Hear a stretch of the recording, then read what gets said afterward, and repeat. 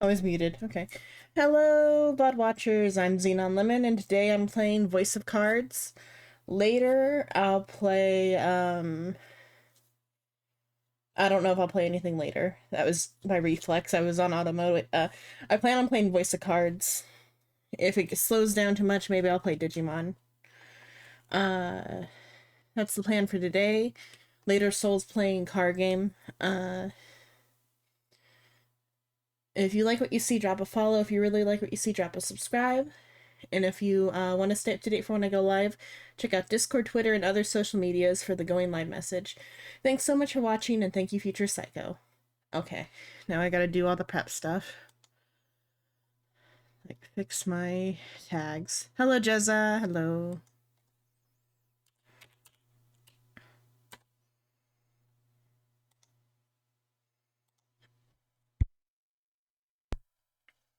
Okay, my tags should be fixed, hopefully. Okay, I'm gonna run a 3-minute ad while I do all the social media posts, and then I'll get started in 3 minutes. Okay, Tumblr. Thank you for the raid, Soul. Have a good dinner, I hope. I hope you have a good dinner. Okay, let's see. So there, that post, this post.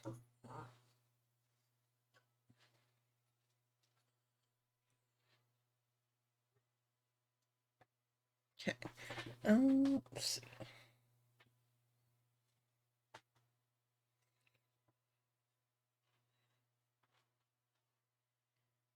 Okay, I need so all of that. Okay, social medias together.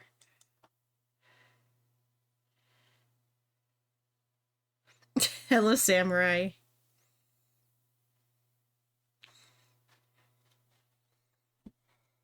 Hello, Meow. Hello, Flyball. I don't know if I said hello to Flyball. And hello, Soul, and hello, Grim. Okay, let's see. We got 2 minutes before I open up the game.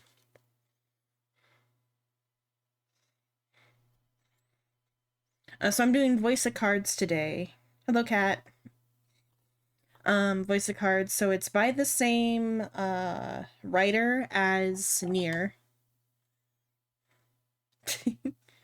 Hello, Mud. Hello. So like I said, I'm doing voice of cards by the same writer as Neir, and the all the DLC is Neir related too. I'm gonna start the first one, even though on the PlayStation I've showed before the third one, but that was just to show what it was.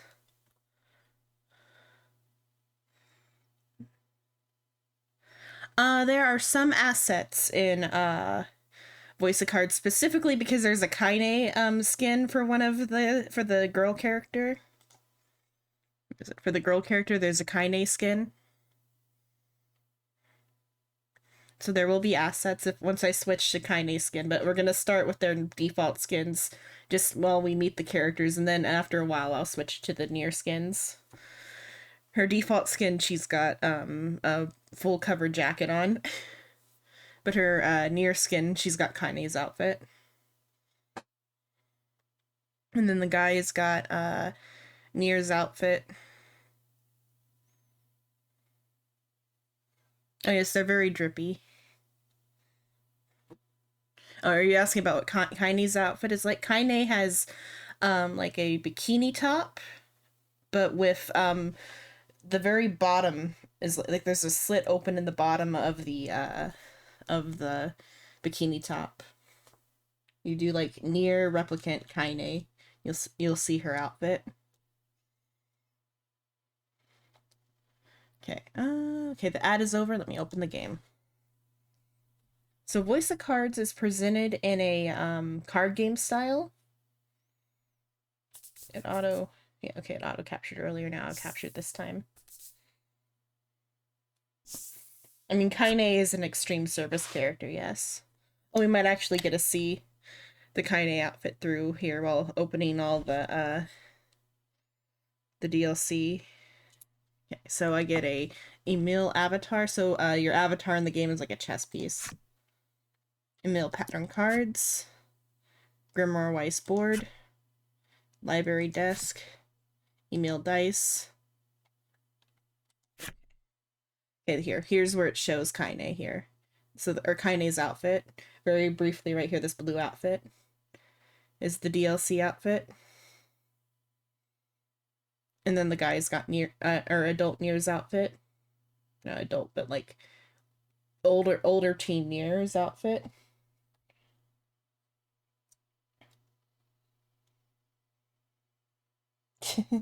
What game was it, Mud?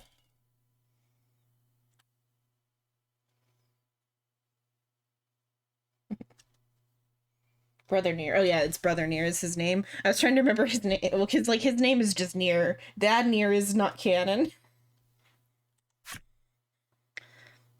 Devil Does Music. Oh yeah, you can. There's Oh, that's gonna be cool. I haven't checked out the DLC fully in this one. Risk of Rain. I feel like I've heard of or seen someone play Risk of Rain before. And then there's also a pixel art set for the characters, but I'll turn on the Near set after we get everybody introduced. Okay. Here we go into Voice of Cards, the Isle of Dragon Roars.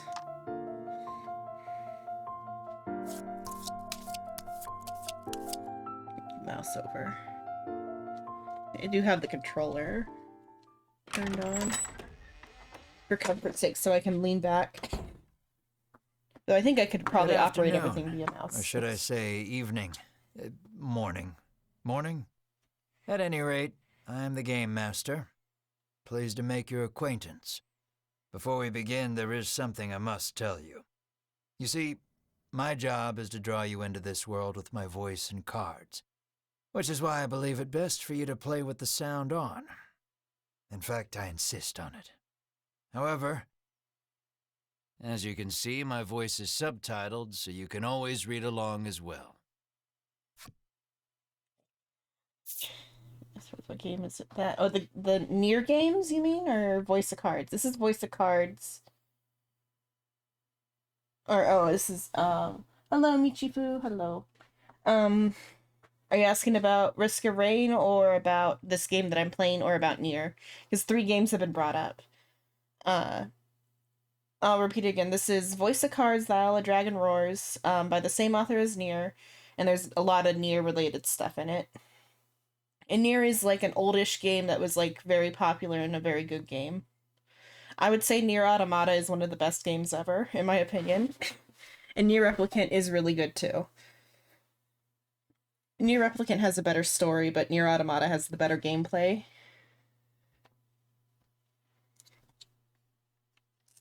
But so, already I played Voice of Cards Burden of Beast.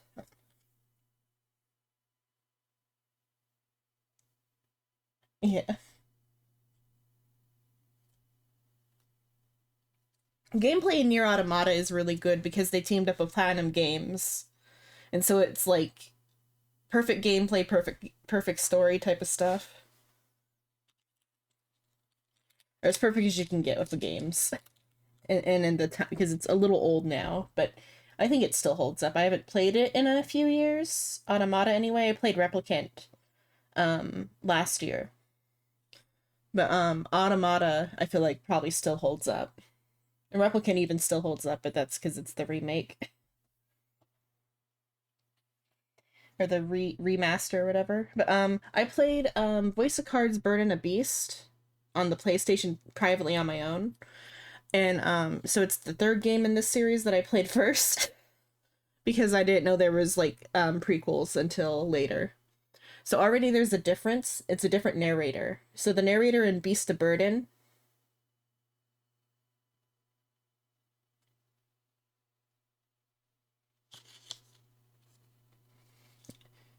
the so in or Beast of Burden, Burden of Beast or whatever, the narrator's a woman. The narrator here is a man who's like a lot more gruff. The narrator in Beast of Burden sounds like the narrator for the mobile game almost. for Neir, for the Neir mobile game. This one I don't recognize this voice for the narrator, but we'll see. I'm going to display subtitles. That's the preamble or whatever I'll give about this.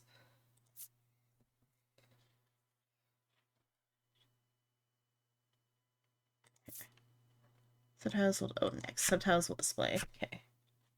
Remember, you can always change the settings later. Now then, are you ready? Let's begin. Welcome to Voice of Cards. You are about to take the first steps of your adventure. Through a realm of sword and sorcery you will travel, battling bloodthirsty monsters as you strive to realize your ambitions. I have every faith you will accomplish great things here. I am merely a witness to your exploits. Now then, your departure draws nigh. May your journey be a safe one. Yeah. This whole thing, artistically, this is very, very good game. I love the aesthetic of these cards. Gameplay-wise, it's just kind of a bare-bones JRPG, almost like something you would find in a RPG Maker type game. But the presentation is the best thing about this game. There's like some interesting rules. It's a little bit like, what is it called? Bravely Default. A little bit like Bravely Default, gameplay-wise. I feel like. It kind of reminds me of Bravely Default, anyway.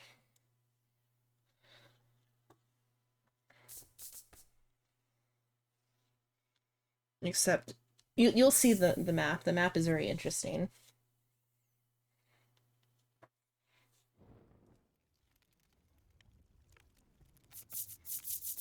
Here we are at the map. This is the dungeon map. The dungeon map is in a cave. Yeah, wait. The surrounding rocks are slimy with damp. It feels as if some foul creature could leap out from the shadows at any moment. So a dungeon Within map. This horrible place gathers a fellowship of 3 adventurers. One is a young woman. You can tell just by looking at her, she enjoyed a good upbringing. Another is a stoic warrior. He stands at the ready, scanning his surroundings for any sign of threat. You fix the audio. Last but not least is the old man. He has a sagely air and gazes into the darkness stretching out before him. You need to turn down the music.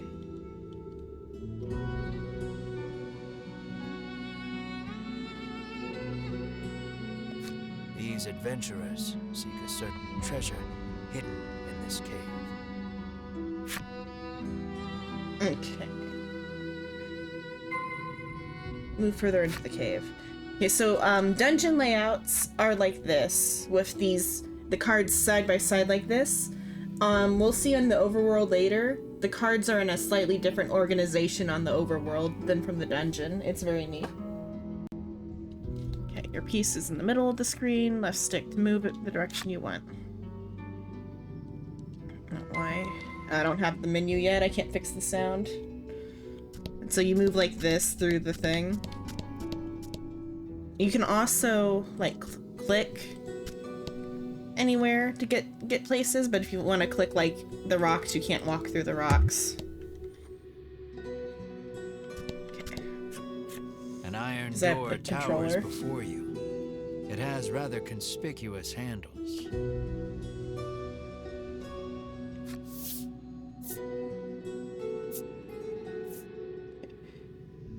So, push the door's handles or pull the door handle. I gotta get used to it. A is back, B is forward, so I gotta...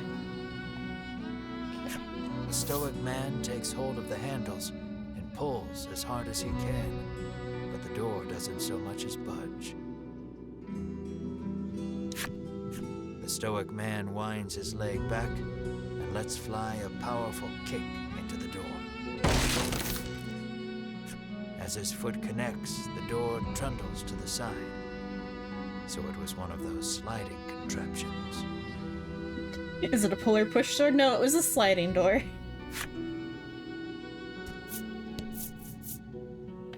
Okay, and then this is how they do Fog of War. With the cards flip to reveal something around leaks you. out of the Fellowship from the darkness.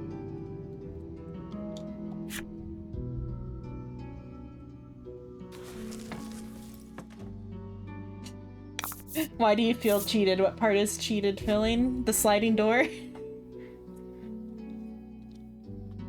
Okay, the fight is on. Take down all the enemies. Victory shall be yours. Yeah, she's got more skills. Okay. Since it's early, just damage dealing should be enough.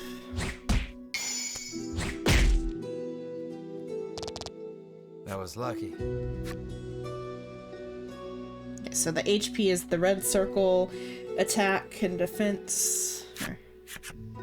Yeah, attack and defense are there. So defense is, I think it was mitigates, but like you still deal or take one no matter what. I forget exactly how the defense works. And the attack's also not fully straightforward either. Okay, so he's a mage. He can generate gems. So gems are like the mana pool. These over here, the gems. They're like the mana pool. They are what let you use bigger skills. And so like this frost bomb is a 1 gem cost, whereas hurricane's a 2 gem cost, and every turn you get a gem. And then there are abilities to generate more gems for like bigger moves. Let's see. Yeah, deal to all enemies.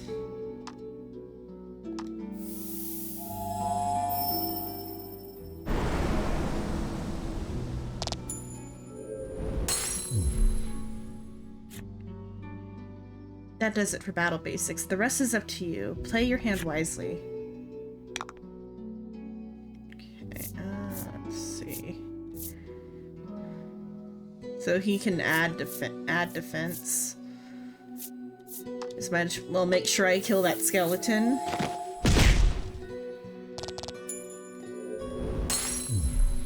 Congrats.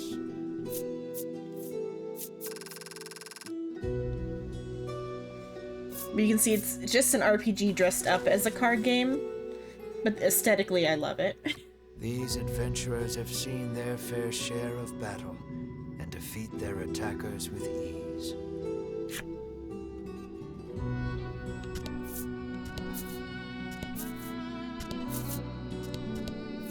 Oh, I forgot I can click around to go faster on some of the clearing of this.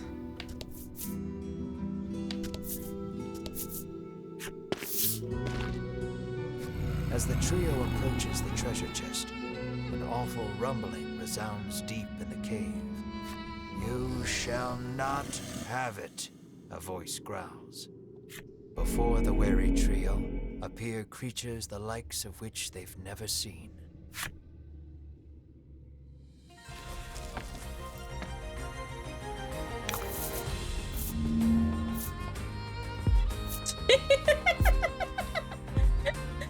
Flames with swords and shields.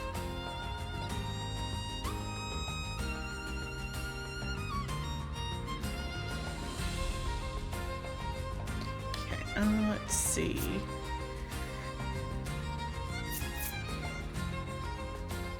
Okay, let's see. Deal damage to the middle one.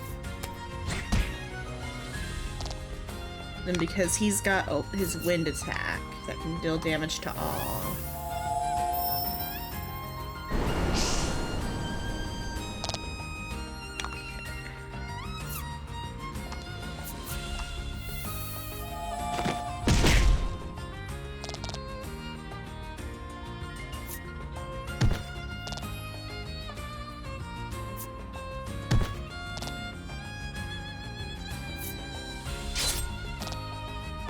The jelly turtles will one shot. Okay,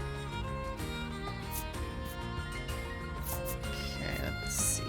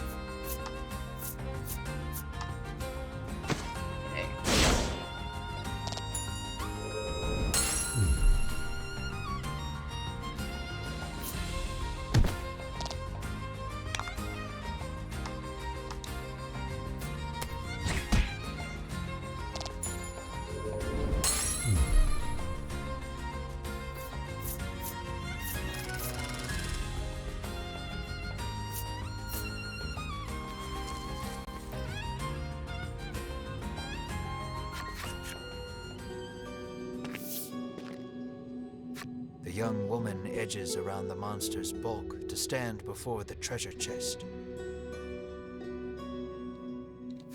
There is treasure inside, no doubt about it, but it's locked tight. There's gotta be some way of opening it. Is it a potion, a torch, or the key?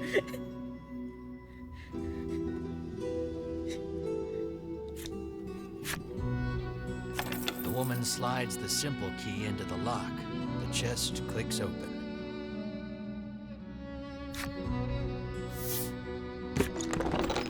Inside is what appears for all the world to be an ordinary medicine bottle. At last, we've retrieved the royal treasure, the old man says. The woman and warrior exchange a nod. The white-robed adventurers found the royal treasure. Their quest complete, the triumphant trio put the cave behind them.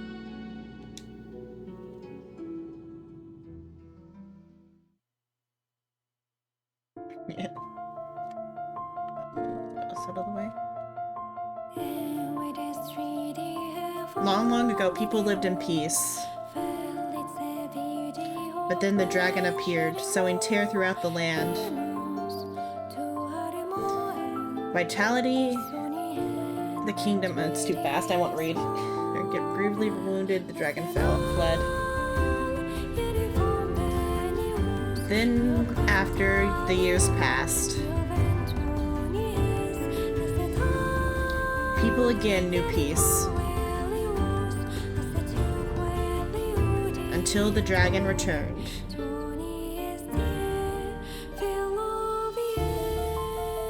Now the queen gathers adventurers to slay the dragon. Chapter 1, Journey and Pursuit.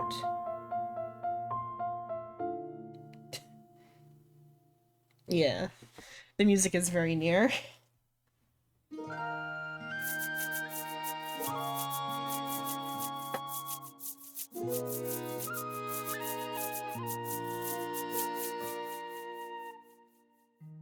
This is Castle Advent. Queen Nilla reigns over the kingdom from within its walls.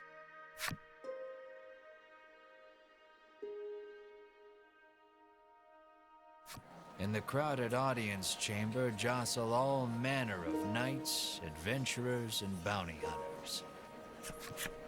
The white-robed adventurers stand close to the throne. A palace guard calls over the tumult. Be silent. Her Royal Majesty graces us with her presence.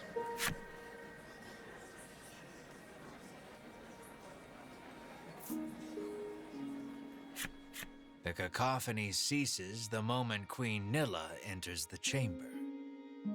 Seated upon the throne, the queen faces the crowd. Her lips thank you her all lips for part I heeding clicked too my fast, call sorry. to slay the dragon. Whatever it takes to defeat this reawakened evil, I ask that you do it. Whomsoever conquers this beast will be honored for ages to come and handsomely rewarded. At that, the gathered crowd cheers loud enough to shake the castle's very foundations. Leave the dragon to us, Your Majesty, say the white-robed adventurers, as if the beast's demise at their hands is assured. Indeed, you did well to reclaim the royal treasure, the queen replies. I thank you, for my stomach becomes most upset without it. So the treasure is a staple of the royal medicine cabinet. It puts my mind at ease to know the Ivory Order offers its aid in slaying the dragon. The trio are disciples of the Ivory Order, a charitable organization beloved the realm over. Indeed, anyone would think this illustrious trio the heroes of our tale. But they'd be wrong.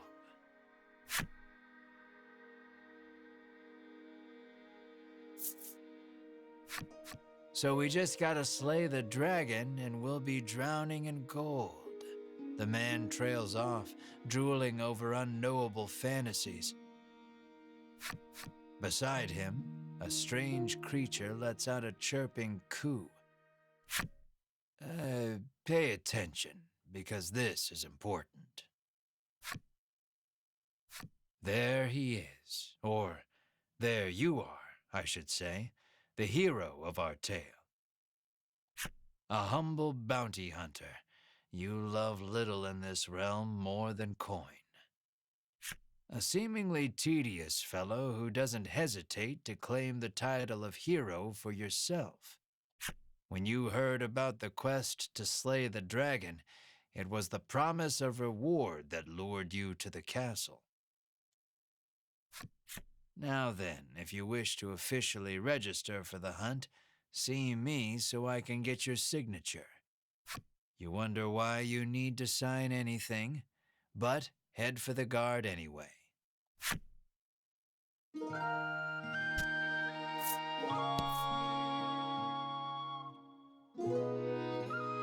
Why that guard? Why not the guards down here? Okay, stand before. We? Okay. So, I've only played the beginning of 3, so I don't know much about this one's story. But, the narrator in 3 gets really cheeky and it's really sweet and funny. So hopefully this narrator is gonna have some, like, little, off-the-cuff, seemingly improv moments. Even though they're not improv, but it's, like, improv within the lore of the setting type of thing.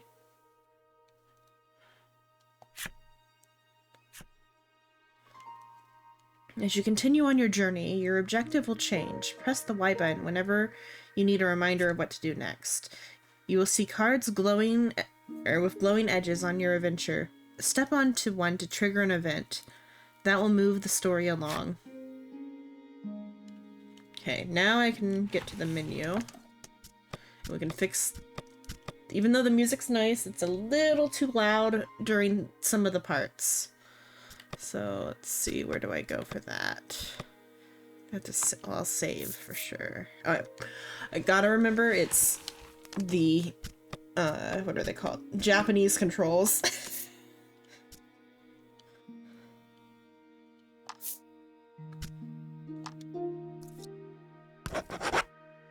So, because I'm playing, even though it says, what are they? The Xbox buttons, I'm playing on the PlayStation controller.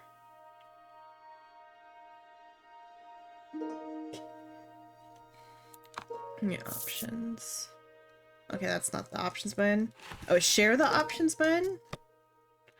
Because it's because of the setup here. Okay, share is. Okay, can I make the text bigger, I wonder? Oh, I clicked X. It's gonna be tedious to get used to these controls. Because it's slightly different from playing it on the PlayStation. Okay, text, can I make it bigger? Emphasis. Emphasize important text in red in order, or underline it. Yeah, red's fine. Okay, screen size. I'll keep that the way it is. Okay. Sound. Okay. Alright, now I can make the music normal and the voice louder.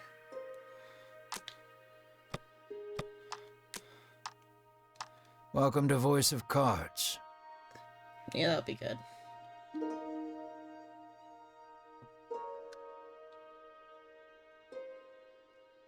Just the A and B buttons. I'm playing on controller, so X is A, B is circle.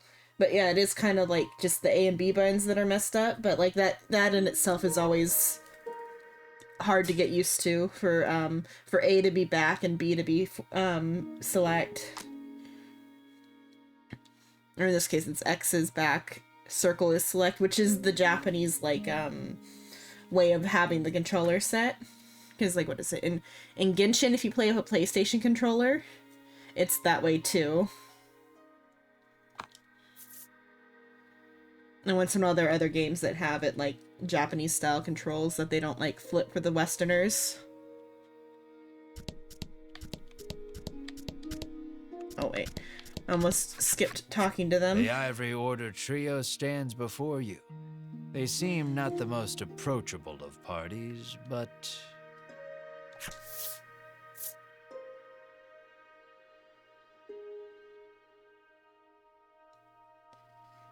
Okay, let's see. Who are you supposed to? Nothing to say, don't be rude. You don't think you have anything to say? On second thought, yeah, you still don't.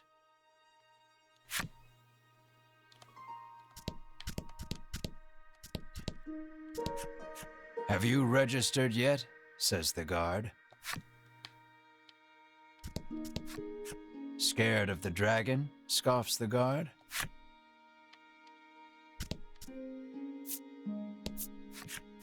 We of the Ivory Order will be the ones to restore peace to the land, brags a white-robed man.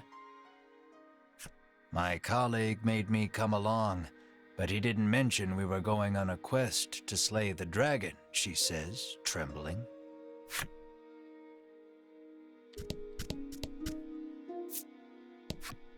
You'll need tough gear if you're going to beat the dragon, the man tells you.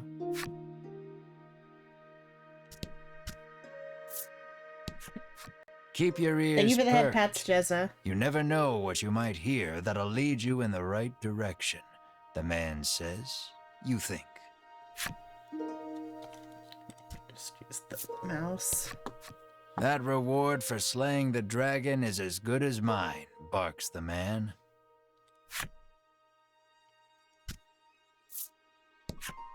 The man takes one look at your companion and shrieks, "Monster!" Face pet. That's just where it ended up because I'm slowly inching higher and higher up the screen. You think the dragon's really as tough as they say? Asks the man, his knees knocking together.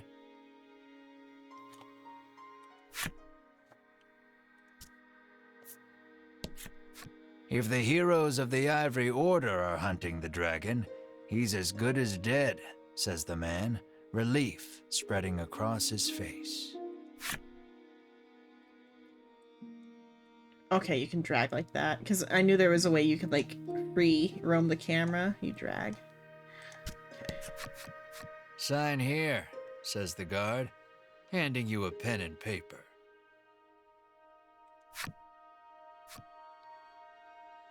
How do okay, okay, I was like, do I have to Google his name? Okay, it's Ash is his name.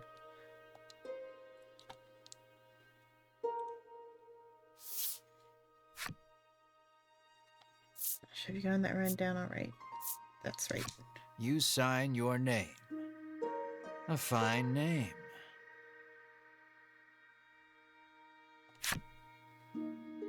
After you've signed, the guard motions to the strange creature beside you.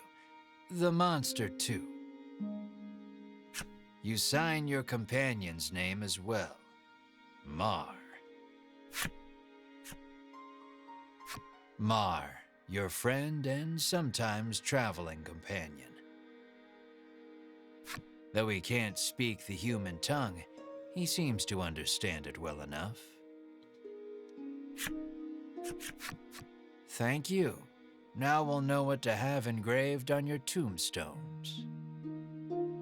Can't ask the dead what name to mark their grave with, after all, the guard chortles. You want the reward as badly as you don't want to die. You figure you better make some strong friends. Each other's got okay, now I gotta oops, oh well. Okay.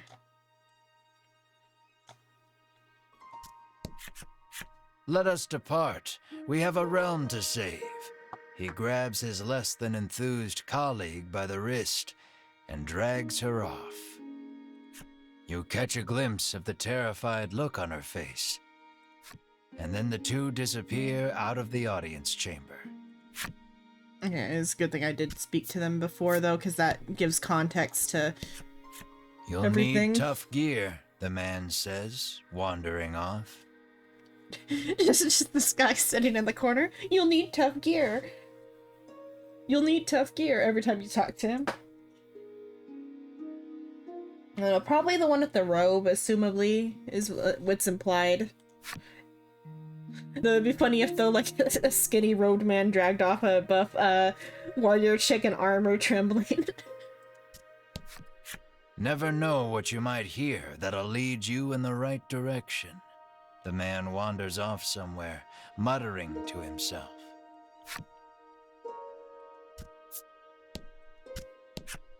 You ask him to team up, but he refuses angrily.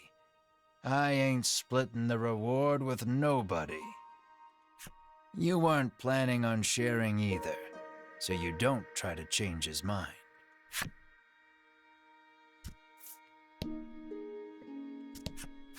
Before you even open your mouth to ask him to team up, he cuts you off. Thanks, but no thanks.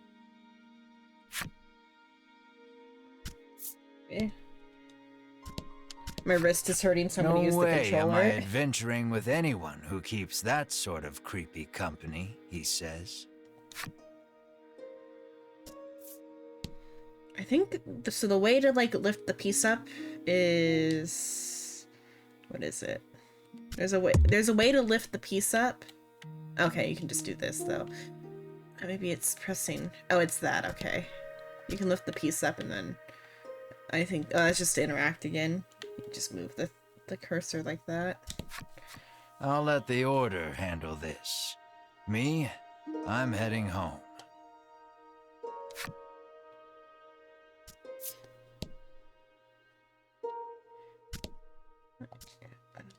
It's moving this joystick.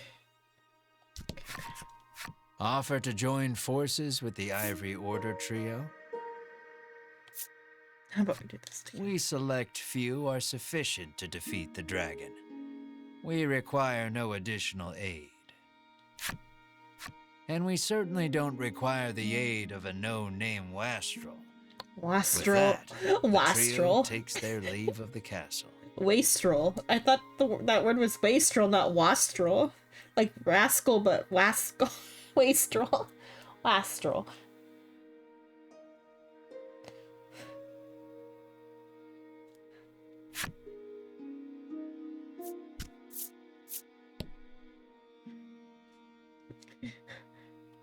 I haven't tried talking to the queen, actually. Asking Queen Nilla to join you is beyond preposterous. Better not even try. The castle will close to visitors shortly. Please be on your way. You're shooed out of the castle. In the end, you set out, just the two of you, to hunt the dragon. Set forth in pursuit of the dragon.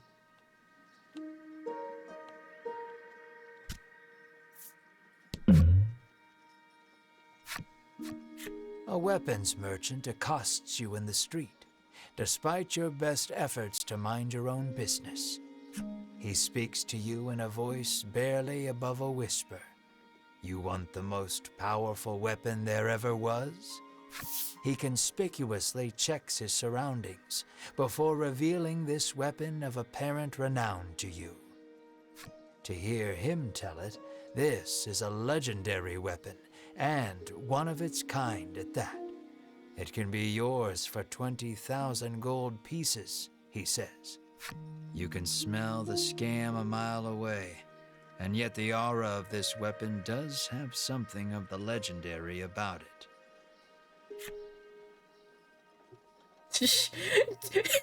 I have 1,000 gold. Will you pay him 20,000 gold? I have 1/20th of that. Someday I'll have that. You ask who in their right mind would pay so much for something so clearly fake, stolen, or forged. Well, you know where to find me, if you change your mind, he says, tucking the weapon away. I just peek at the How item may shop. I help Same. you? Yeah. The proprietress inquires. Yeah, it's the same weapon shop, or not weapon shop, item shop lady as in number 3. So I think maybe her costume's slightly different, but it's the same character.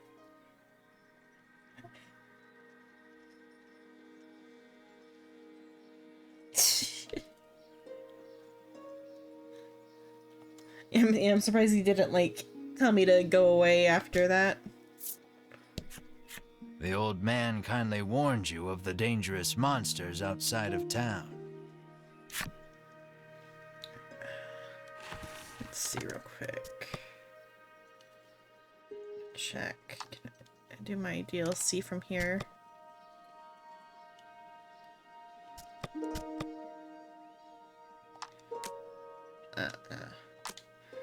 I have to do it from the title screen. I was gonna put on the or set the table and the piece.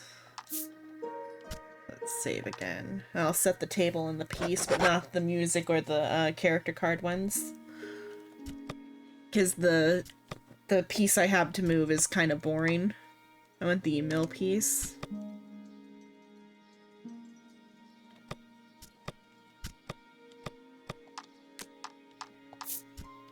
Let me set it. I have to set it from the title screen because it's that type of DLC.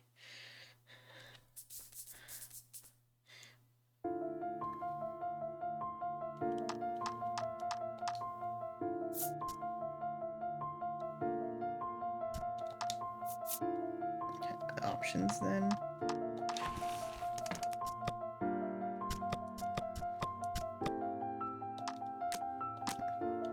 Oh, customize. There it is.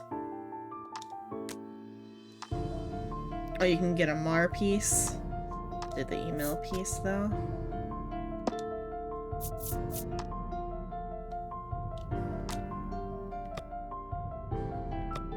Card back.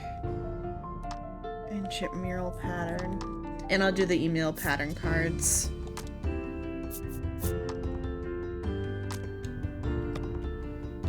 Battle board. Your more Weiss battle board.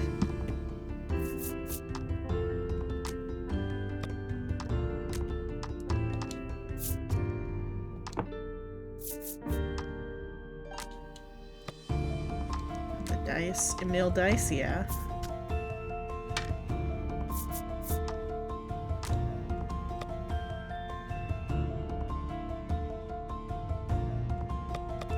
Okay, card back, card faces though. We'll keep the normal card faces for now, but after we get the girl in the party, I'll switch to the Neir ones. Are you in it? Oh, so I missed your message because it was between red messages. I'm not even playing very far yet. I guess I'm winning.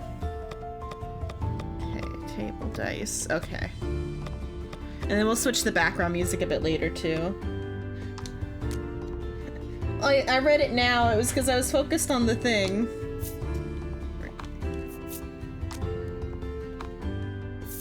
I went through Emil dice in real life. I would buy these Emil dice.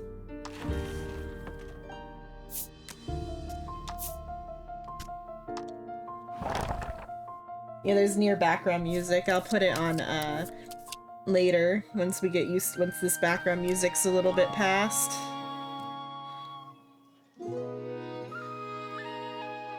For now, I've got some Neir aesthetic things like this Emil piece. The child says you should see Nexton as soon as you leave the castle town. Okay, I need to get the gilded. The door is shut tight. You spy a keyhole on it, suggesting the existence of a corresponding key.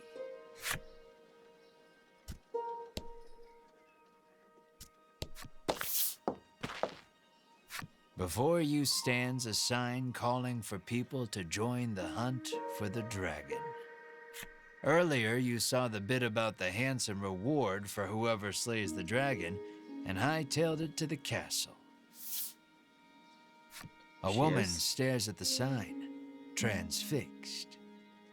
Her face curls into a scowl as she notices you.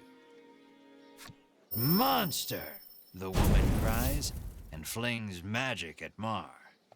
Startled by the spell, Mar grows dizzy. You shout. Mar, are you alright? What are you doing? Mar, are you You alright? gather the dizzy Mar in your arms and glare at the woman.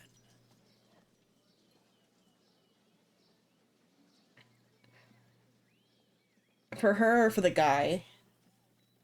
I'll turn on the Neir ones briefly later. But, the guy's outfit is better than, Neir's outfit. Brother Neir's outfit has always been kind of just like, okay then. Like, it's neat, but it's not, like, anything special. But Kaine's outfit, though.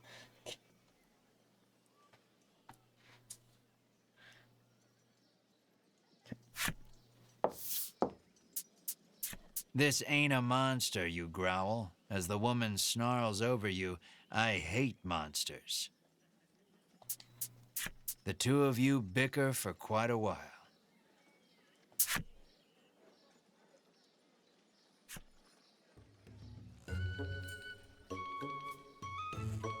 I mean, Brother Neir is less bland than Father Neir. Except the eye patch. The eye patch on Father Neir is cool. In the end, the woman admits she may have jumped to conclusions, but stubbornly refuses to apologize. Inwardly, Oh, what, you call like Father her Neir better? unsavory names as your attention shifts to a different topic of conversation.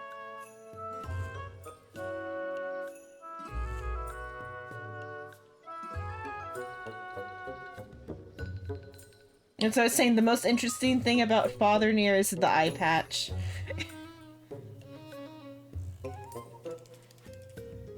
I like Brother Neir better. I was just saying that they're both kind of boring.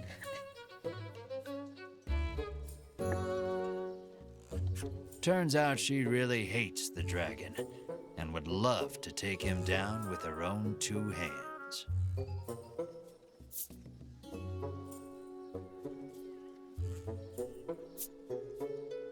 Like, there's like some things interesting about Brother Neir's outfit, but it's just kind of bland.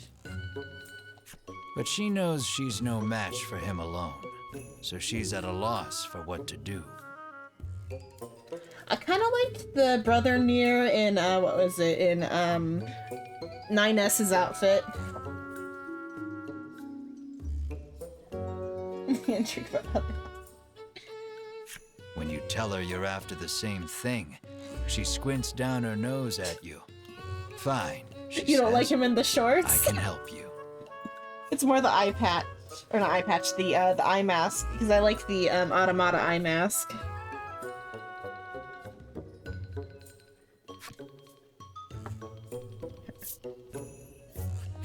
She's a little annoying, but you are You don't looking even like for me. quest companions. I like 9S. I only Though want I to like see the A2 dragon better. dead. I don't care about anything else, she mutters. You And 2B's overhear good her too. remarks and grin without thinking. Then you don't care about getting a share of the reward. That suits you perfectly. You happily join forces with the black-clad woman. She introduces herself as Melanie. She tells you she is a witch, but says nothing of why she hates monsters or what grudge she bears against the dragon.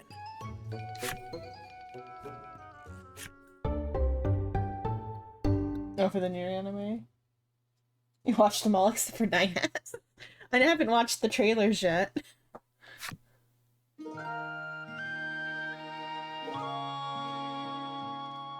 Okay. What's the carriage shop do? You peek Oh, inside this the guy. carriage shop only to hear the owner call out that they're closed. Guess you won't be making use of them after all. This guy's a circus performer in 3. 9S will go unwatched.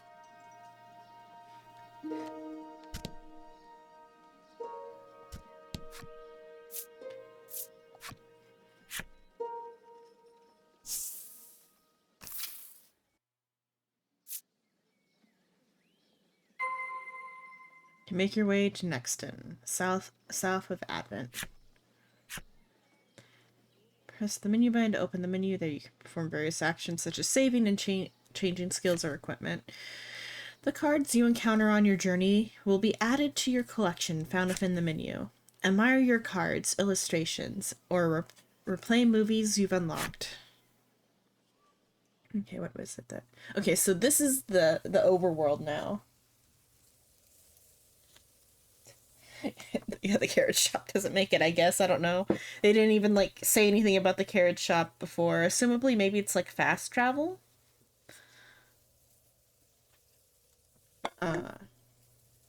The so the overworld, the cards are set up in a slightly different way. And I think that's neat. Because it's almost like a hex map now.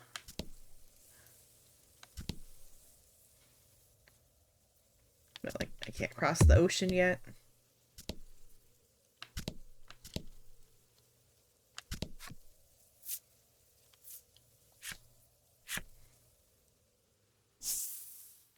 Okay, ask around Nexton for more information about the dragon.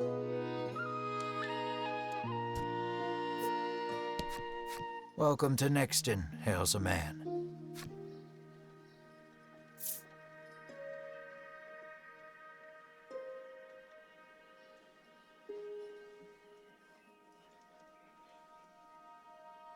Yeah.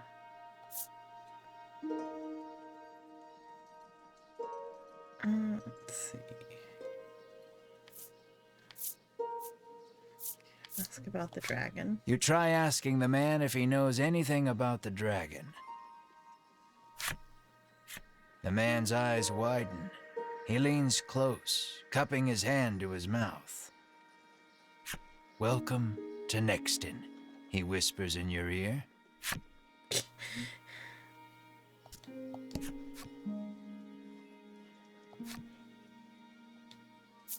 Ask him about the town. The man doesn't respond to any question except to parrot back his original greeting. Oh, that's suspicious. The woman tells you she's so terrified of what might happen if the dragon attacks the town. She hasn't been able to eat.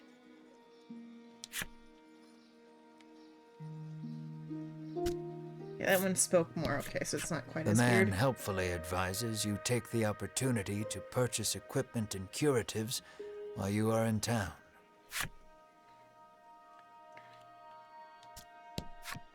How may I help you? The proprietor inquires. Let's see. It doesn't up any of his stuff. And they already have their basic equipment then. Okay, here's the only thing that I could buy that could help anything. It gives them more defense.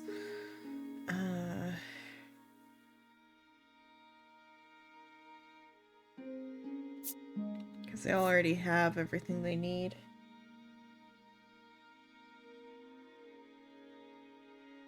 Oh, the food lady?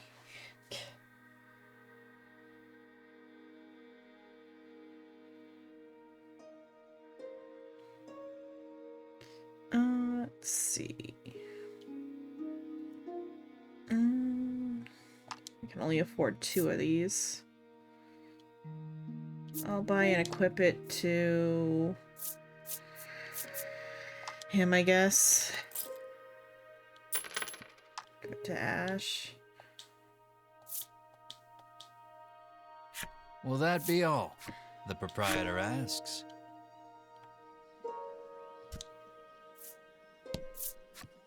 A woman sits hunched over by the side of the road.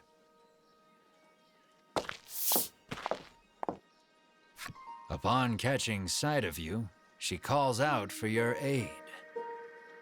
She's sprained her ankle and needs you to take her to the nearby apothecary.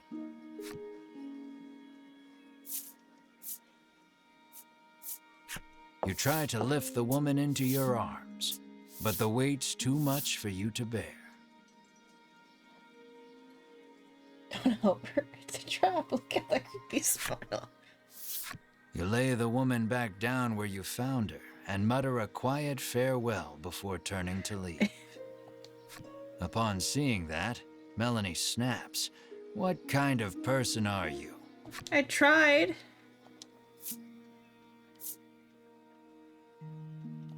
Ain't like it's my fault she's hurt. You whine like a child.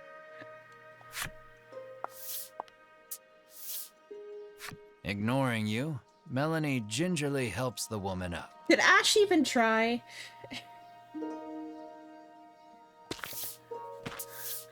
Mar bends so the woman can get on his back, and the two of them head off in search of the apothecary. You watch them walk away for a moment before following, complaining to yourself about what a wasted time this is. Transport the hobbled woman to the apothecary.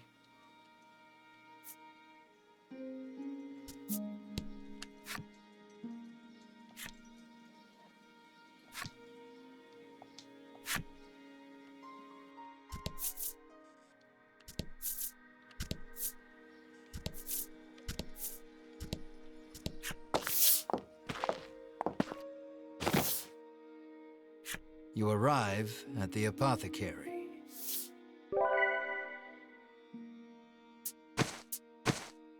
After taking a curative, the woman begins hopping up and down.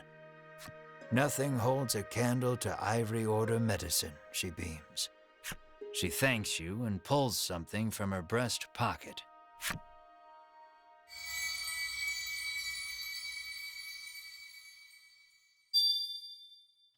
Mysterious card 1. You have no idea how to use it. Put it somewhere safe for the meantime. You've helped someone, albeit not quite out of the goodness of your own heart. I tried to, but Ash wouldn't cooperate. It might be a good idea to do that again, should you come across anyone else in need of assistance.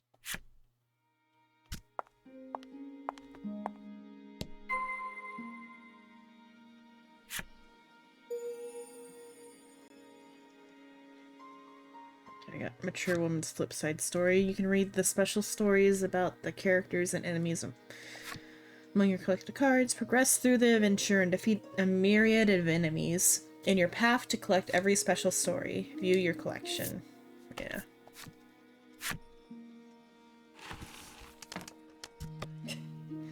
Okay. Characters. Do we have... Okay. What matters most in life differs depending on the person. For him, it's money. Slaying the dragon may make him a hero, but more importantly, it'll make him rich. We don't have his backside story. It was love at first coup when our freewheeling bounty hunter met Mar, and they've been inseparable ever since. Who says bounty hunters can't have a soft side? This dark and twisty mage harbors a deep-seated grudge against the dragon, but knows her own limits. She desires power enough to slay the dragon with a single blow. No ruler is safe from fear and worry, but Queen Nilla harbors a knot in her gut, unrelated to and more personal than the recent rise in monster activity. Why do I have her backside? No.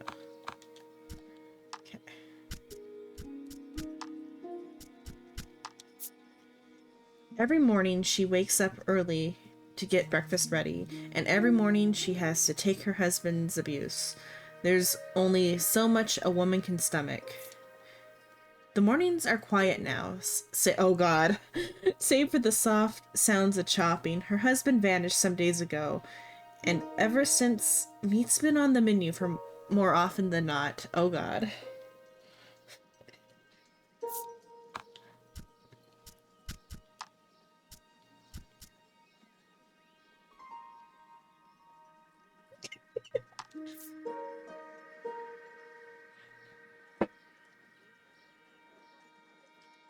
Hello there, striking. Out on your own, are you? Oh, I've been at this long enough to size people up at a glance. Don't worry, I'll make you exactly what you need. No backside story.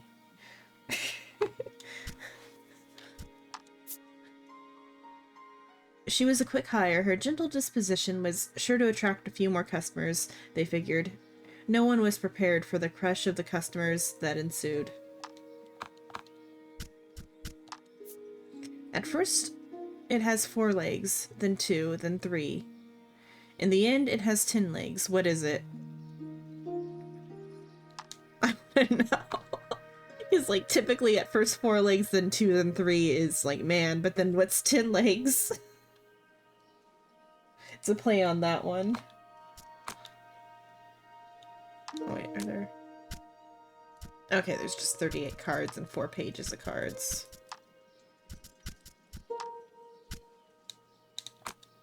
Human centipede. Who knows of how this game is going already? Equipment. Okay, blade beloved by adventures, basic claws. Crafted with a sacred timber and the ring. Armor beloved by adventures, breastplate beloved by adventures. A certain people's garb. And imbued with protective magic. Okay, that's what I've got so far.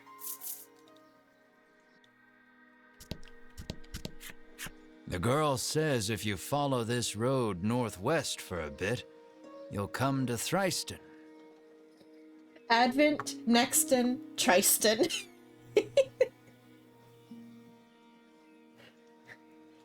The order of towns being visited.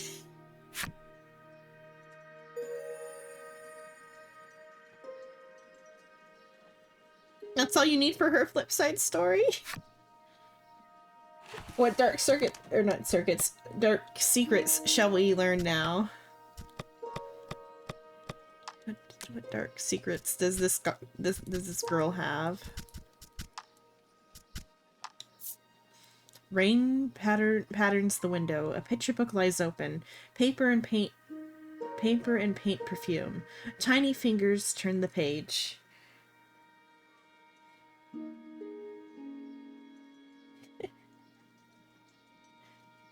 Part of the cards greetings. Hello, Walnut King. No, this is Voice of the Cards. It's by the same writer as Neir. And so there's a lot of like Neir related stuff going on and like the same like mood. Book is upside down. No more light in her eyes. Only memories of mother. A painted rainbow bleeds. I mean, that one wasn't quite as bad as this one.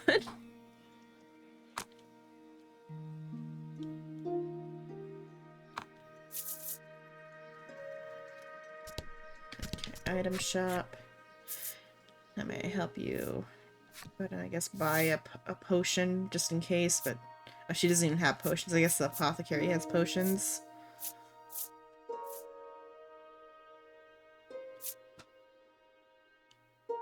Will that be all? The proprietress asks. How may I help you? The proprietress inquires. In 3, they kind of streamlined it to where the item shop has everything that's not equipment.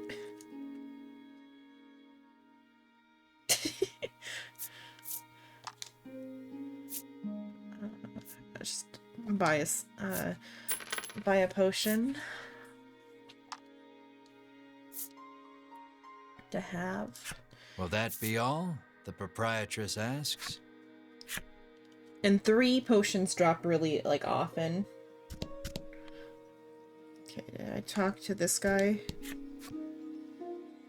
Okay, I already talked to that guy. Oh, he's the one who told me to buy stuff.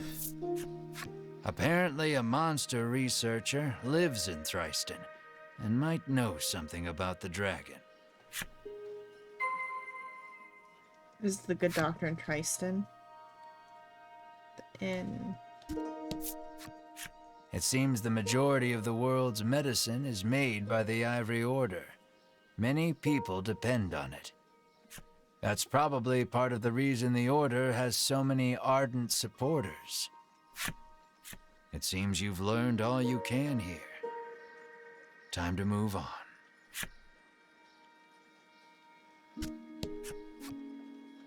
You peek inside the carriage shop only to hear the owner call out that they're closed. okay, so it's not yet available in On your way to defeat the dragon, are you? The innkeeper inquires as you set foot inside. The innkeeper gives you a room free of charge in a show of support for any and all who wish to defeat the dragon.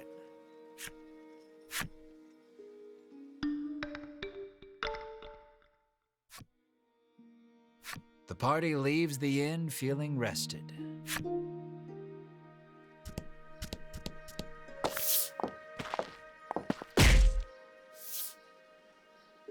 As your eyes roam everywhere but the path you walk, you barrel right into someone.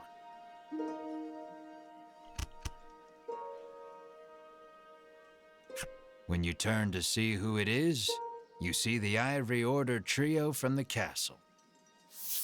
Winifred, are you all right? The sagely old man asks the woman, voice full of concern. I'm fine, the woman called Winifred replies. Thank you, Hedwin. Berwin, the old man calls, turning to their stoic companion. He jerks forward, as if to defend Hedwin and Winifred. The trio advances on you. How dare you treat disciples of the Ivory Order with such disrespect? How do you respond? You broke my bloody foot. Trigger going. Offer. You fall to your hands and knees, pressing your forehead to the dirt in supplication. I offer my life as restitution, you sob. Winifred stares at you, bewildered you would go to such ridiculous lengths to apologize. Only apology option there was. Muttering a half-hearted apology, you try to keep walking. But that's when you notice something in your hand. Looks like you accidentally grabbed Winifred's coin purse when you ran into her. Thief, bellows Berwin, drawing his weapon. Guess you've got to fight your way past. Goddamn Ash.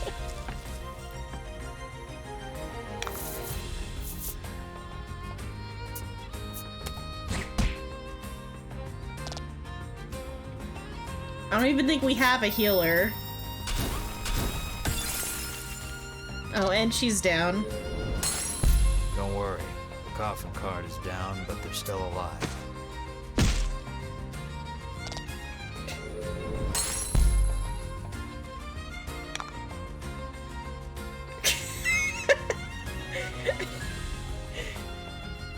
Yeah, this is rigged. Let's run away. Nope. I mean, it's rigged anyway, so it's not like I'm gonna kill any of them. So maybe if I pass, they won't, like, be quite as angry.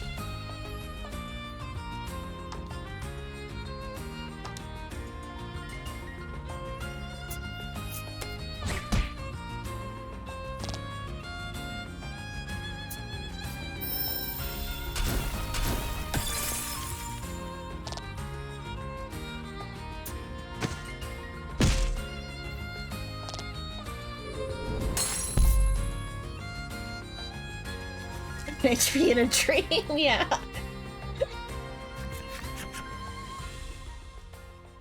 The Ivory Order laid you out flat.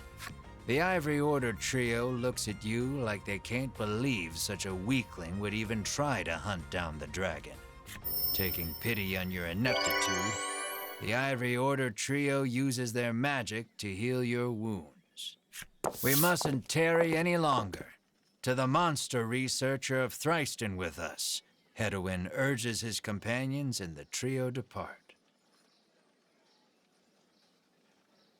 Yeah.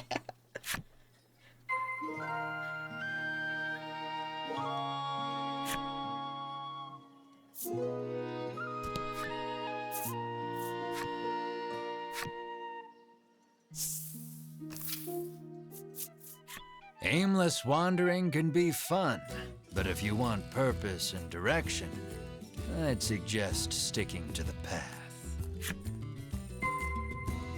Follow the road leading out of Nexton. While exploring the world and diving deep into dungeons, you will encounter enemies which you must do battle. Your adventure will be over if everyone in your battle party is KO'd. Should your journey meet an unfortunate end, you can continue from the last save point. So it is in your interest to save often. I missed reading the one about autosaves, but I'll just... There is some autosave.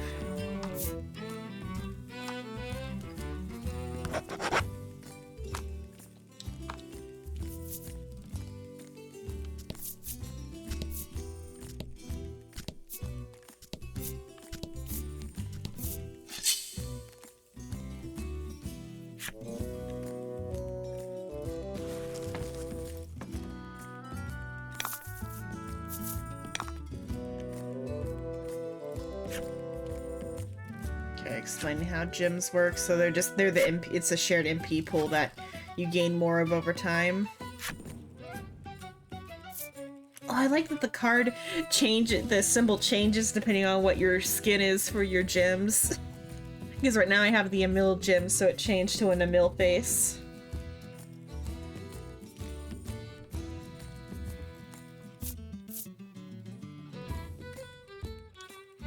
Yeah, for now. Use...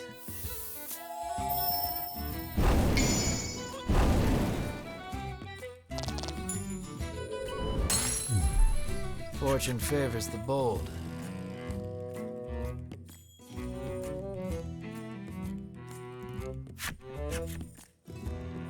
Okay, weaknesses.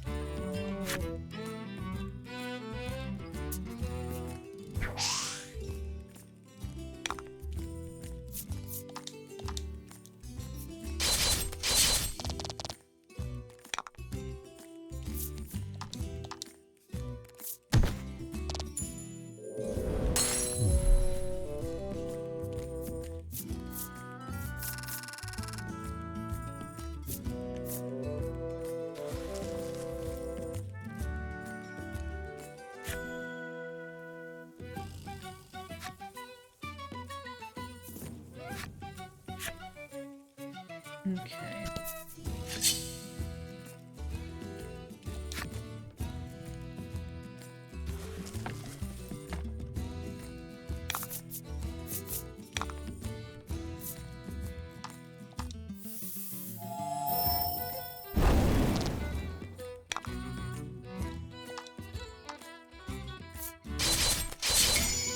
Oh. That was lucky.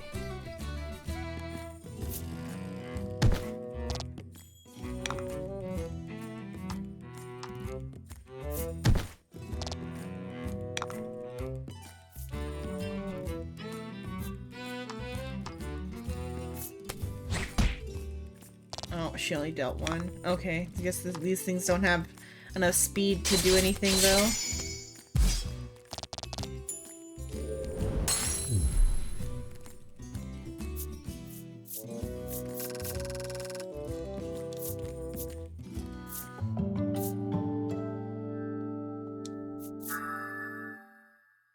Okay, and he learned heal. Okay.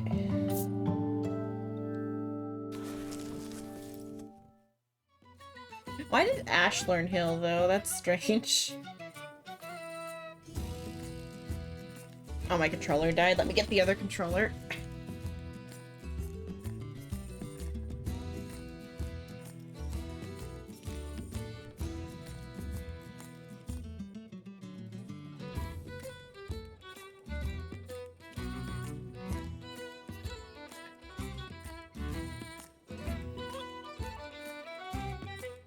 Why is it...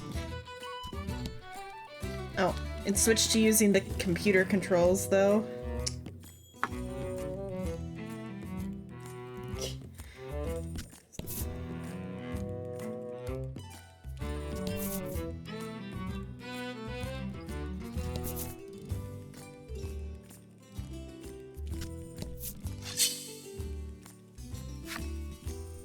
Use the mouse, then.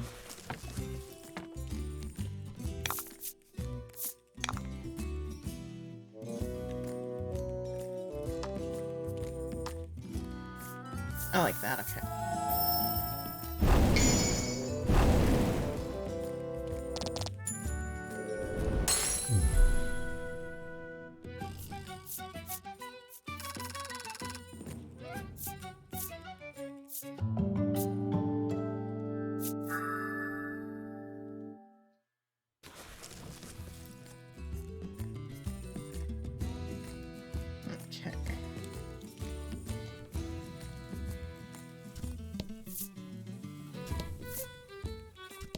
Oh, I can go through these. Okay, I didn't know I could go through these.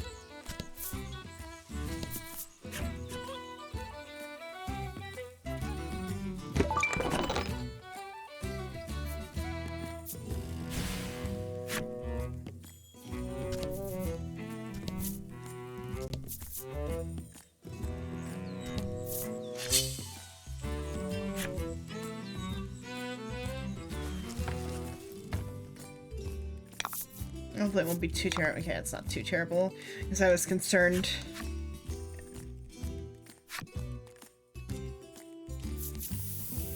Concerned that it would be too strong to go over here. That's fine.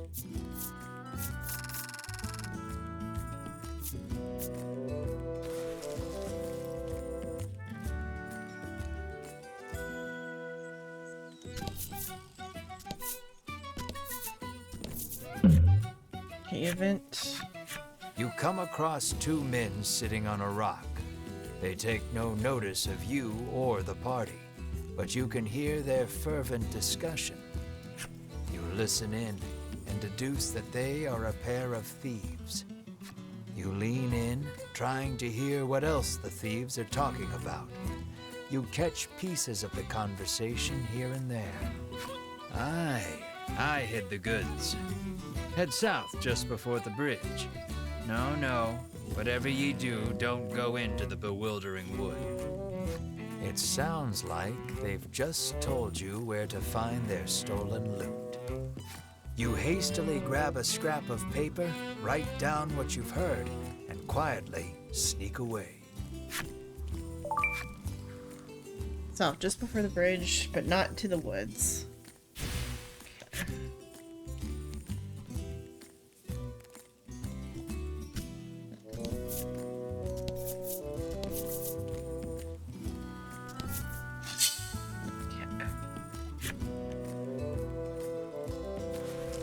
I like this Weiss table a lot. The little Emil jack-o'-lanterns.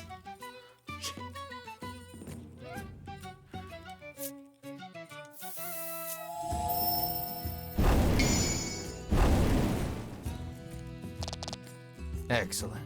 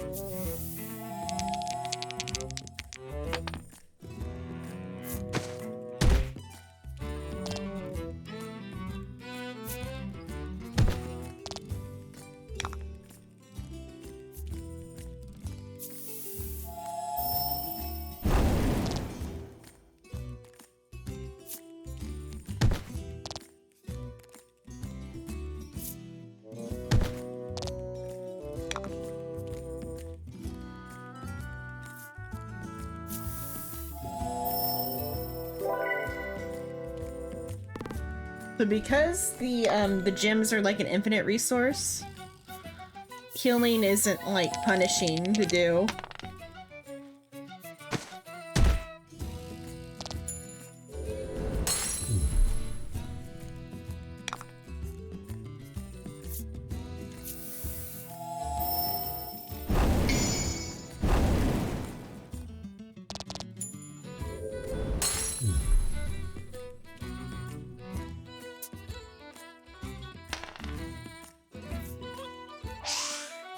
I'm perfect at using a skill that doesn't damage.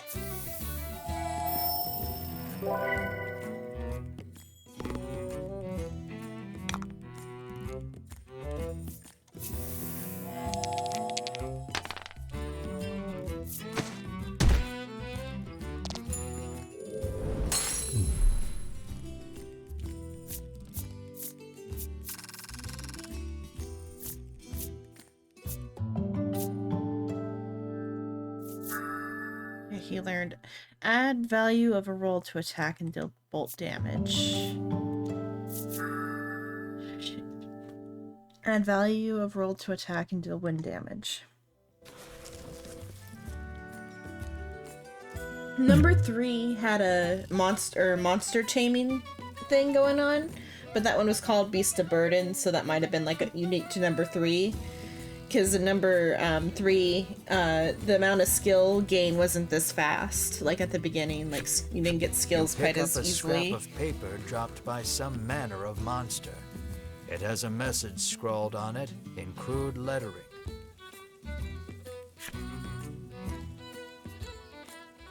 Erust arut neltos nianturum dina evac to sap nia to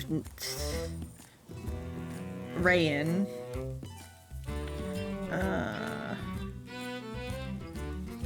treasure back, that's treasure backwards.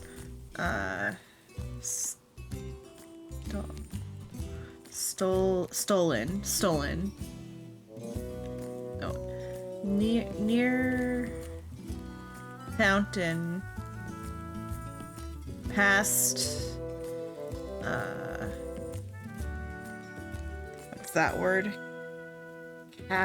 Cave. Past cave.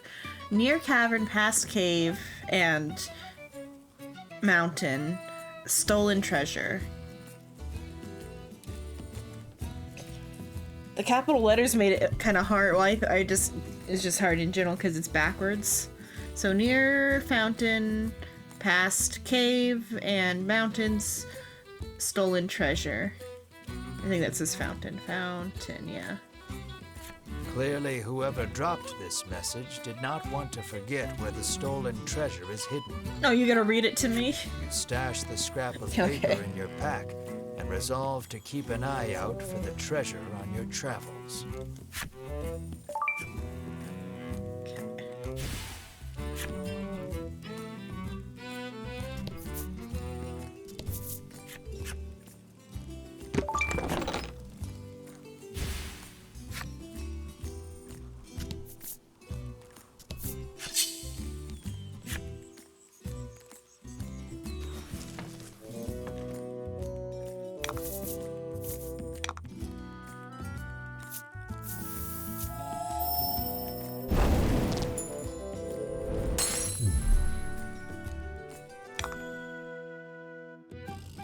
Now let's see what lightning strike does. +2.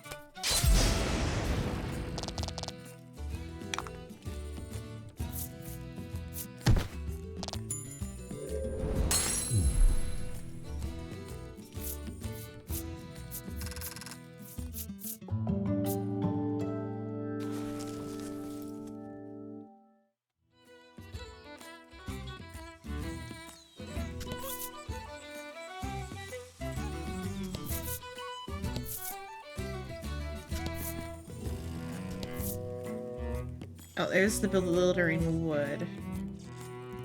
Oh, okay. Like, something about the bridge and don't go to the bewildering wood. Not yet. That's a dungeon.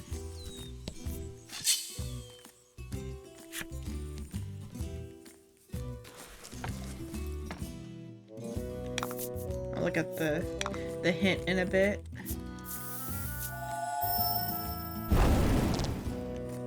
I thought this was weak to wind or fire. I thought that one was weak to fire. Guess it's not.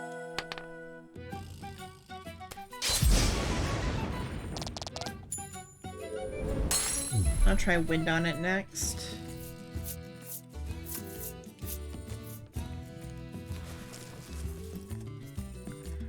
Okay. Oh, got the goblin's flip side story.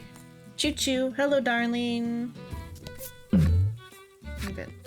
Something's catching the sunlight just so. You move closer to get a better look at it. You find a chest lodged in the hollow of a tree. Happy New Year.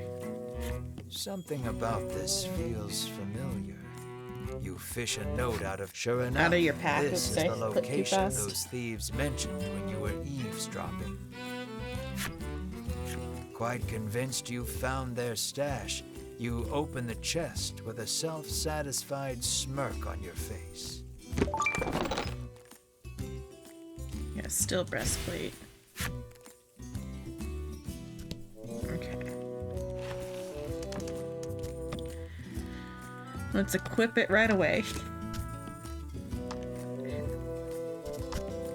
Oh, it's not for. Oh, it's for Myrrh then? It's for Myrrh. Okay.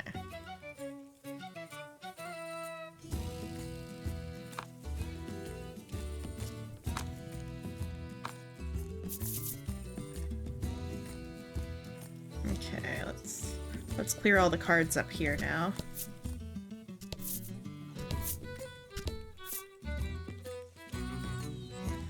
Okay. Then starting from down here. Event. Watch out, your friends cry, as something comes hurtling straight at your face. But you keep your cool.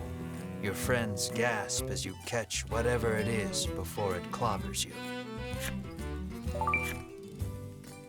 Staff of a famous magician. You obtain the Thunder Staff.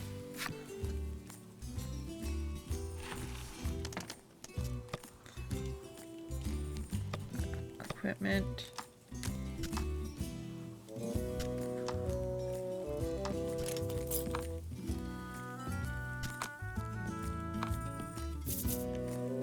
Who needs to buy weapons when they just come to you?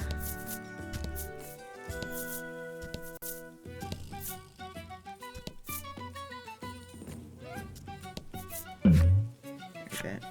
You are surprised to find a merchant selling goods in a place like this. You decide to take a look, and the merchant welcomes you energetically. These are my unsold wares. I would be happy to sell to you for a fraction of the price, the old woman says as she lines up some medicine bottles before you. Okay, on sale.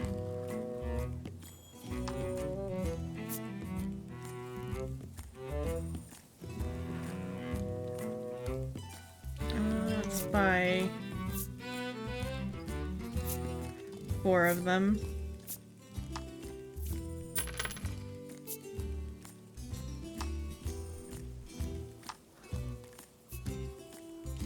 Buy 2 of these.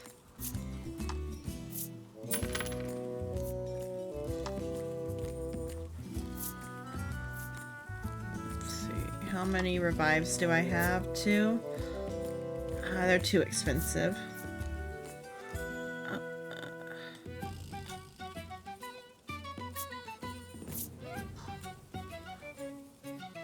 Yeah, that's good enough. I'm closing for the day, she announces as she packs up her goods. It seems you won't be able to do any more shopping here.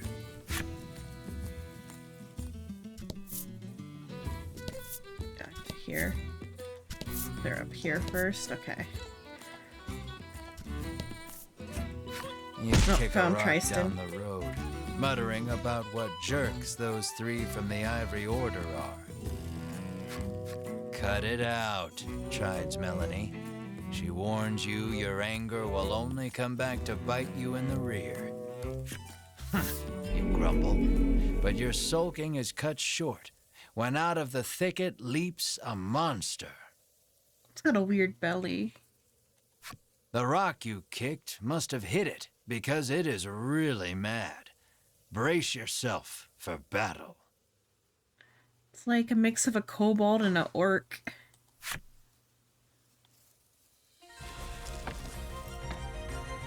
Like the pig type of orc, not like a green orc though. About the enemy.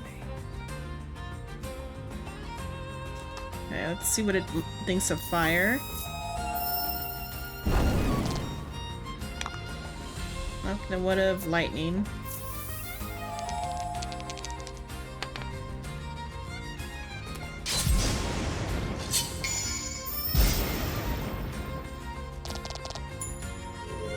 Oh, it doesn't matter what it thinks of lightning, because I got a critical hit.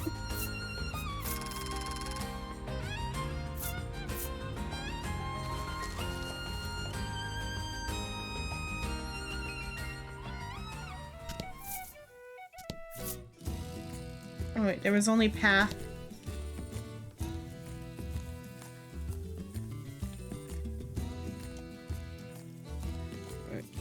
Oh, the path went down that way, that's why, okay. I went around the path. Let me clear the rest of the map for now. Can I zoom, I wonder?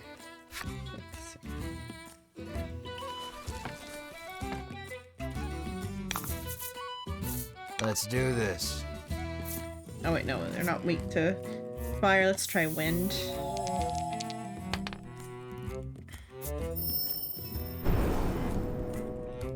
They are weak to wind.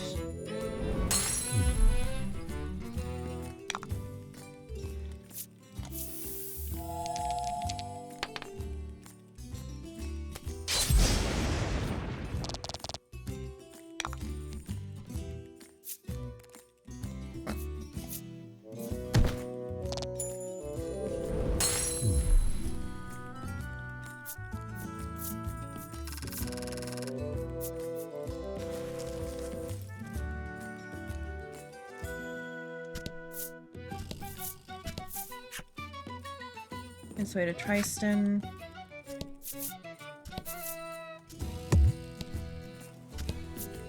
Oh, chest.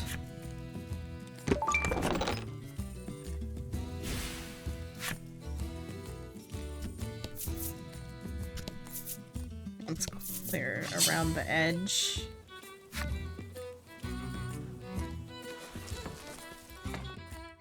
And then I'll come back and do the up and down again. Let's do this. Oh no, that one's weak to wind.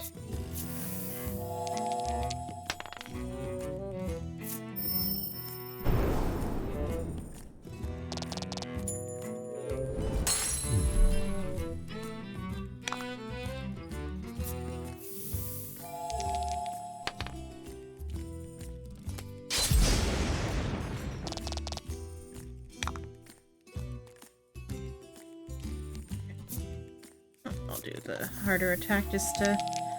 No, there's a chance that you can only do 2 damage from this attack.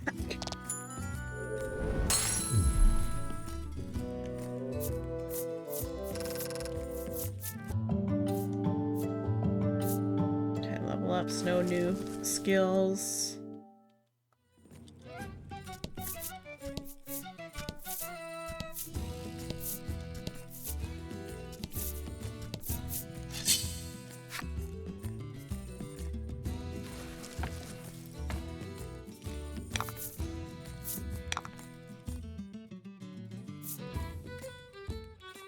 Alright, let's check it for fire. I forget what that one's weak to. It's not, but well.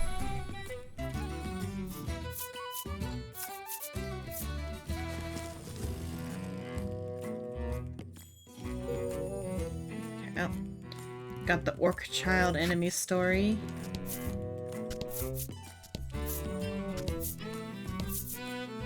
Okay, I guess I ended up doing up and down again, but it's fine.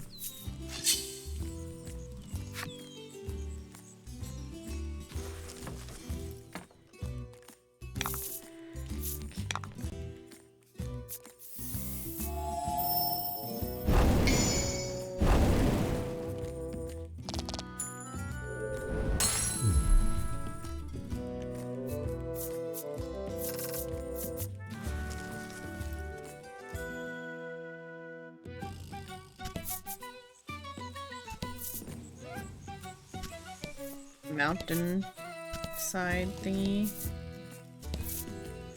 There's a cave. Oh, wrong way. Event. Trees bearing very solid-looking nuts whip to and fro in the force of the gale. This doesn't bode well for you. Roll a 4 or higher to avoid danger. I got a 5. A bunch of nuts fly off from the trees, but you and your friends hightailed it out of there before any of them could hit you.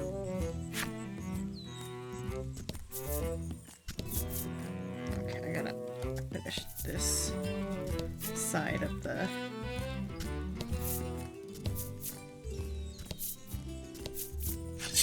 Okay. And we found the free healing spot now. Let's do this. No, wind was the weakness, but oh well.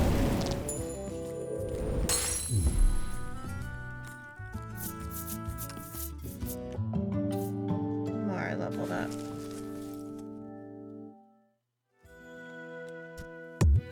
Oh, am I not Can't able? walk on water.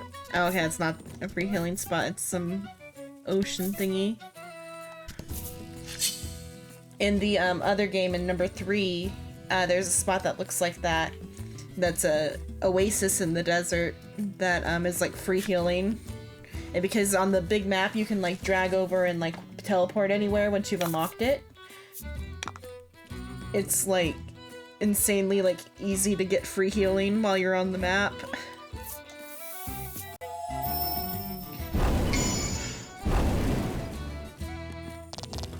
Whereas in dungeons you have to walk every like square. You actually have to walk places. But on the big map, once you have every spot unlocked, you don't have to walk anywhere.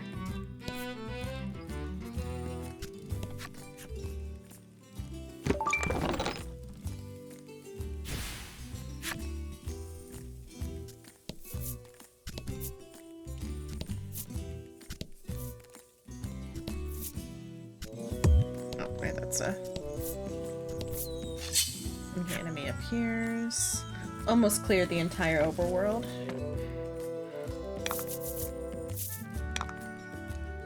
Okay, fire.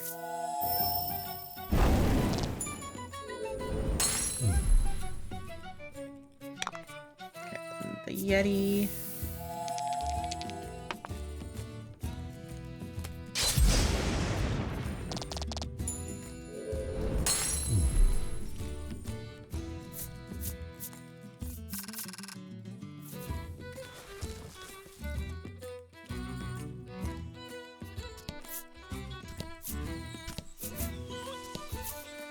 Oh, that's water again.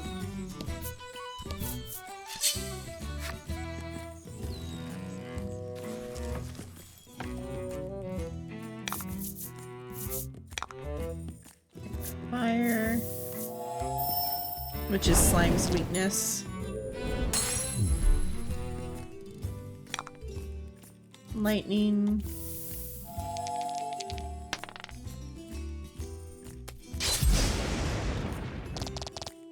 Not slime weakness. This one, because he can't guarantee a 12. I mean, or the highest he can get on this move is a 12. Other, and you can't guarantee a 12. It was better to try to kill the one that I could kill.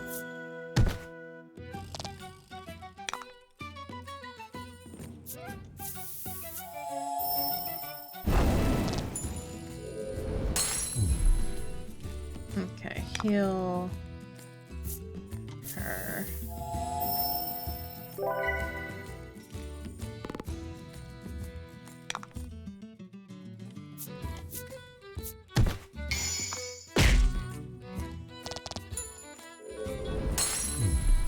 You did great.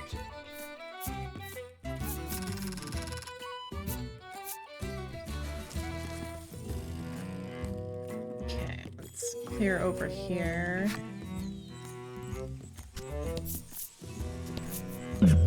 Event. You spy a rather large number of monster prints on the ground. A wry smile plays across your lips as you remove the scrap of paper from your pack. You pull from your pack the scrap of paper you picked up just north of Castle Advent. You feel around in the grass for a few moments before your hand strikes something surprisingly firm. The scrap of paper tells no lies. You greedily open the chest. 1000 G. One step closer to my 20,000 G weapon.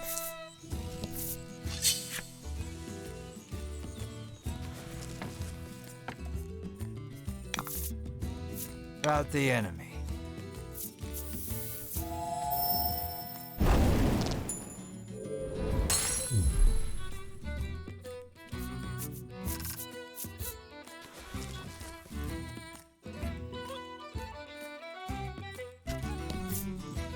Okay.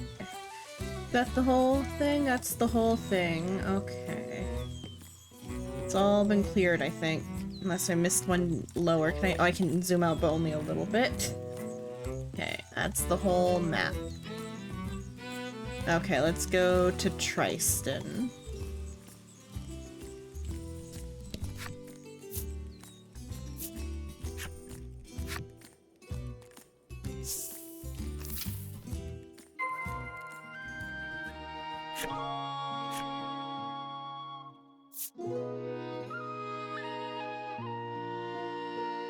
Let's hear an explanation of these amazing things that can support me. Okay, just an inn.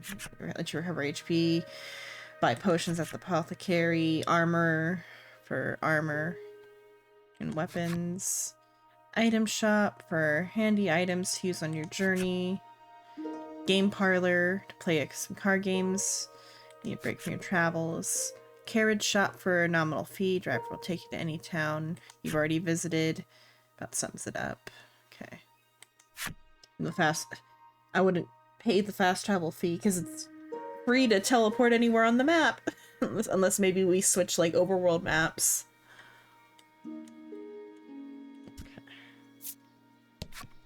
It seems the sound of a flute could once often be heard coming from the doctor's house. His neighbors complained about the noise, though, and all has been quiet since.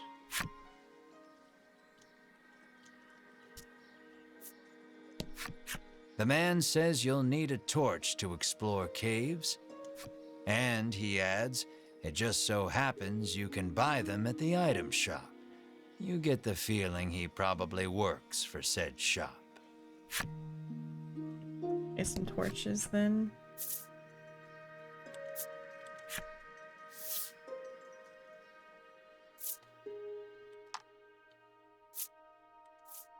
Let's buy a couple. I think 5 just to be safe. So I don't ever have to worry about them again.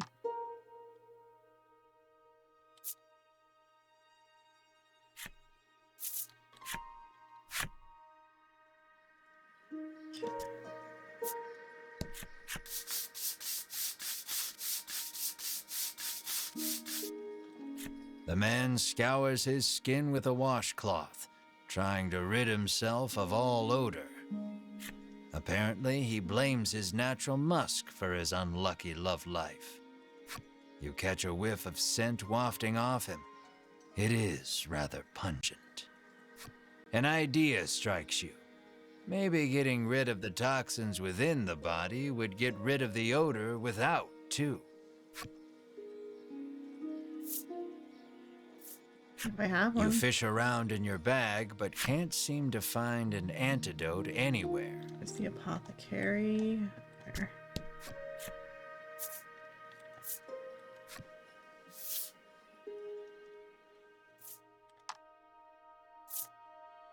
I'll buy 2, so I have one in stock.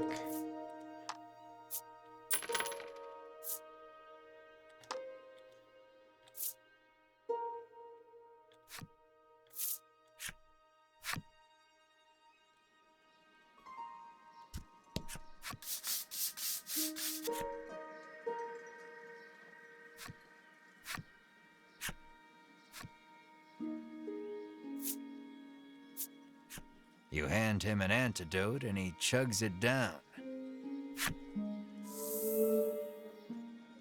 As soon as he's finished, the odor completely disappears.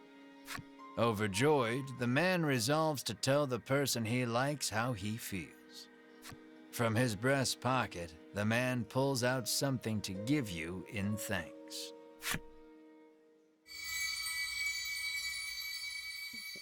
Two.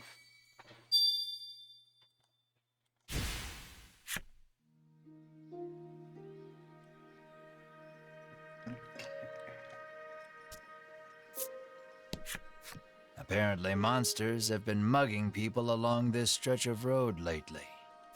The Ivory Order is searching for where they're stashing the stolen goods. Walks by whistling. I totally don't have monsters stolen goods within my possession. Okay. The woman, who fashions herself a missionary of love, haughtily cries she's too beautiful and popular for her own good.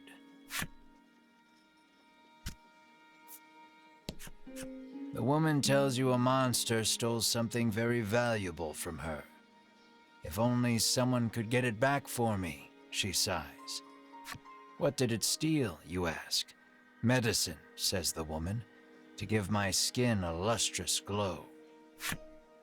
Okay. So come across that, return that here. Let's go to the game parlor real quick. This is the game parlor. Come play cards, the boy at reception calls. If it's the same one, I kind of know how to play. It's kind of hard, though. Let's briefly look at the basic description. Oh, it's going to be a tutorial, though. Oh, well. I think it's the same one from before. Okay. Hello, Grim. Welcome. Okay, yeah, the same sets game as before.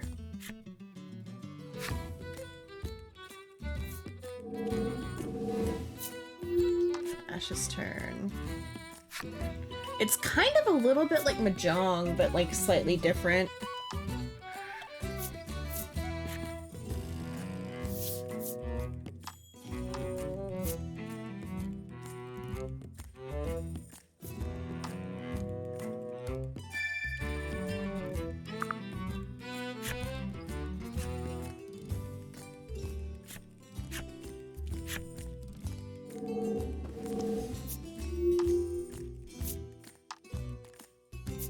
Did you?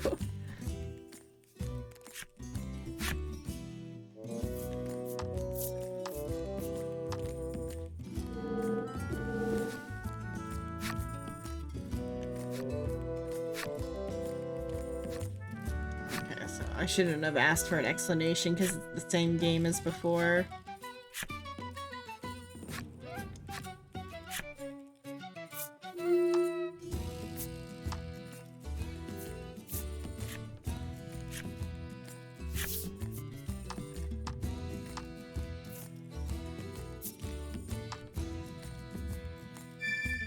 Eight mounts. They're all horses. Damn.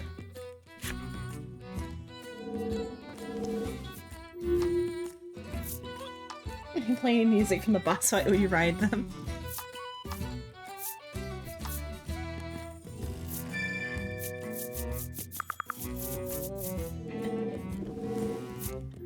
Okay.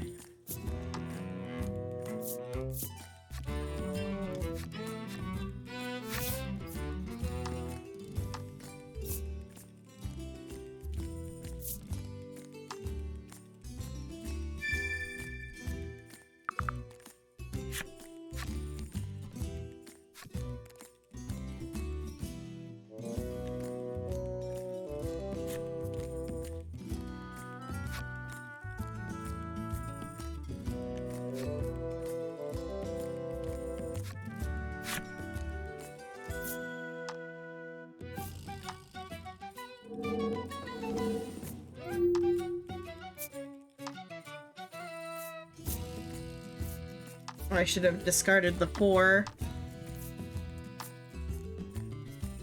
If I had thought about it, because he already had 4. Oh well.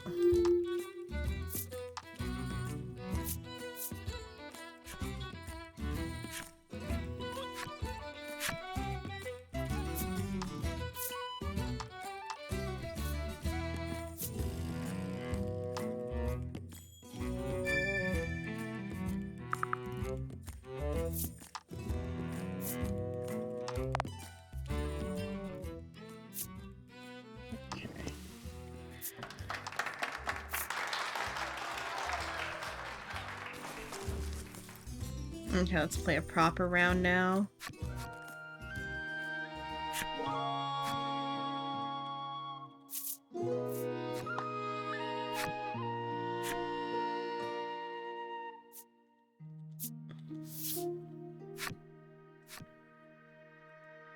Yeah, as you like go through this, they add more rule sets for like more interesting card game, and there ends up being like ability cards and stuff. Oh, okay, I'll look on the iPad.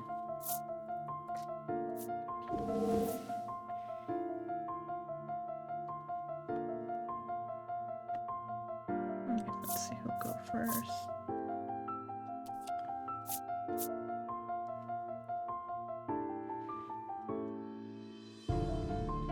Damn.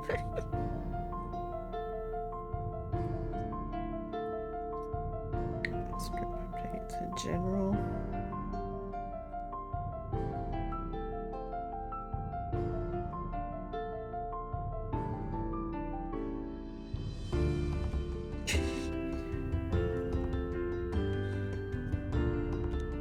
Okay. I was looking at everything.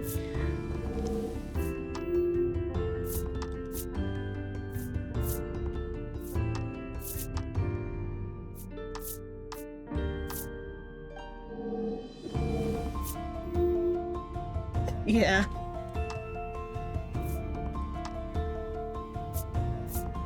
Okay, let's see.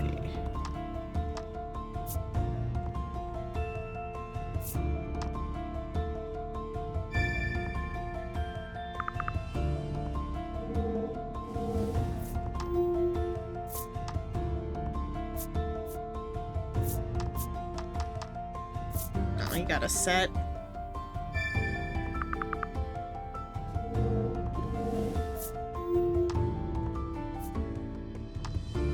I mean, if I get a 2...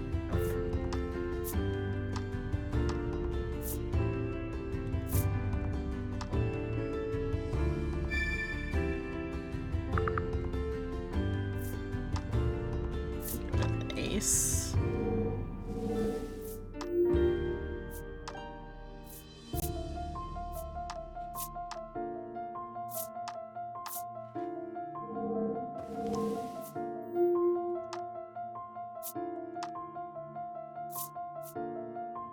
Okay, the 8.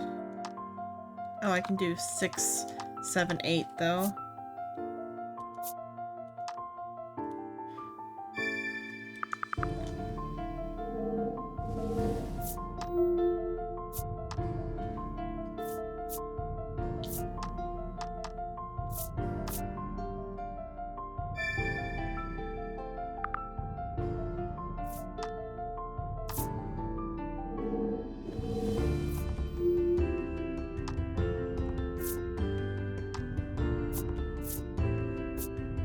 Okay, let's see.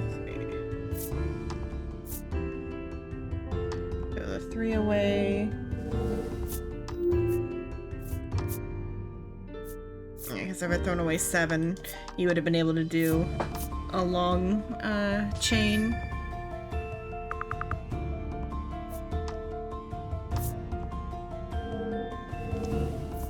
Now I can do 5, 6, 7. Unless I get something better.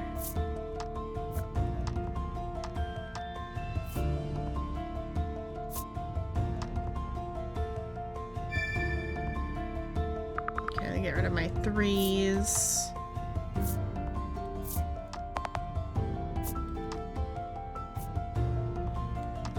Get rid of the ace.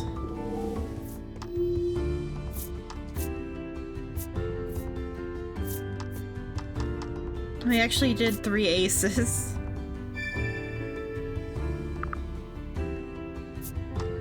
I guess the AI just... Okay, got rid of the pair. I'm like, the AI just makes pairs to make pairs.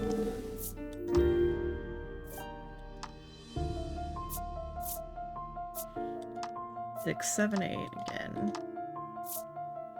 Get rid of my 4s.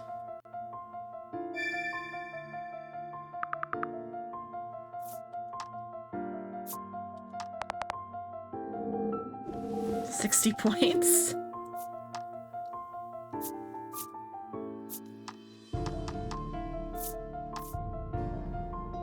Yeah, it's better than his 2-2s.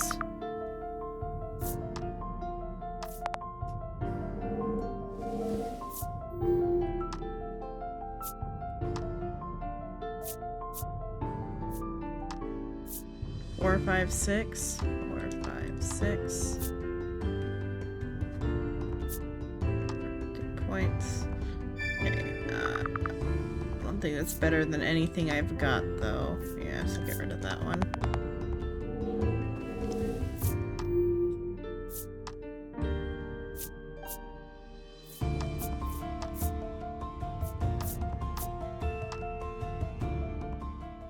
Okay.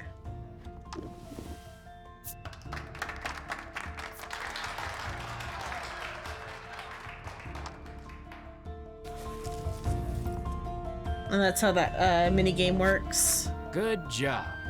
The boy praises you, proffering a gift in commemoration of your first win. Yeah, you can get more cosmetics via this way. Got marble dice. But I like the, and then more card rolls. And the multiplayer version is open now. So there's you can play that game multiplayer. Okay, let's see. Go to the doctor's house now. Cyprian Ambre, I'm sorry, Cyprian Amber, has lived here for many years, conducting research on monsters.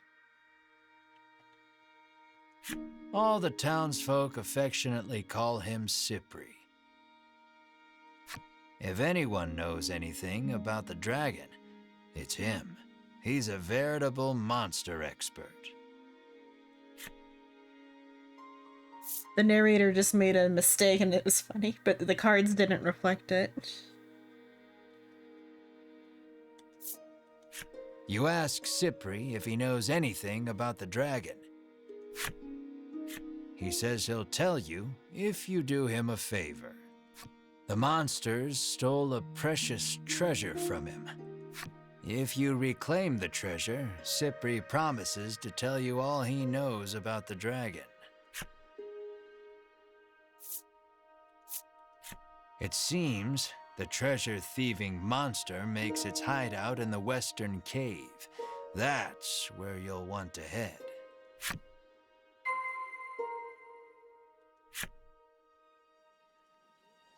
I haven't checked the well yet. I can't check the well, okay. Okay. Well, if it isn't the head of the National Inn Association's son, the innkeeper blurts out, overcome with surprise. You've clearly been mistaken for someone else, but the innkeeper looks so excited that you dare not burst her bubble. Your room is free. I'm trying to think if in the other one if I ever had to pay for the inn either, because like it's always like an excuse for the inn to be free.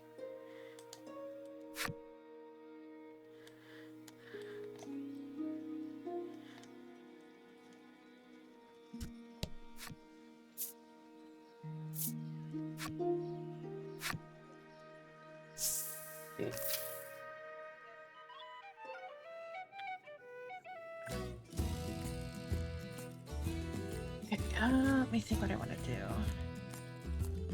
I think now that the game opened up a bit, I can go into the other... Yeah, I know you're waiting.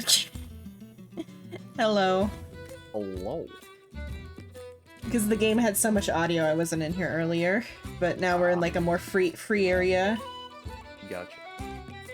I'll put it in the... shared thingy. There's so many voiced cutscenes. I love it. Oh, and the, that's why you, went hard on Final Fantasy? Mm-hmm. I'm on post-Heaven Sword right now. There's like 5 or 6 patches. And then they did, Stormbringer. Or Stormblood. Shadowbringer's next, after that. Okay, into the cave. You at least level 3 before you go in. Wait. No, I can't, like, X out of this. So on the overworld, I explored the entire overworld before I went to the, like, destination I was supposed to go to. Mm-hmm. So my level. So it's like, oh, to progress the story, be level 3. Everyone's level 4. No. I thought it'd be more intense. I think it was more, on the other game. The encounter rate was higher on number 3. Mm-hmm.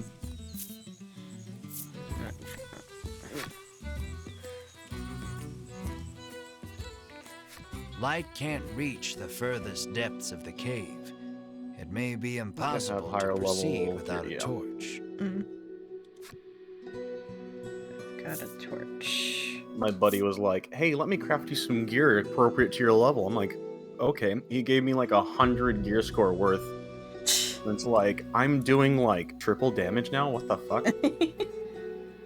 Oh, I like have the start of a free company if you haven't joined one yet. Okay. I'll do that later though, but because you need like 3 people to start it. Mm-hmm. Though I don't know if once you join, if you can invite people. If you can, I'll log into the little ones account and we'll have 3 people. Mm-hmm. You can set like officers. Yeah, but I think though don't know if I have to personally invite the first 3 or not. Or like the first 2 members. Because it won't let me actually like officially make it until I've got like 3 people. It's in probation Light period the right now, right? torch. Yeah. It'll be much easier to explore now with your surroundings better illuminated.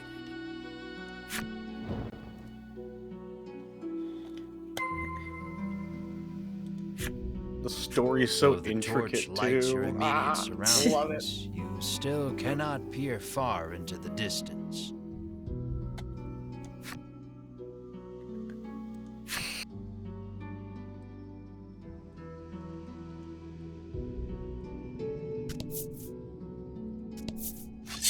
Oh, enemy. Yeah, he contacted me last night like, I'm bored. I see you're going through Heaven's Ward right now, and you've unlocked a few things. And he's like, do you want to do some of the old content I want to run? And I'm like, sure. He's like, okay. So we went and did a bunch of trials and raids and stuff. So I got some neat gear from the raids that I can use as like another glamour plate. And he was like, oh, you're also in range for the horses. And I'm like, the horses? He's like, yeah, there's horses that play boss music when you ride. I'm like, oh, fuck yeah.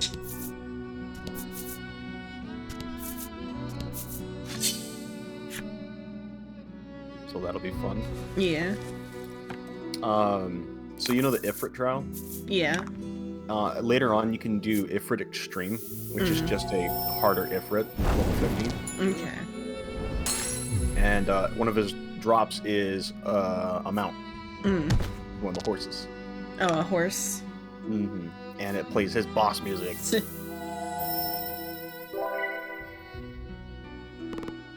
I forget, did you play Neir or not? I watched playthroughs. Okay. There is a Neir raid, by the way. Oh. It's still available? Oh yeah, it's official content. Oh, okay, it's permanent? It's like a crossover content type of thing, but it's not limited. It's there. Yeah, I saw people with like pets and outfits. There's like 2 or 3 different raids to do. And I found out there's trials, raids, and alliance raids. Trials are 4-man groups, or no, it's an 8-man group of a single boss. A raid is like halfway between like a dungeon and a trial. It's not as long as a dungeon, but it has a bigger boss at the end. And you're playing with 8 people in that. And then there's the alliance raids, which are basically like dungeon length raids of 3 groups of 8. But I think they've added 3 raids, not alliance raids, of the Neir content. So that'd be cool.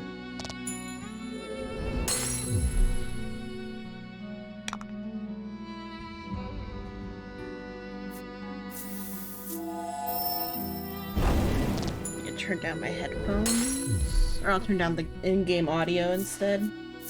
A sec. The sound effects are starting to get too loud in my head. I have to go to options.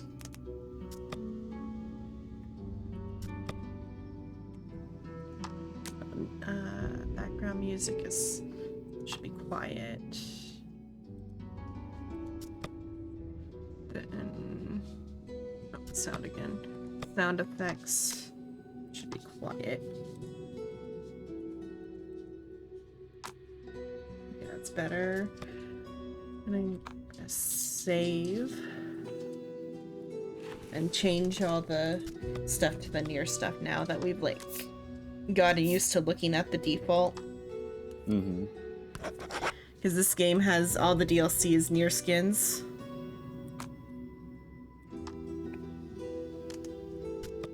Okay. Other title screen.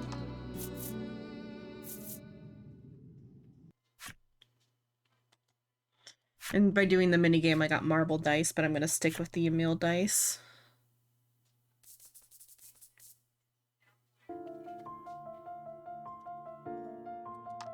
Add-on content back. It's options. I wish it would let me, like, customize it from in-game. Keep the avatar. Card face. Okay. The Neir card faces. Battleboard. So I think card back's already set. Battleboard, table, dice already set. Just the background music now.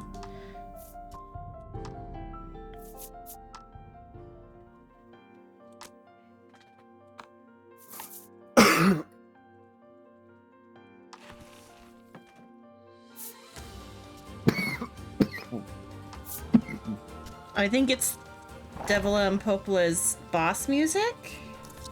I think because it's I don't think it's unless it's gonna like break into being the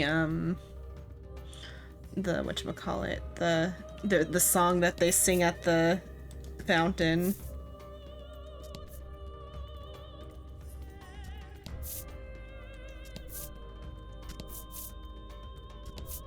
Unless it's just Neir music in general and just they called the item Devila music. This one's like opera music right now. Don't hold back.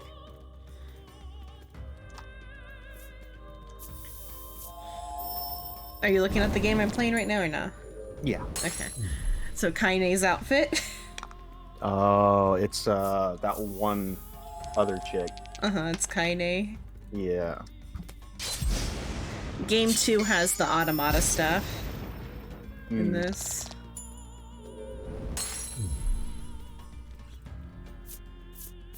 And then the Mur became a mill.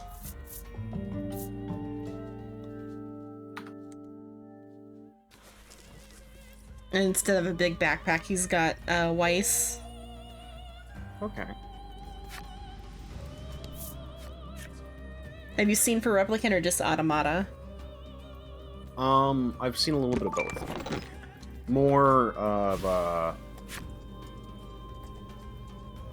Automata. Is That's it the one with androids, right? Yeah, the robot one is automata.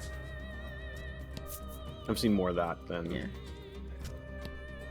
Replicant is also sci-fi, but it doesn't like come out as being sci-fi until the very end.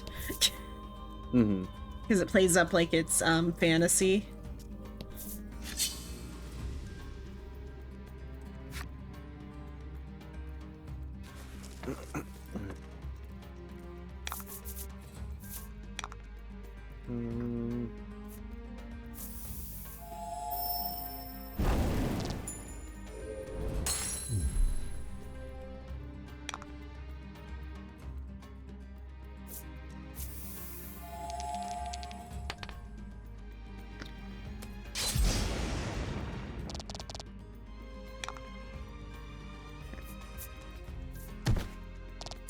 I wish I could have individually picked them.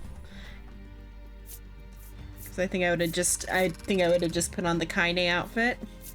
I'll use this for event. Okay. Ash got cure target of poison, deadly poison. Okay, first chest thingy.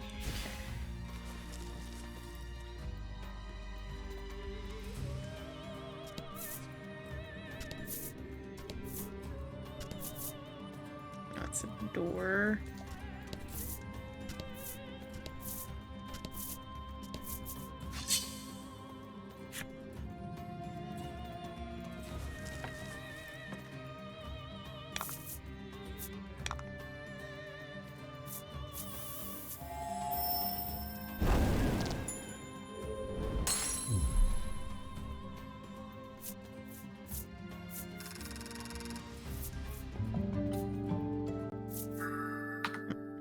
Damage to all enemies, roundhouse.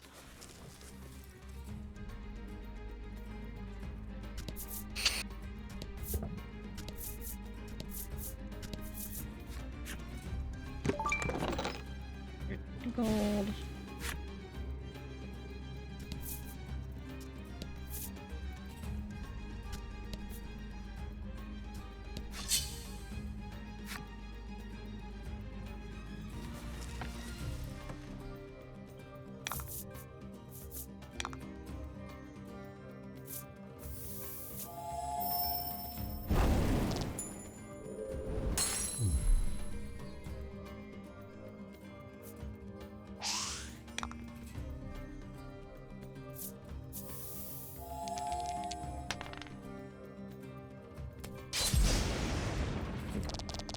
The Emil dice are so cool, though. I would buy them in real life, but I don't think they'd work in real life because when sight is round. My character felt so out of place, I made a second glamour plate for the campaign. And then when I'm bullying with you guys, I'll probably just equip my suit. first one. Yeah, my suit.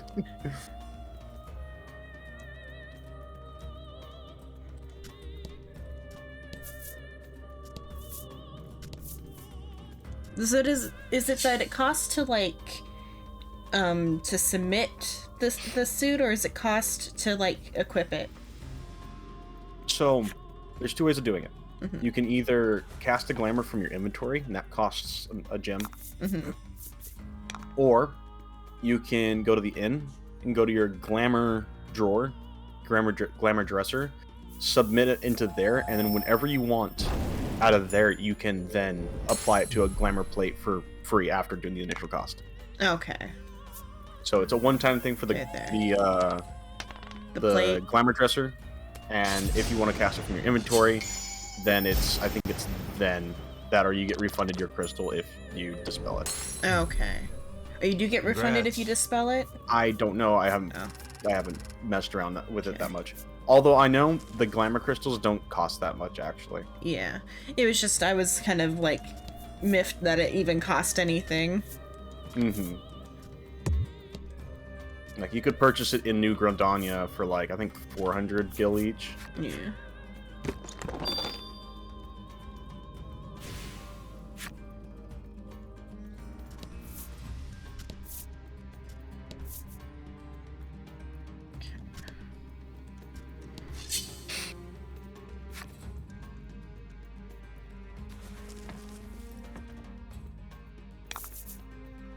Don't hold back.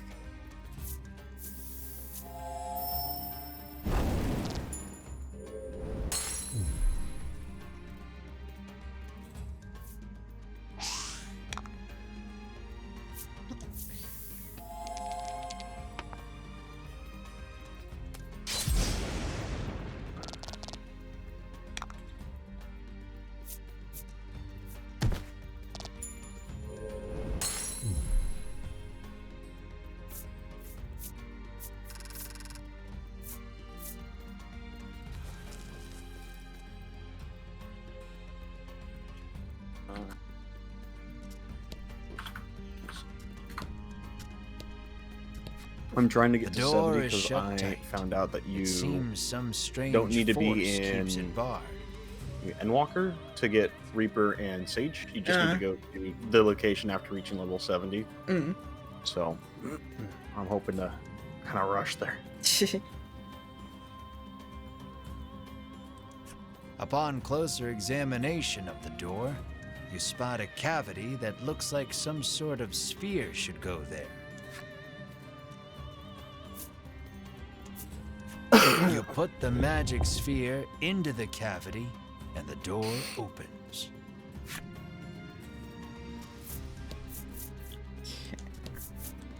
Winning over the worm is halfway through 3.3.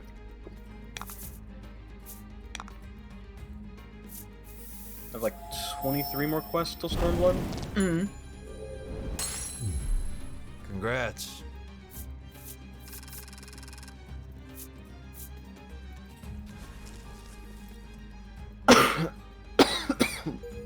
And then assumably at the higher levels they have more like seasonal content and just like more like interesting event stuff going on. Do they? I was asking.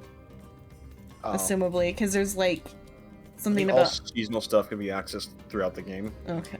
So like anytime there's like a seasonal event, every main town has the vendors and the quest and stuff.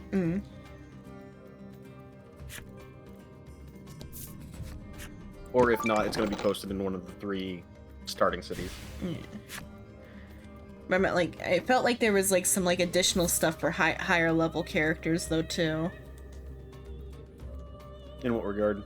Like for the Christmas stuff, like there was some sort of tokens that were earnable somewhere that you could like use to buy Christmas outfits. Oh, you just do the duty finder for those. Oh, okay, it was in the duty finder. Because Soul just had somebody hand him the like the tokens that they had left over or whatever. Yeah.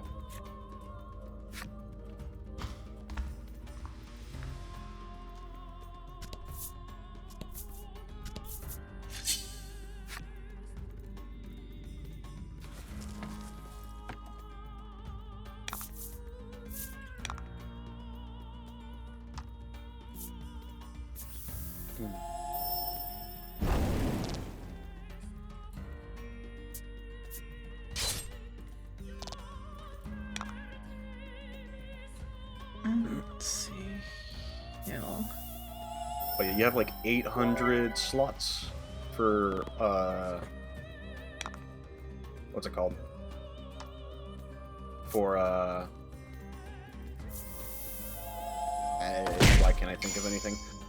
For the glamour dresser. So like if you're running out of room in your inventory and you're like, oh, but this is all glamour stuff, you could literally just throw it in your glamour Okay. and it'll be good.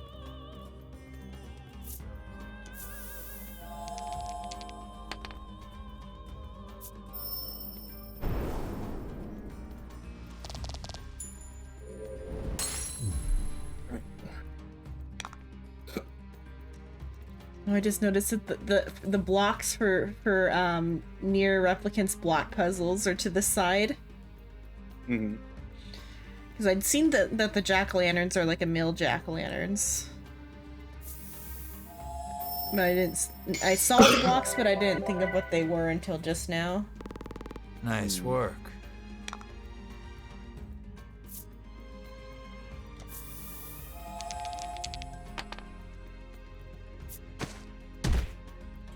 No, I can see the table is, or not table. This is the playmat. The playmat is just a big like leather Weiss face.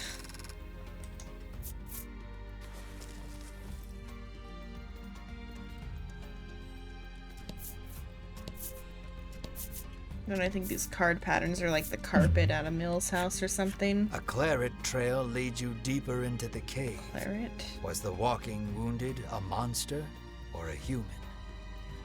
It's a claret trail. Never heard that term before. Assumably it's like a bloody trail. Claret. Red wine from Bordeaux, or a wine similar in character made elsewhere. Okay, so it's claret is a type of red wine, and so it's just comparing the blood to red wine. Probably a claret. Yeah. Oh, so he mispronounced it. The narrator mispronounced it then, because claret does make more sense than claret, because it's like French. How do you spell it? Claret? Yeah. I googled it and it said like a red wine from Bordeaux, but I didn't look at the pronunciation. The narrator said claret. It is a claret. Okay. I just had never heard of it before and never heard it used to describe the color red. Hello, paratrooper. Hello. A knot forms in your gut. You raise the torch to get a better look at your surroundings. The walls have been gouged and scarred as far as you can see. Another message comes into view, written in tiny letters among the scars. I will find you. What horrors transpired here?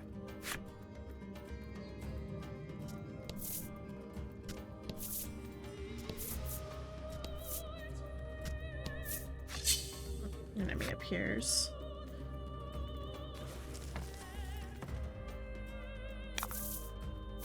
About the enemy.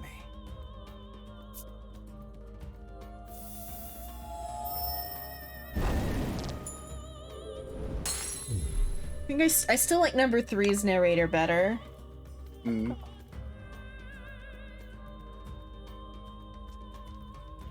It's probably not a secret Neir game, it's just very, very Neir adjacent. Pay no attention to the outfits they're wearing. It's nearly Neir. It's nearly Neir, yeah. Neir in all but lore. As far as I know, I don't know the full lore for the mobile game, though. It could exist in the same lore as the mobile game because it has very similar aesthetics and like tonal things and like the monsters and stuff. Because it feels like the mobile game exists in some sort of like multiverse or something. Well, I mean, like Neir does have a canon multiverse with Drakengard. Yeah. So it's probably like this could maybe be part of the multiverse.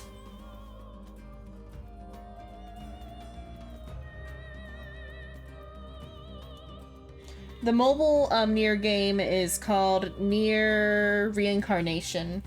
Is the mobile Neir game?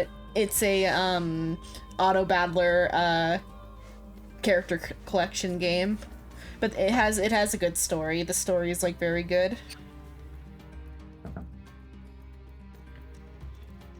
I'm halfway through the story though when you switch which ghost is your guide or whatever, because it switched from the ghost called Mama to I don't know the guy ghost name, but he's got a little hat.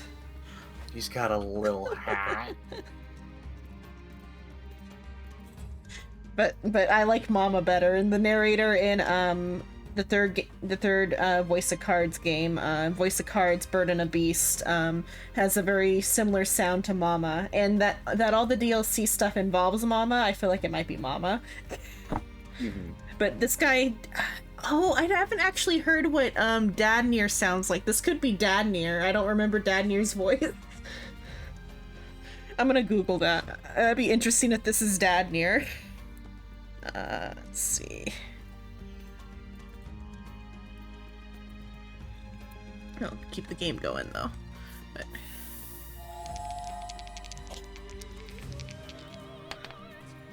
Oh, for Neir Reincarnation? Yeah, because Neir Reincarnation's fully free. This is like $20 for this one, and $20 for the second one, and $20.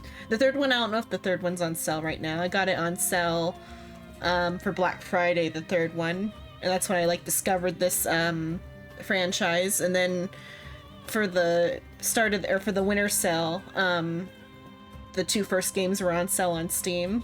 So I have 1 and 2 of Voice of Cards on Steam, and then number 3 on the PlayStation. Because number 3 is not out on computer yet, though. Yeah.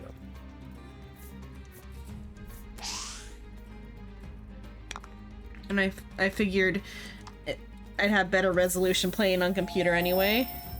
And I do like using the mouse a little bit better than the what is it, the controller. In some aspects, because you don't have to even touch the keyboard. It's all like working with the mouse. Mm-hmm. Oh, there's like a thing where you can like peek at the cards for like for choices. So I bet that would probably work better with the mouse than it did on the controller. Let me see. Voice of cards.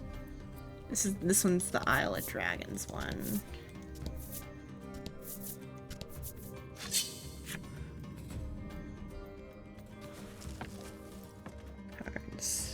Cards.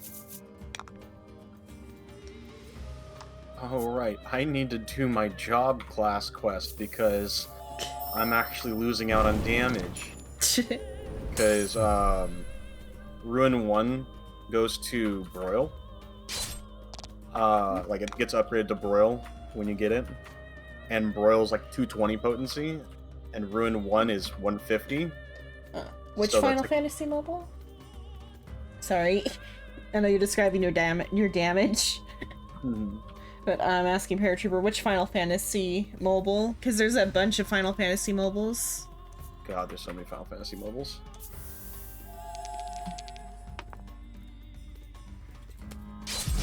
This is just called BR. Let's see. This. Final Fantasy VII, The Final Soldier. I don't think I've done that one. I've done some of the, like, character collection ones for Final Fantasy.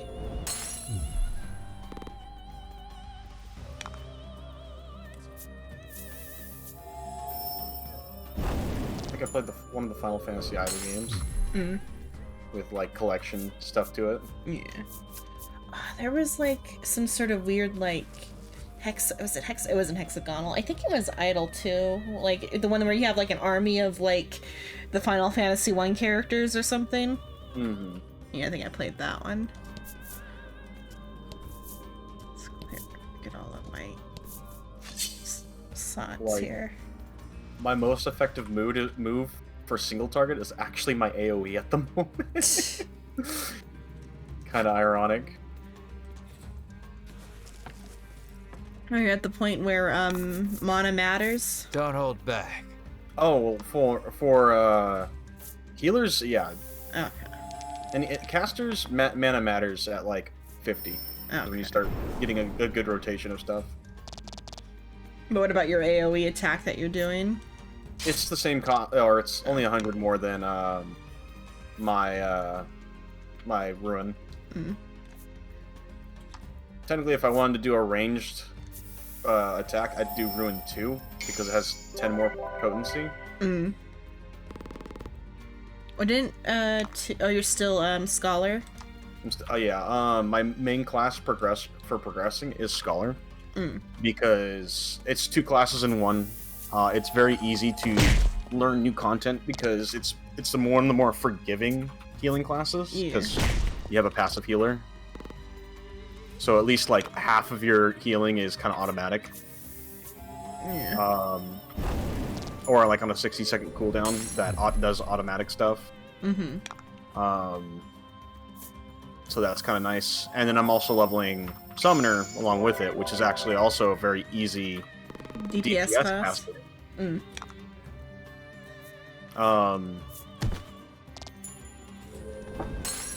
So like if I do need to go like, okay, I need to search for a group and it's only looking for DPS at the moment, and like, okay, I can switch over to Summoner real quick. Okay, did so.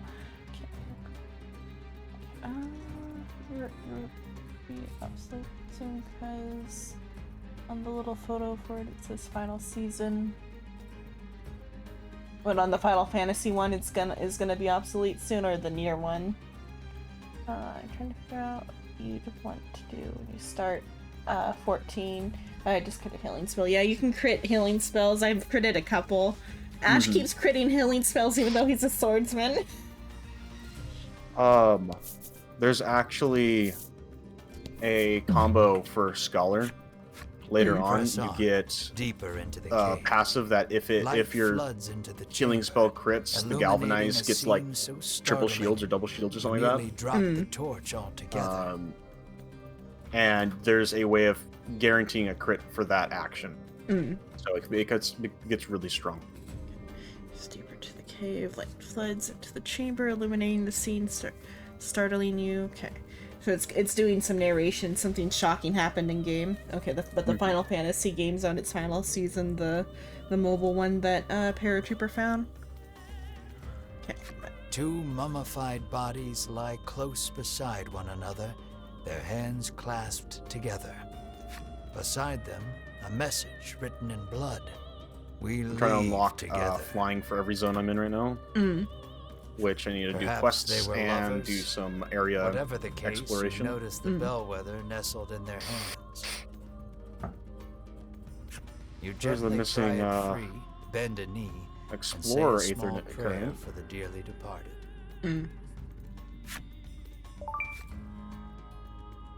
Because the previous zones you just got flying.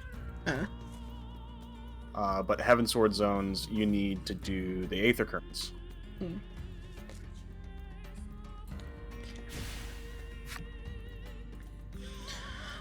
Thought of a missed opportunity. They should have gotten Liam to do the Weiss voice as the narrator. I would have liked that a lot more than this. Like, it's fine. Whoever this is, they're fine. They're doing fine. But Weiss. It's just, Laura Jason. Unless this ends up being Dad Neir, I guess it's fine. But I still would have liked Weiss. I should also check Noir's voice. I'm trying to find the voice for this though. Music release, because it's... don't know if it's on the Wikipedia. Might have to just Google it. Voice of cards. The Isle. Dragon Roars. Characters.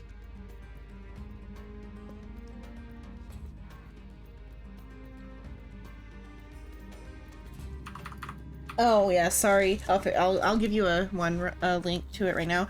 There was an incident on Christmas. I haven't reopened it yet. I haven't fixed my links yet. Let me give that to you. Control V. There.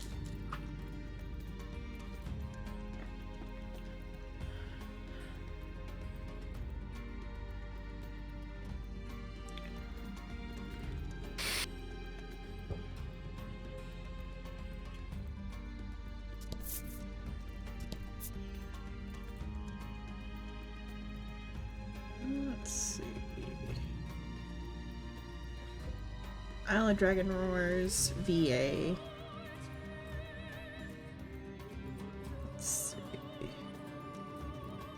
The Game Master. Oh, it's Todd Hapercorn. Yeah, I hear it now, okay. He's doing a real, like, gruff thing that he usually doesn't do. In oldest living memory. I mean, kind of, because, like, do you know Todd Hapercorn's voice? Or not? No. You don't watch anime and dub, or not? I remember I'm bad with names. Okay, which, how many, have you watched most anime and dub, or just some? Not a lot. Not a lot. Have you seen Fairy Tail dub? Yes. He's Natsu. Oh! He's Natsu. He does a lot of main characters. In, Triple X Holic, he's Watanuki. He's a lot of characters. Let me see. I'll go to his thing.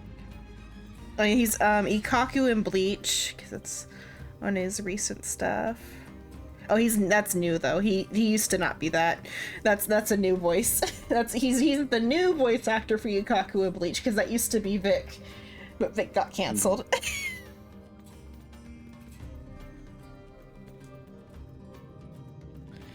So they got Todd to be Ikaku. Oh yeah, like Genshin, he's Razor.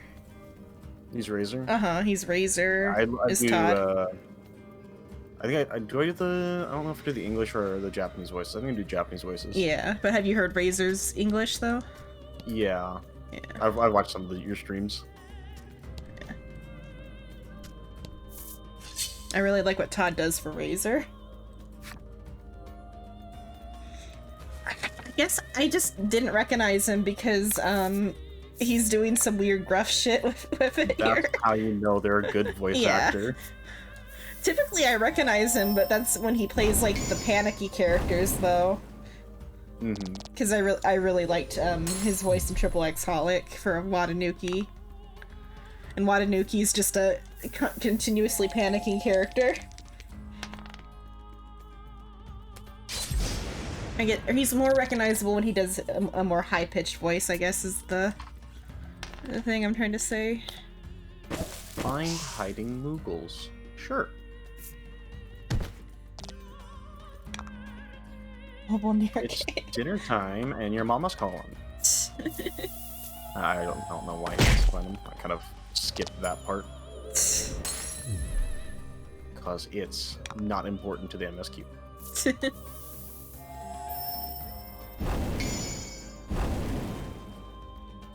Let's see, what else has Todd done recently? I think in Dragon Ball he's the little tiny alien guy that they added in Super. I forgot his name. There's like a little like ranger alien guy in Super. But then for Ultra Instinct, Yeah. Shaggy. for the Kakarot game he's Android 18 or 19, not 18, 19. Let's see. Oh, I forgot he was Haru in Free.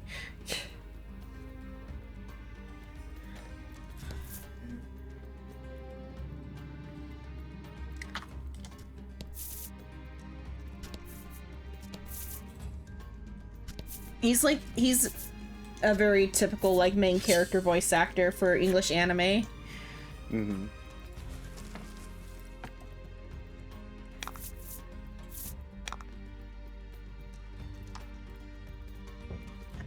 Let's try to Okay. go in here. Now, stop doing MSQ. Go do your job quest. You stupid human being. Gotta get those job quests done so I can be a bit more effective. Oh, you're watching Boruto, aren't you? Yeah. He's Shikadai in Boruto. For English? Yeah. Okay. I watched that in Japanese. Yeah. But just like going through the what ones. a drag. Oh? Oh, and then Jocko in Dragon Ball Super. That was the name of the little alien guy. Mhm.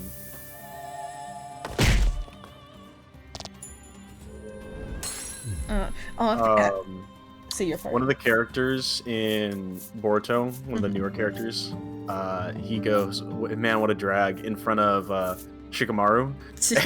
He's like, "Hey, that's my line." I was like, "Oh my god, it's so great."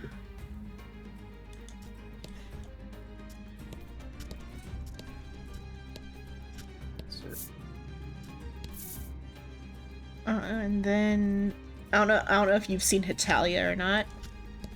Italian? No. Okay, to yaoi. It's a yaoi that has its own merits as a comedy outside of being a yaoi. Mhm. It's a comedy where all of the countries are humanified or whatever. They're like human versions of the countries, but they're also yaoi characters. Interesting. Nice work. And it's also like it's kind of like a weird play on like World War II, where like Italy and Germany are the main characters. They kind of like hand wave all the bad shit.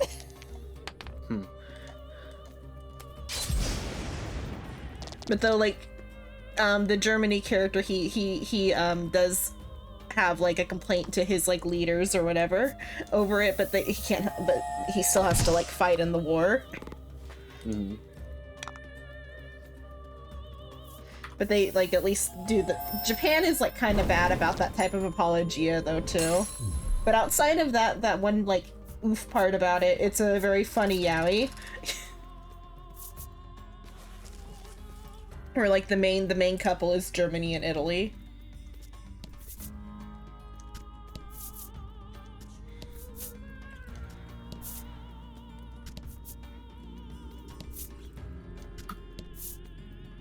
And then outside of the yaoi jokes, there's also like political, or not political isn't the right word, country jokes, I guess, stereotype jokes.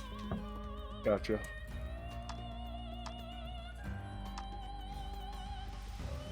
What was it? Greece likes cats and has a bad economy or something. And has a bad economy. Well, Greece always has a bad economy. Yeah. Great food, though.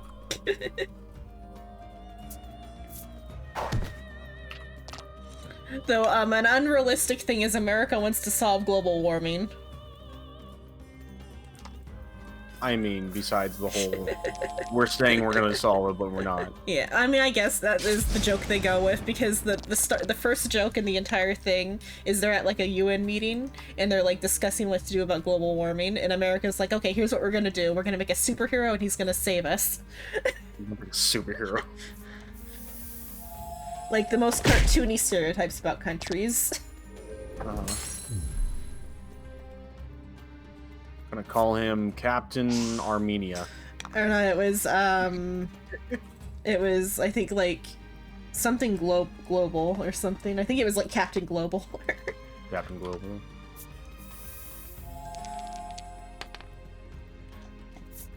Oh, fun fact. You have, like, 200k HP at, like, level 90. Damn. Yeah. It, kind of scales out of control.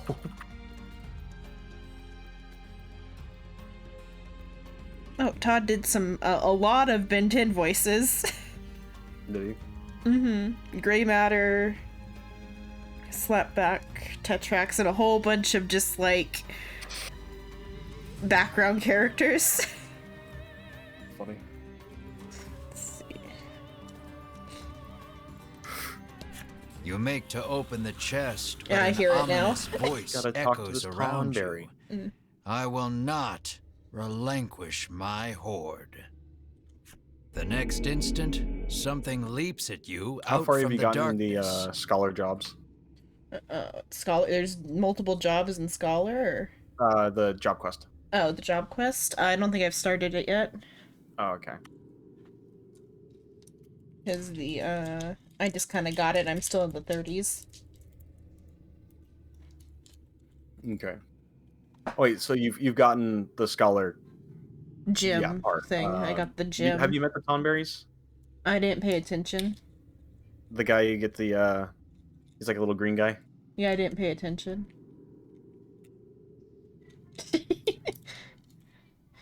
Tonberries are known to just have a knife Uh, at all times. oh, was that the one I had to go to the Marauders for? Forget. Yeah. Okay. So the guy you first get it is like a green Lalafell, or Lalafell dressed in green. Okay. I kind of remember that there was I was like, oh, there's a Lalafell Marauder. Interesting.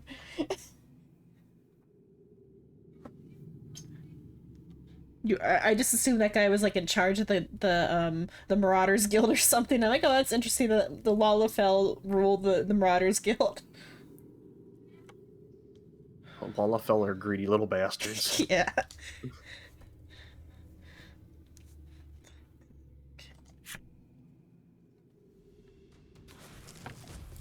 Okay, a boss fight.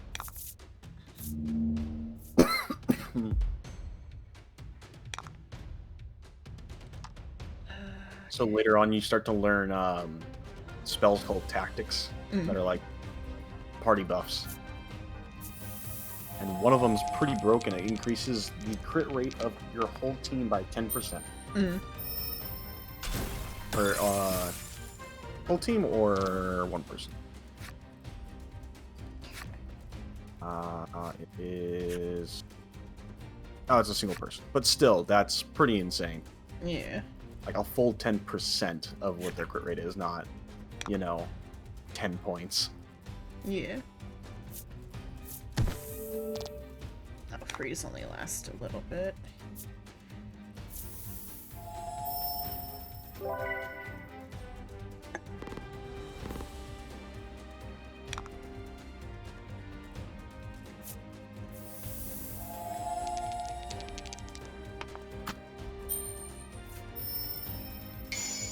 One of the horses you have to get drops from every horse boss.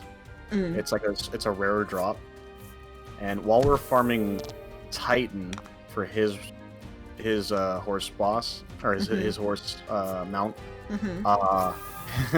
we got like 2 or 3 nightmare horse drops, which are supposed to be extremely rare.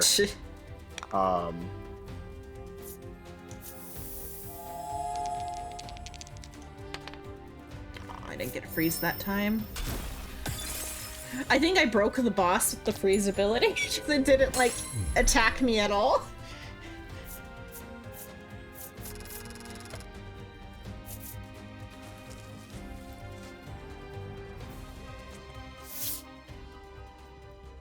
The monster defeated, you turn toward the treasure chest. And see those Ivory Order jerks rooting through it. You rush over, but you're too late to stop them. Sweet of you to take care of the monsters for us. Oh, that's trills interesting. Winifred, I legit have to go over to somebody and favoring laugh you at with them a smile. and come back. Oh, for the quest. Yeah. Tucking the spoils from the chest safely into a bag, the Ivory Order trio stroll away whence they came. I guess he might have a Texas accent by default, but I don't think his voice is this this deep normally. Because, like, Funimation's in Texas. So I'm pretty sure all the Funimation guys can do a good Texas accent. Yeah.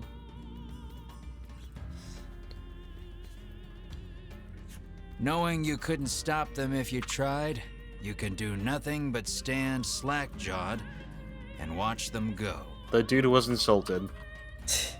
Oh, from your laughing? So then The chest is empty, he, save for a ragged dog. said, "Now you die." Nice of them to leave us the trash, you grumble in irritation. For some reason, Melanie picks up the ragged doll.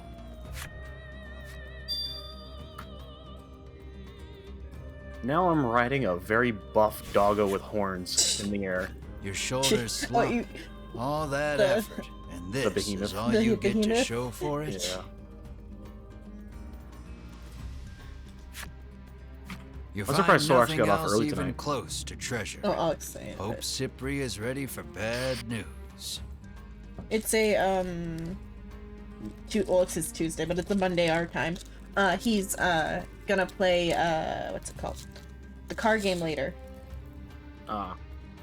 He was doing just a off-schedule stream. Yeah. I was surprised he was on. Like I was like, Oh, "Oh, on Soul was the Stream." word you said. Yeah, well, on and then got off. Yeah. I was like, huh. Well, because he's doing his, like, evening stuff now.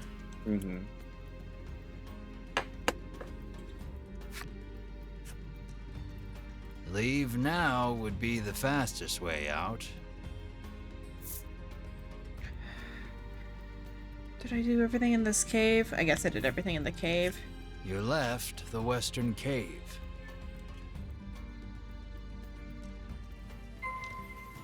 I returned to Cypri.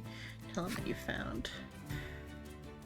So the other party came and took all the treasure in the chest, but they left this little doll. But I bet this doll is the thing we were meant to come get.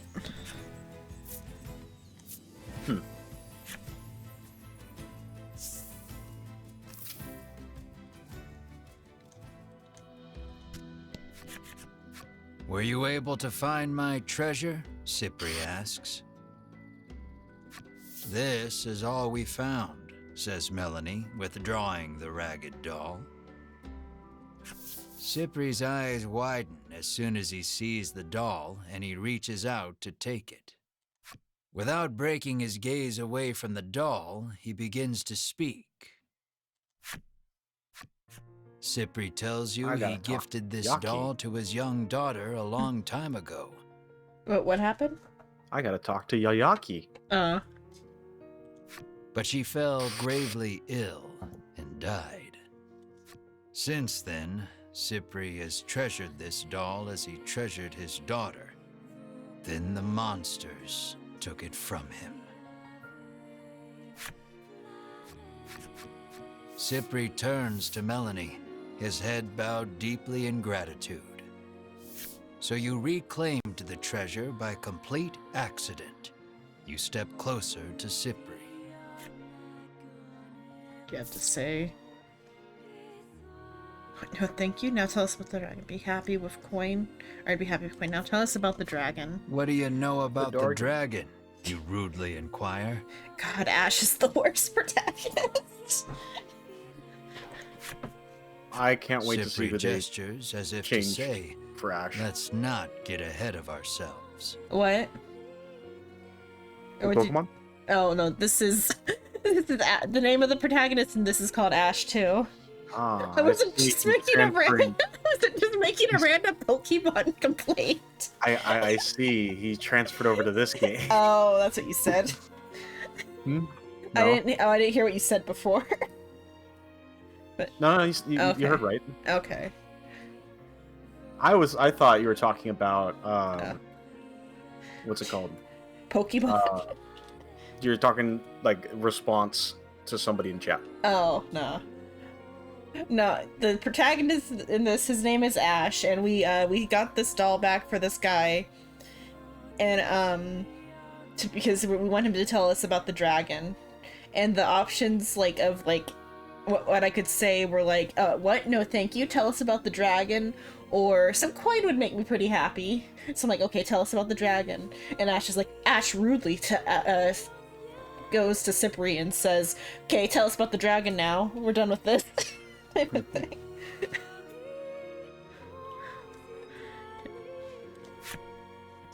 Far to the east of town is a place called Unionville, where monsters and humans live together in harmony.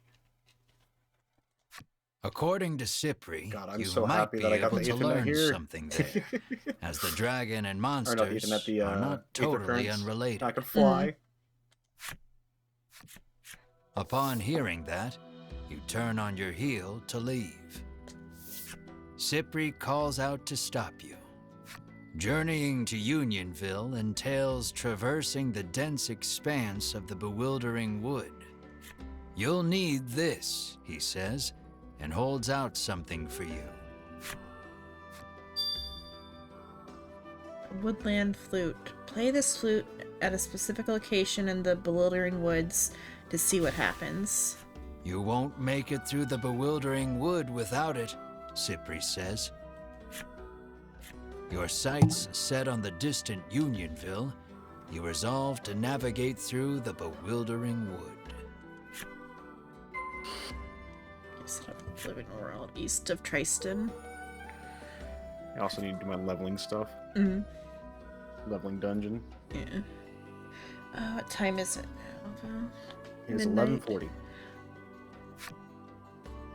Let's see. Depending on how I feel after Soul starts car game. I almost said Carl starts Soul game or something. I don't know what I was. Carl. Soul. I mix Soul and car together. Carl, that kills people. Yeah.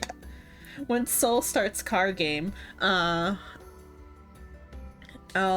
maybe I'll go on and do my the golden saucer stuff. Golden saucer stuff. Yeah. Saucer stuff. It's reminding me. So much to do. Yeah, at least do golden saucer stuff, and then we'll see how I feel after that. But chapter 2. And so the oddball trio sets out on the Queen's quest. A reckless young man fancies himself a hero, and yet something. His traveling companion, a quiet monster. And a proud witch, her hatred for the dragon all-consuming. Each hunt the dragon for a different reason, but unite to travel the realm.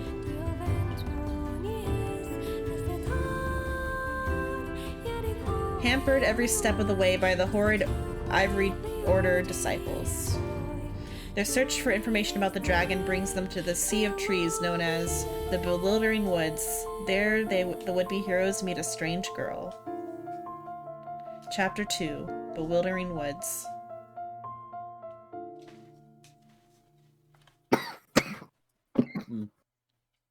It is possible to customize the appearance of certain game elements. Already done that. Nice. Further customization options can be unlocked by completing certain conditions within the game or by purchasing add-on content. Build a collection of customization options to create a game appearance that suits your taste. Go do them. already changed everything to the DLC stuff.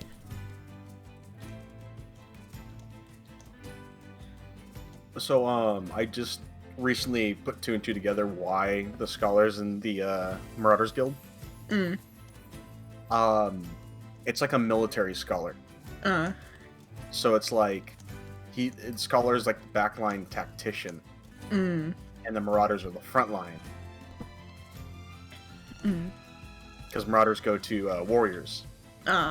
So it just I put 2 and 2 together. I was like, oh. Because I didn't pay attention earlier in the quest chain. I thought it was just a tough little A Lalafell. thick fog impedes your vision. You surmise this is in no small part why they call it the Bewildering Wood. Your ability to manipulate the camera has been restricted. Okay, that's normal. Navigate the Bewildering Wood. It's just another dungeon.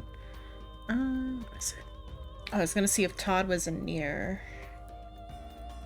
Todd Hapercorn, the voice actor for this. I was curious if he was in Neir.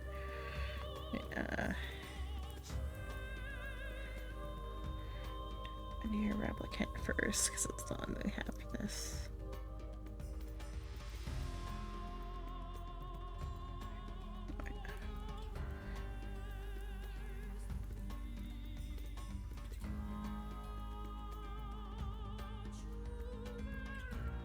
Me and my buddy that I was playing with last night, we're talking about how the Regalia should have like a playlist option of like the orchestras that you've unlocked in the game. Yeah. So you could plop in like your favorite orchestras, and it'll rotate through them. That'd be so cool. Yeah, because like in the game the Regalia is from, you can do stuff like that. He's not in any Near games before this. Choice of cards.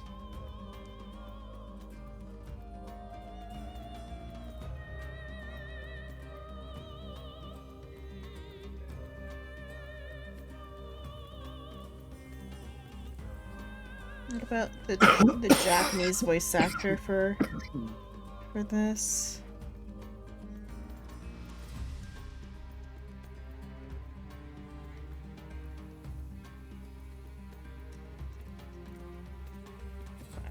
The Japanese voice actor. So the Japanese voice actor is Hiroki Yatsumoto for this game. Oh, but he's the pod though. So the pod is the one narrating in Japanese. Oh, Chad in Bleach. So Yeah. Chad's Japanese voice actor is the narrator in the Japanese version of this game, or if you have the Japanese narration on. And Pod from Automata. Let's see, was he Pod in the Automata game, I wonder? Was he in... Let's see. Ooh, that's kind of creepy. I haven't seen that Just creature in type there. before. Oh, and it's Weiss and he's Weiss in Japanese. That's why. Okay. Then they should have gotten Liam to do this. Why'd they get Todd? It should have been Liam.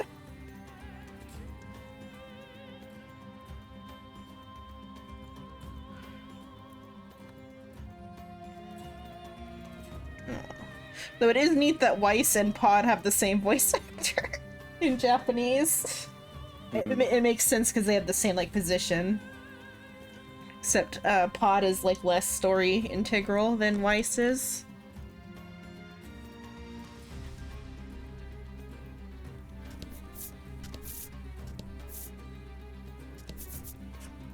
Many a brave soul has set foot in this wood, only to be swallowed up and never seen nor heard from again, the traveler intones gravely.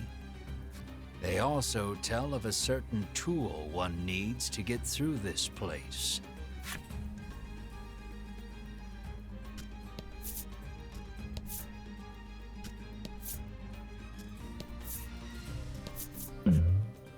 And it would make sense for Weiss to be the narrator because like all the like the game board is Weiss themed. You hear a beautiful melody flowing from the forest depths. It sounds like singing or perhaps bird song. You do find the singer. As if drawn in by the voice, you head deeper into the forest, where you find a woman playing a stringed instrument. Why won't the right words come to me, she laments, her fingers stopping on the strings. Hearing her sigh, you offer to help her with her song. Very well then. Please finish this verse, she responds, then begins to sing.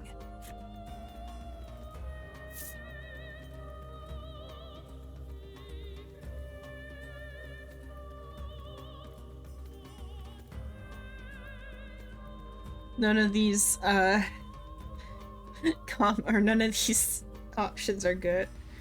So it's like finish the verse of this song. In a snow-covered town, I hear a voice. The answers are oi oi oi, Q, or it's freaking cold. It's freaking cold. I can't like half select. Like if you play with the keyboard won't let me do it.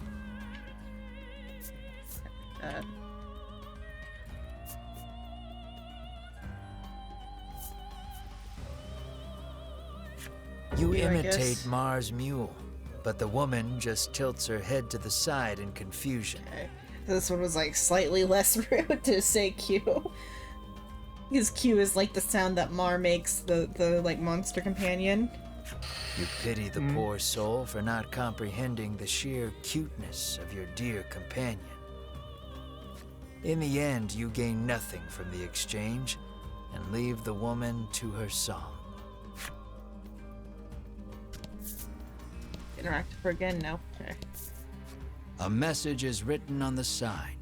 Seek out the four stela hidden deep in these woods. Find and examine the four stela found in the floating wood. The choices have some effect once in a while, and that in number 3 at least, where it changes what your story like objective is. But I think it still leads you in the same direction. You just have a different objective. Mm-hmm.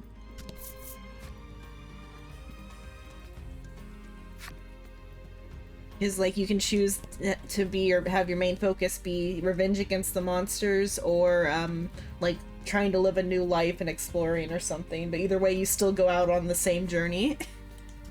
But you have a slightly different like objective in your quest menu.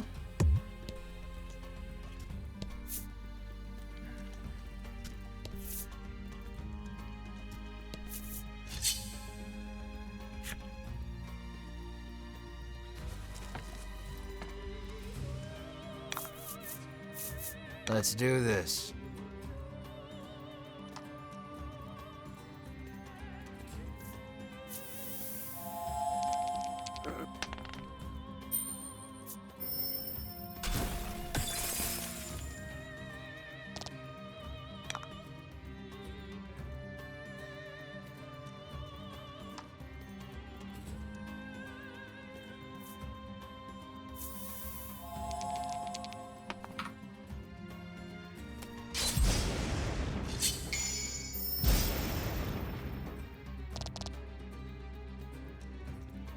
Resistant to lightning.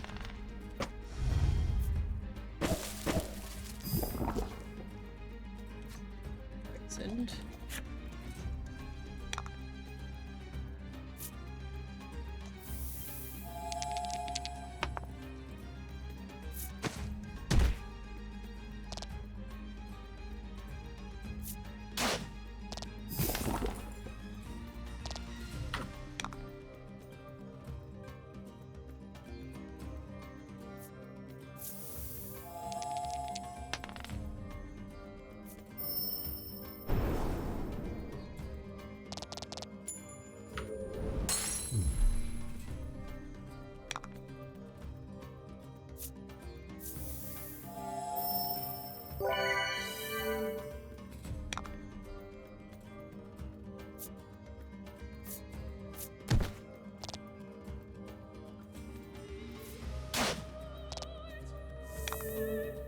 Okay.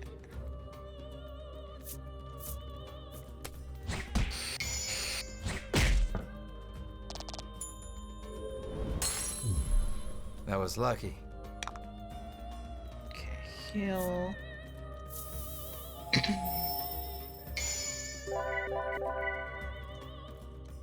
Got another Oh? critical heal.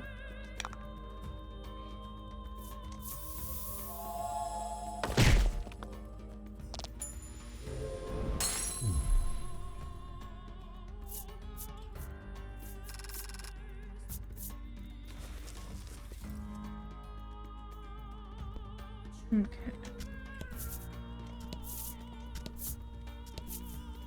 No. Okay. No, the steel. You have found the Northern Stela. It doesn't look particularly special. You resolve to touch it anyhow.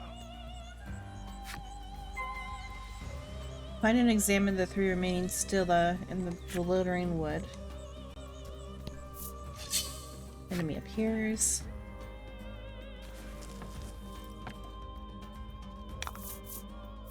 And fight.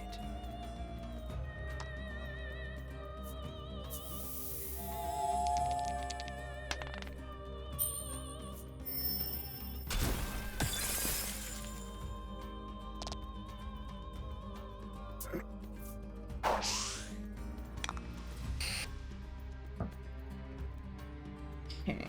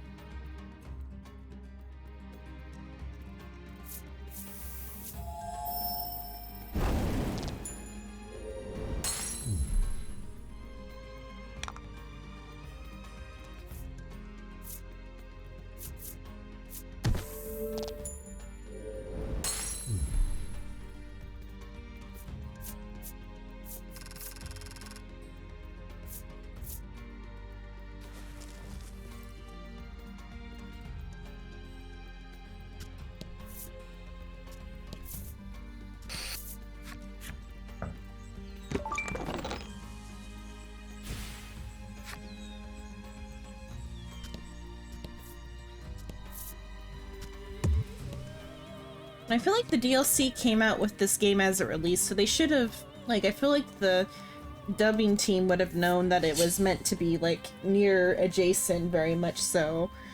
They should have gotten Weiss's voice actor.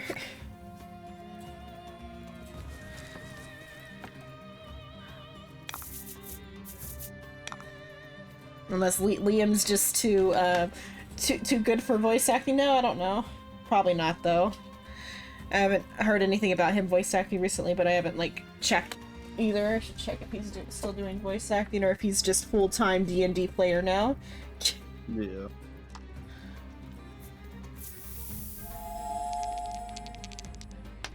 But if he's still, like, working with the dubbing stuff, they should have gotten him for it.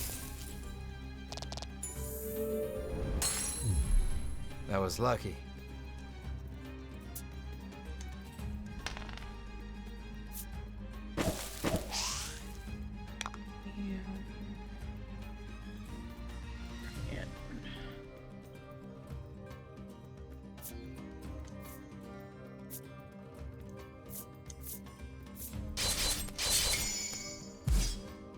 thing's Nice got work. strength. Oh, missed.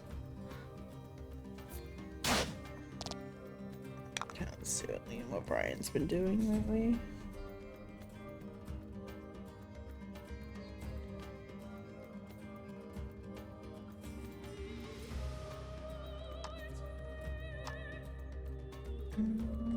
Oh, wind wasn't.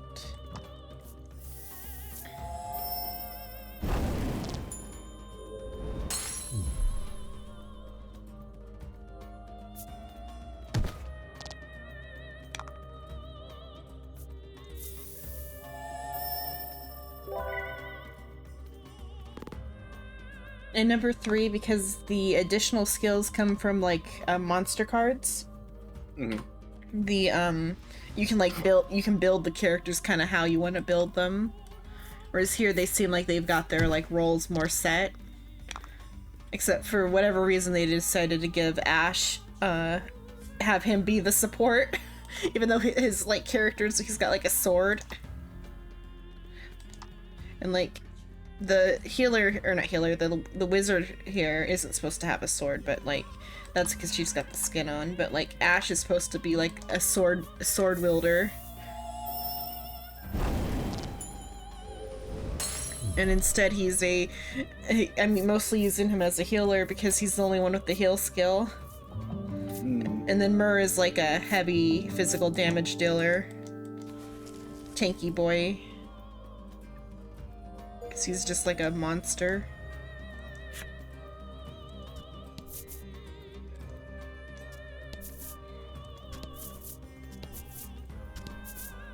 Walleye. I need to sell those parts.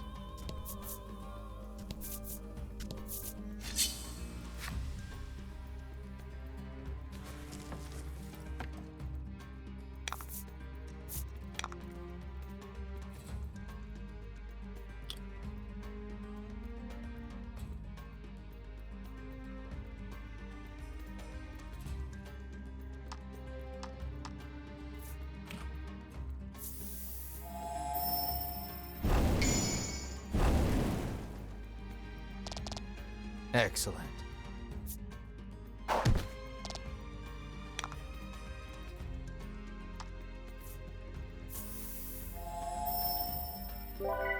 Is in number 3, the magic caster. He's a support magic caster, and like his main skill that he has before when you get him without giving him any monster cards is just to regenerate a gem. So I gave him the heal, and I think I gave him the heal, or did I keep it on? I might have kept it on somebody else, but like he like regenerates gems. And then I also gave him though like the big magic attack that like as he regenerates the gems you can like go up to like the big max gem attack. And so like within 2 turns I can wipe the board. Jesus. Or it should be that way, but because it does dice rolling sometimes it doesn't.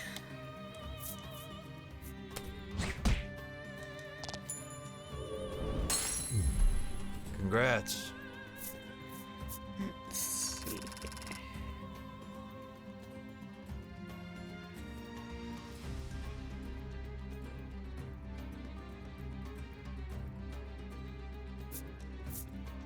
Oh, jeez. What year did this game come out?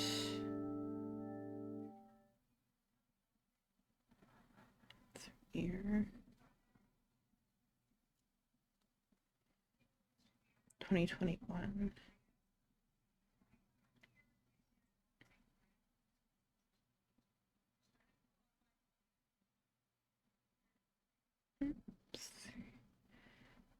I guess maybe Liam O'Brien just didn't do a lot in 2021.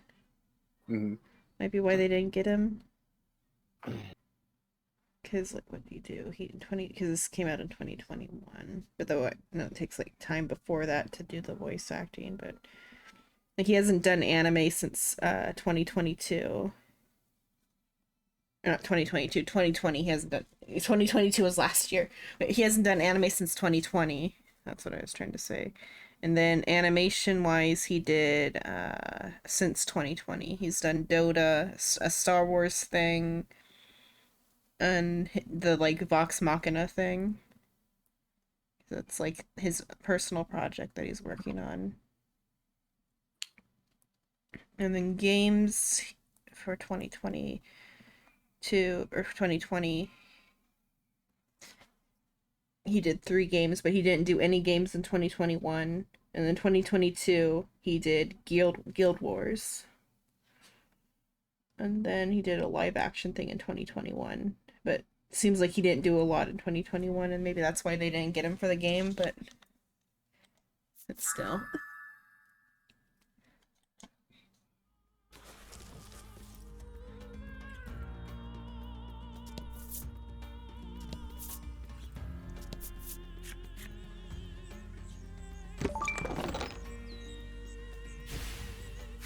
I haven't gone to the end of these to know if the game master becomes a character or not, or if it's just like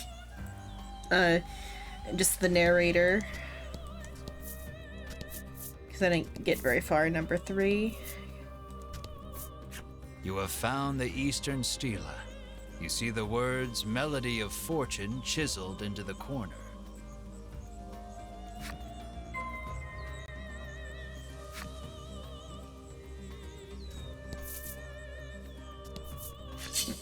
Homenta Pina.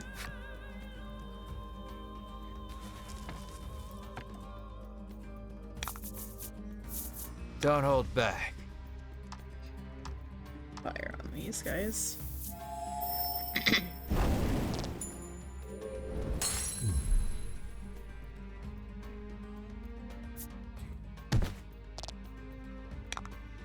Then healing the single damage that was done to Myrrh.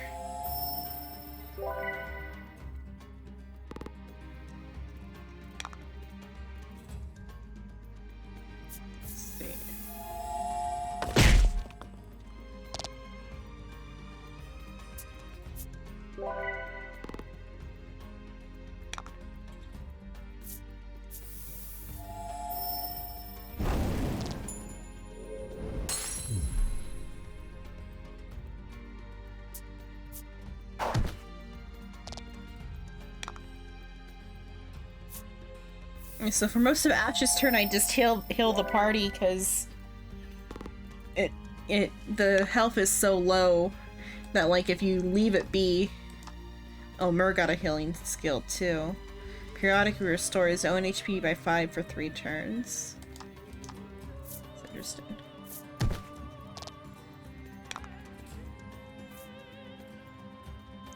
I guess it's fire for fun. Come on.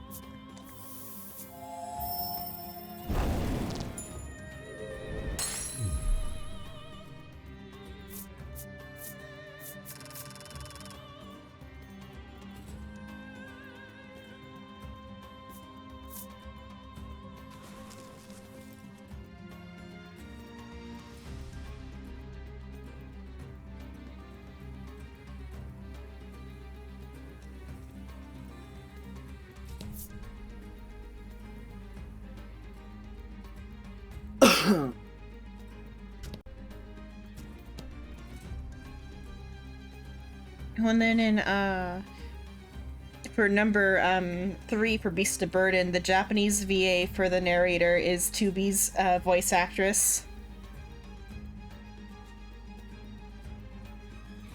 I wonder about it in English. English hasn't done much. But that's because I'm on behind the voice actors where they don't give as much information.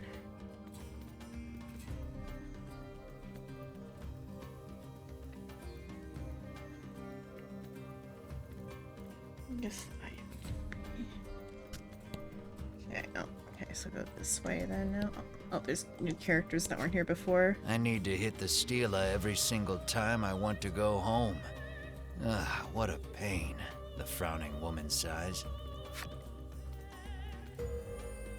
Fill the necessary requirements to unlock Woodland Woman's Flipside story. The next Stela is... You hear someone murmuring? It sounds like a man, but you can't really be sure in these woods. Supposed to be? Okay, that was supposed to be a man.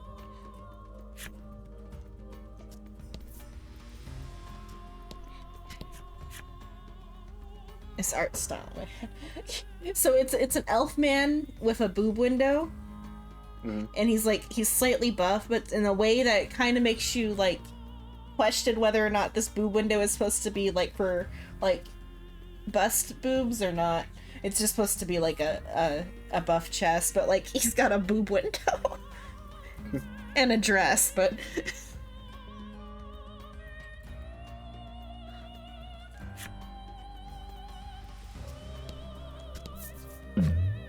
because the art style is simplistic enough to where like the guy elf and the girl elf looked like the same almost or similar.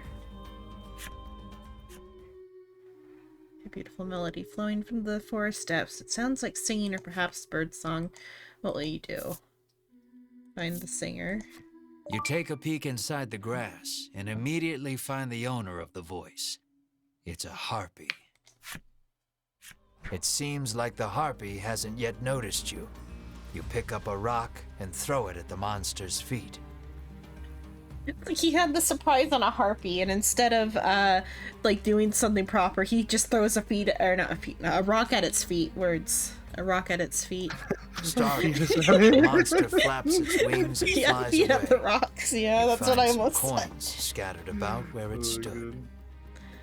Okay, he just scared it away. I thought he was trying to kill it. He was just trying to like spook it.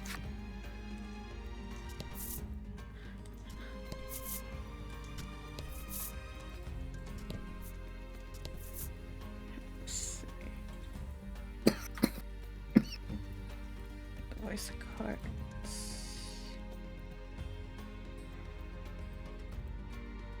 And then the actress they got to do the narration voice and voice of cards is just like somebody who's like just done like oh, you like Warframe, don't you? Yeah. Cephalin Vol in Warframe. But the voice actress for that one is the voice actress for the narrator in the number 3 of this game, whereas in Japanese it's Karen Tubi's. Gilfrey? Yeah, Karen Gilfrey. But like she's done Warframe, Rosie's Place. What? She's PvP, so like I never hear her voice.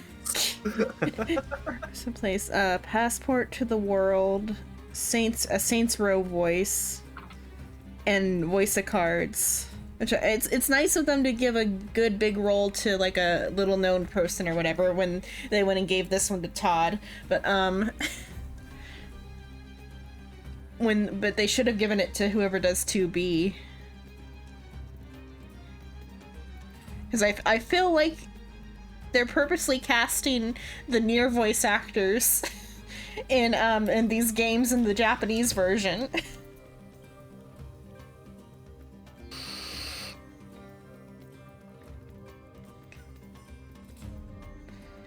Okay, who does 2B in English? 'Cause in English it's Kira Buckland. Oh, I wasn't trying to do that. Pause. I was trying to open her thing. Come on. Trying to open the page.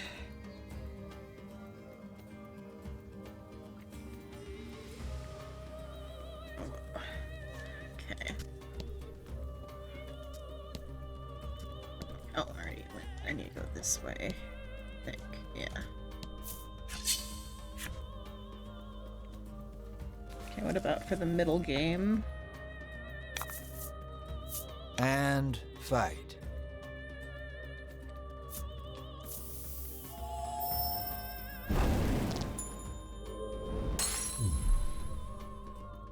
I feel like I haven't heard the Japanese narration for this, but I feel like Weiss's English voice would like have the exact same attitude, just like a slightly different version of it, because Weiss has a German accent and this voice is like a Texas accent.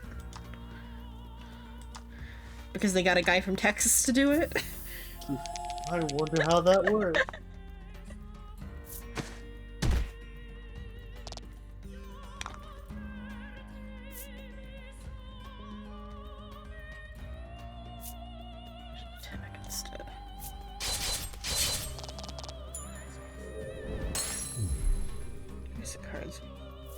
burden. Voice of Cards franchise. And who did they get for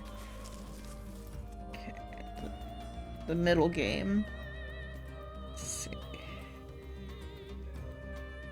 Time to play mini capture.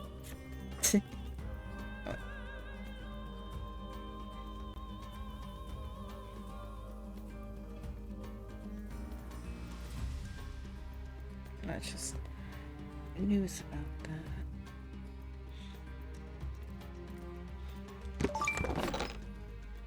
Let's see. The narrator for number 2 is Mark Arthley, who hasn't done a lot either. He's pretty much he's just pulling her up in like the 2003 JoJo's. No. And then some like Puyo Pop Fever characters. Fantasy Star. Twin Mirror. So like he just kind of came back to voice acting in 2020. He did Sirius Sam for Carter, Twin Mirror Ethan, and then Record of Ragnarok, which was kind of anime that everyone like made fun of. Or that's a different. Never mind. That's the other Ragnarok anime. 2 Ragnarok animes came out in around the same time. This is the more serious one that I have no knowledge of because it was an isekai. You have found the southern steel. Never. He did 2 characters. Smack it and hear Record a of sound Ragnarok. off to the west. You'd best head that mini way jackpot. next. 3,600 instead of 10,000. The Japanese guy they got for it. Let's see. Since the jackpot's the lowest number, the mini jackpot's the highest number. Let's see.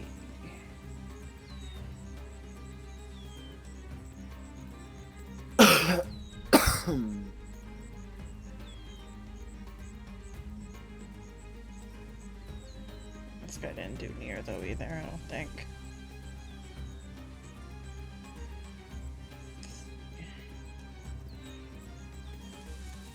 Let's see who the guy who does the middle game did. He did any Yokotaro stuff before. Because the middle game does break the pattern a little bit in that like the voice actor wasn't a Neir voice actor for the second Voice of Cards game in Japanese. But though, let's see. Might have to like check his wiki for like game specific stuff because Behind the Voice Actors doesn't separate games and stuff.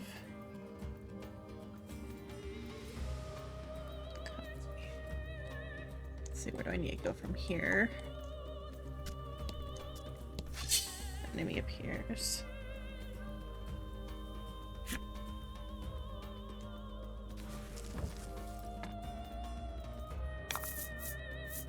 Don't hold back. You dare toot your horn? Basically what this guy did. That was lucky.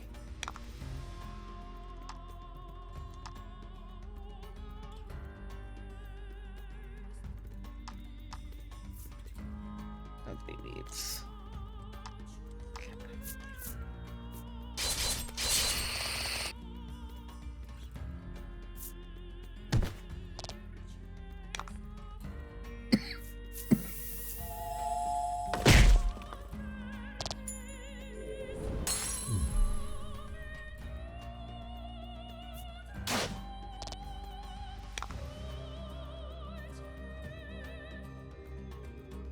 Damn it, I forgot to switch to my second glamour.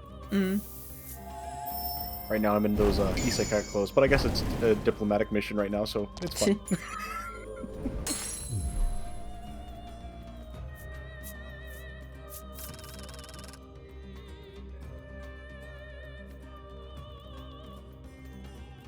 The second game for Voice of Cards, the Japanese voice actor, he does Aizen in Bleach.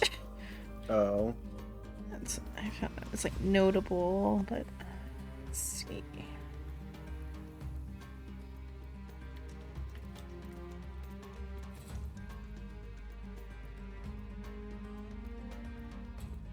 Like that would be the one to put all of the Nier Automata voice actors on, though, because that's the one that has the Automata DLC.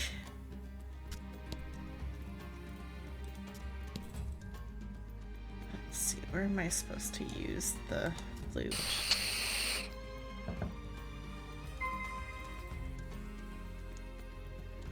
Touched all this. You've already investigated this stela.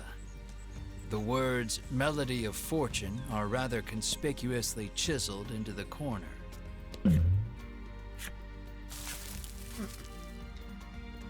Trees bearing very solid looking nuts. Okay, it's this one again. So Very solid looking nuts. yeah. You have to roll a dice, and if you get a four or higher, nothing happens. But if you I guess if you get lower, you take damage. You've already investigated this stela. If Oh no, memory I took chip serves, damage from nut you heard a attacks. sound off to the west when you hit it. That's some hardcore RPG roleplay right there. What the? Oh no! Or should I say foreplay? Yeah.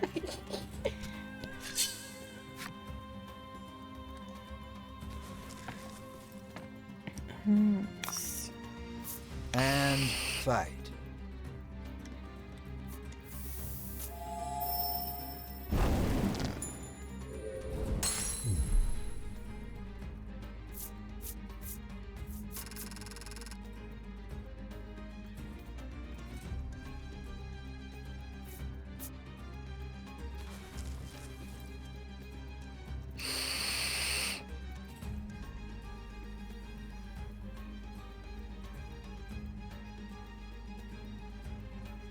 That's the one that I don't see the near connection, is the middle voice actor.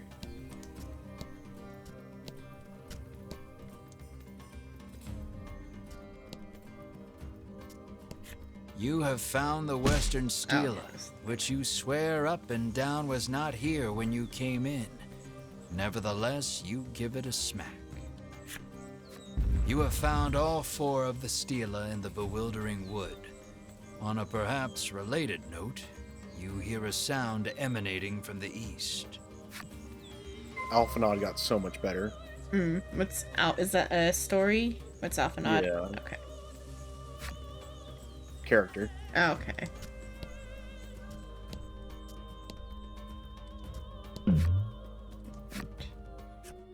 Like, I kind of hated Alphanod at first, and then, like, no, I kind of like him. Singing.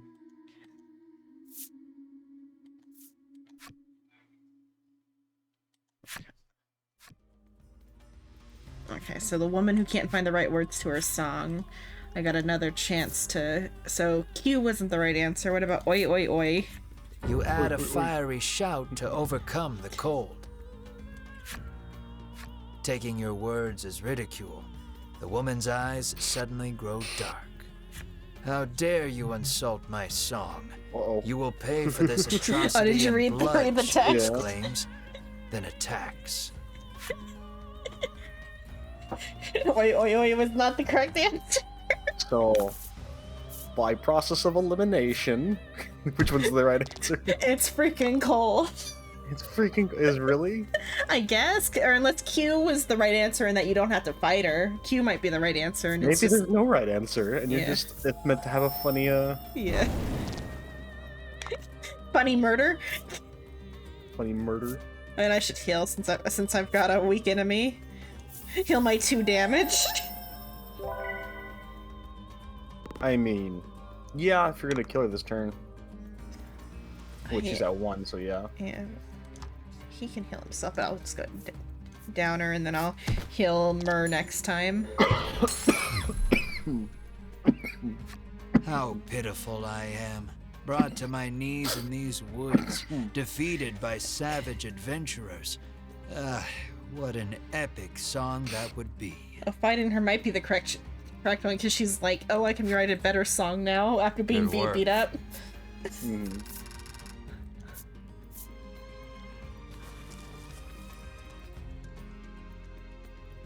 Seemingly satisfied, the woman succumbs to slumber.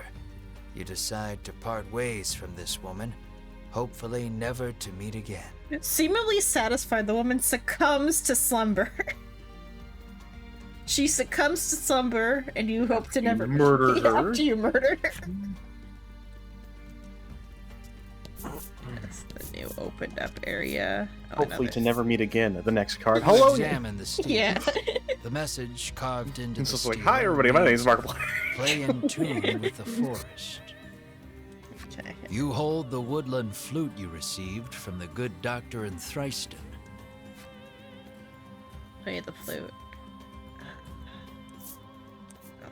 Okay, well, I won't play it yet. You slowly back away from the stela.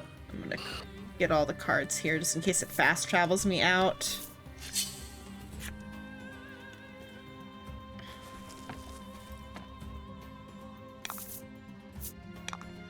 Okay, and this gives me a chance to heal Myrrh.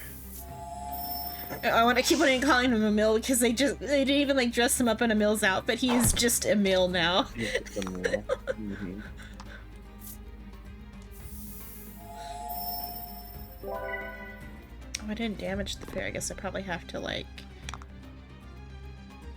go real hard on the fairy.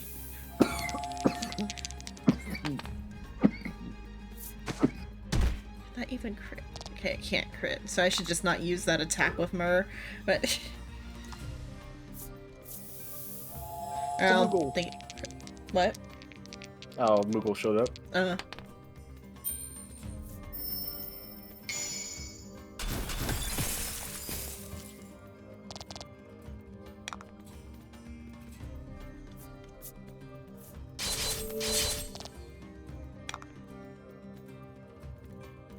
I don't think it can crit. I'll try again, but 'cause I don't think I've seen this one crit. Guess I'll have to roll a 12 and find out if it can crit or not.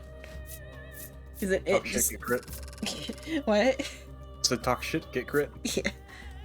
Because the you just roll two six-sided die d6 or whatever, Mhm. and that's the damage. It's like flat like that. But I feel like all other things can crit in addition to whatever damage they're dealing. But I don't know if that's like relying on the dice or not. Because I just like critted the ice spell, but I rolled a 10 on the 10-sided die. Oh, dog might need out. I'm gonna go let a dog out before I can move forward. Who let the dogs out?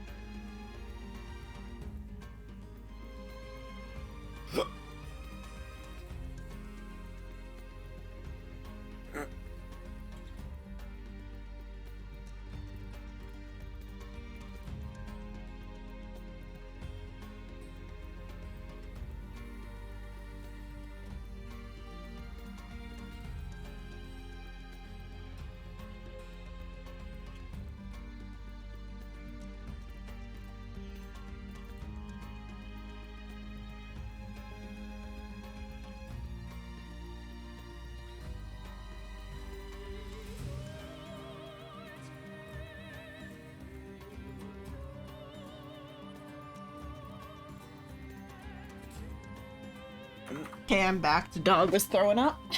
Oof. Doot doot doot doodly doot doot doot doo. You blow a handful of pleasant enough notes into the woodland flute.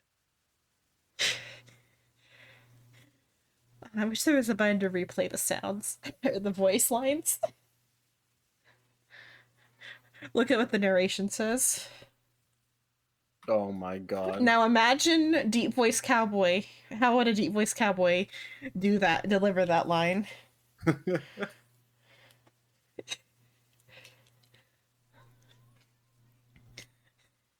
Wish we could replay it. You soon become aware of accompanying percussion, which reveals itself to be a series of impeccably timed footfalls racing toward you. A young woman appears before you. That was absolutely dreadful, she whinges, her jaunty gait betraying her enjoyment.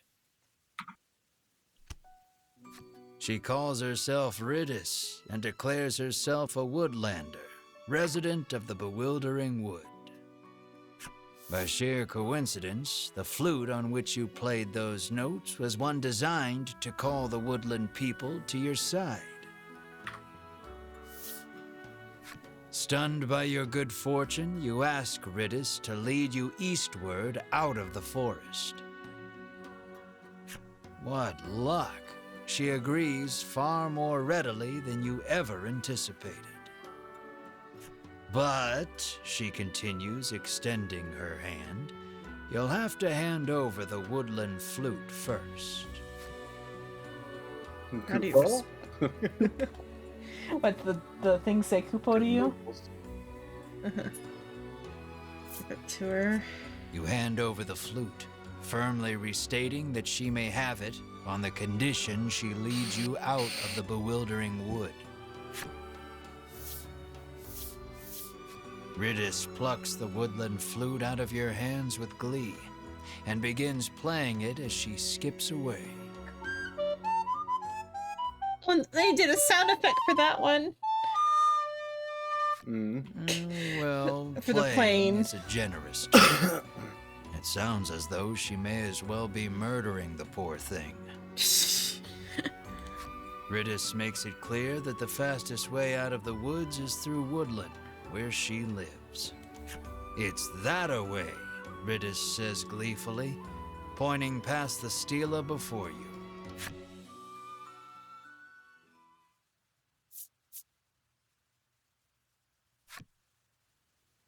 Possibly a path to woodland has been hiding behind the stela this whole time. Take the shortcut through the bewildering woods toward woodland.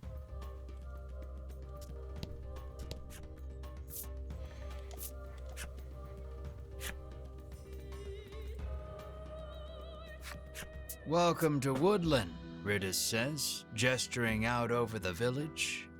Now, if you'll excuse me, I'm quite busy for the rest of the day, so you'll have to wait till tomorrow to leave the forest, she says, and makes her way home.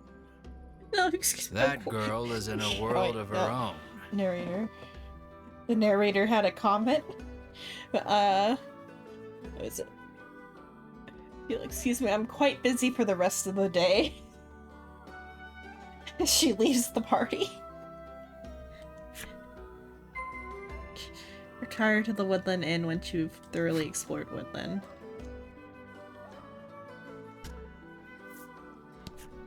Welcome to the Forest Oasis, the man greets you warmly.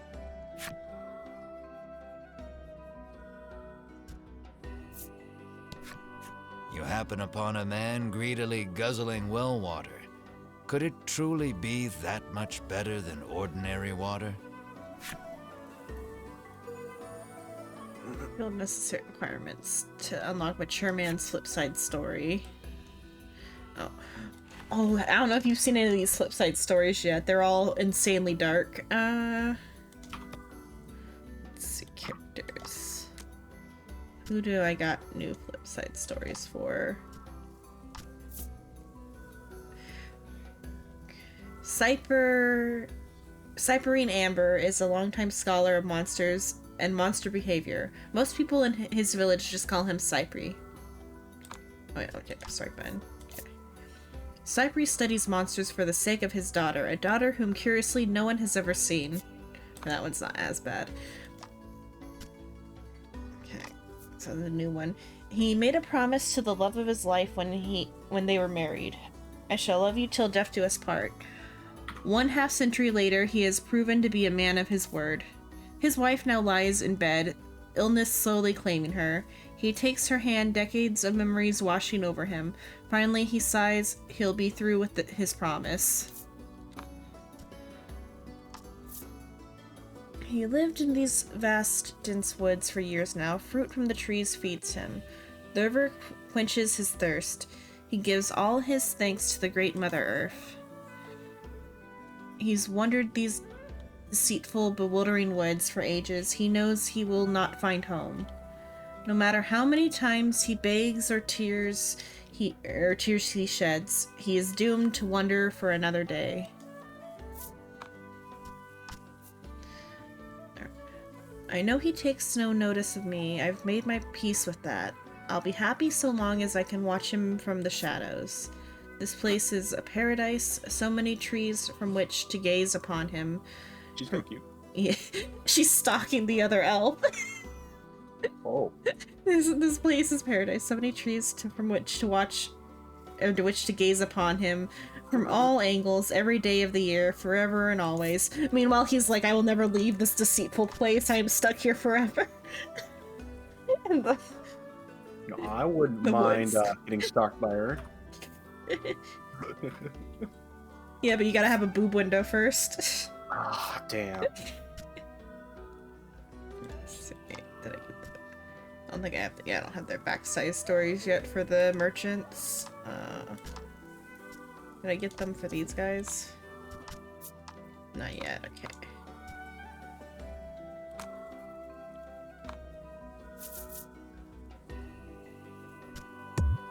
Okay, I can't go to the well. This shortcut is reserved for use by woodland citizens only. The guard barks, clearly unwilling to let you pass.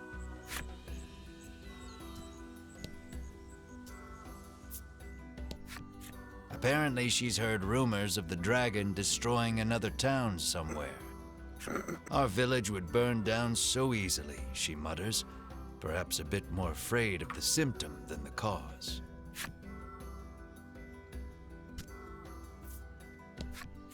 You learn that Ridis's family is mired in debt and living hand to mouth.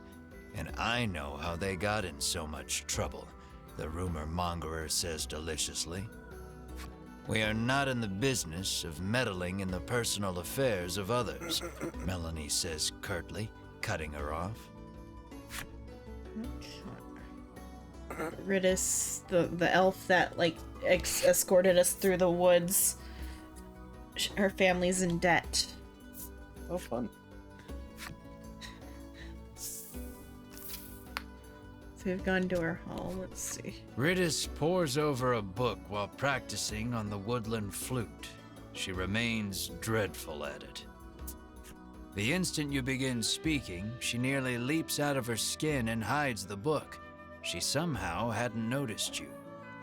I thought you were the debt collectors.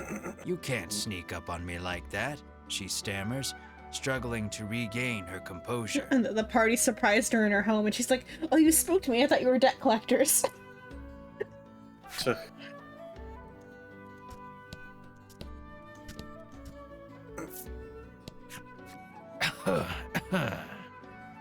You take note of a woman who appears quite ill. As it turns out, she is none other than Ridis's mother. She is in no small amount of pain. Will you give her something to ease her suffering?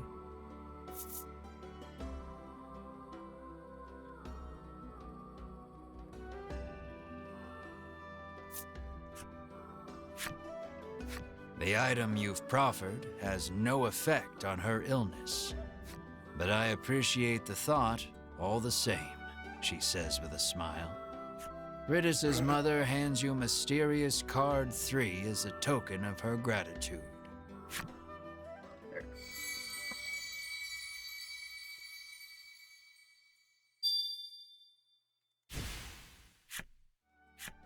She begins speaking of Ridis, who has been preparing the medicine that helps her get through the day. She blames her illness, and therefore herself, for making Ridis's life so difficult. The more she talks, the more her face drops. These mysterious cards go. Did they go into the collection, I wonder? Key items. Oh, they are in the collection. Okay. I didn't know I could... Oh, I can't read them, though. It's just there. They just exist here.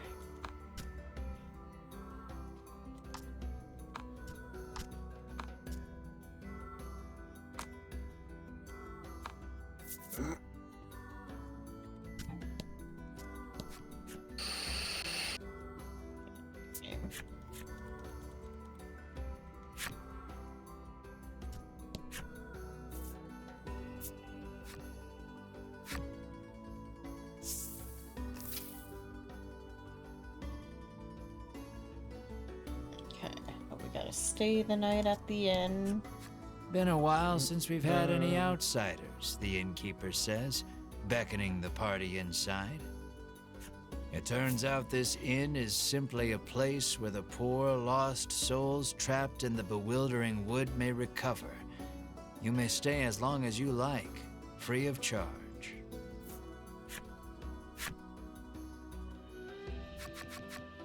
The wooden dining table practically groans under the weight of the platters upon it, all brimming with meats and vegetables from the bewildering wood. I've certainly earned this, you say to yourself, as you slide into your seat at the table, positively drooling over the feast before you. Melanie takes no note of your boorish behavior, uttering a small prayer of thanksgiving before reaching for a plate of vegetables. Mar sits, eyes fixed on the food upon the table, statuesque in his stillness. What a good boy. They chose well. I'm the chosen one.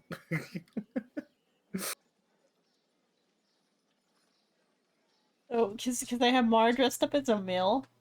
Oh, he's still like their pet or whatever.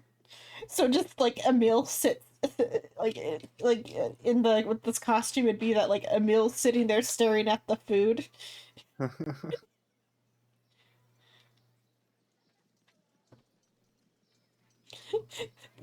Emil's outfit being on Mar makes everything he does very creepy. Because it's supposed to be like this very cute like dog-like thing. I think it's like a walrus or something, but like a land walrus. But instead it's just Emil's face. Yeah. Well, it was a good boy that he ate all the food. Mar clears the entire table in a matter of seconds, even emptying the water barrel in a single gulp.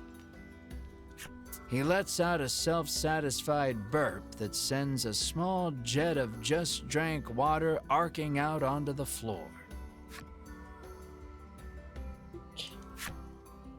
The sun sinks low, and the day draws to a close.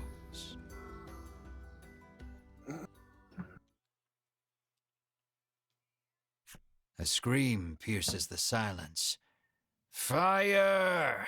You leap out of bed, adrenaline coursing through your veins.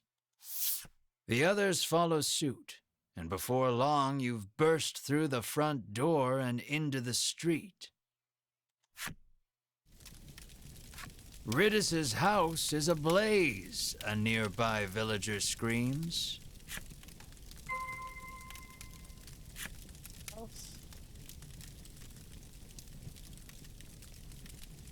That's a fucking Moogle again. I don't know how much it is part of the story and isn't, because it could be like a very like adjacently related to like the weapon stories or something. But In the Japanese version, the narrator is Weiss's voice actor. And what is it? And Pod, he's also the Pod. The Japanese voice actor is, but for English they decided to go with Todd Habercorn instead of Liam.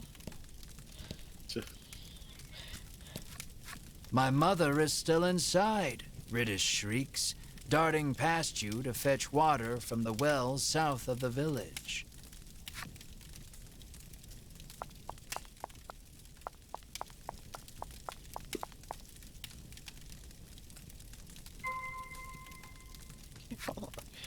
Well, this card is just on fire with like this fire effect. I hope it doesn't spread. Riddis is gathering water in an attempt to fight the blaze all on her own.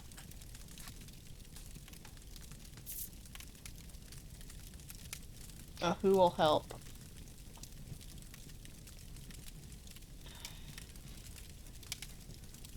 If I tell Ash to do it, Ash is gonna fuck it up, but oh well. You toss a nearby bucket into the well and haul it up by the rope. Everything will become ash. Rather, you attempt to, but thanks to Mar robbing you of a meal, your strength fails you. Oh, I had to have Mar do it because Mar is the only one that ate food. Okay, it's just choose Mar, okay. Mar's eyes light up. He scrambles over the edge of the well and sucks the well dry in an instant. He pokes at his swollen belly and gestures toward Riddis's house, as if to say, "Get me back there, quick."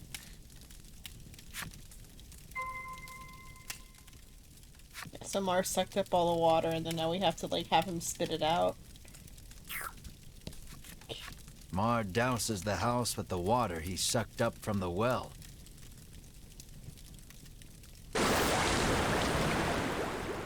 The fire is reduced to mere embers, and all is well. Or so you think. Something darts out from behind the house and attacks.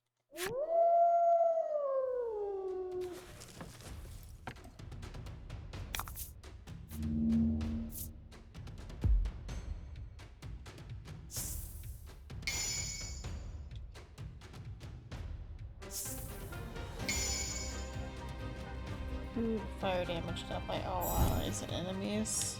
Okay, so fire damage does +2 right now.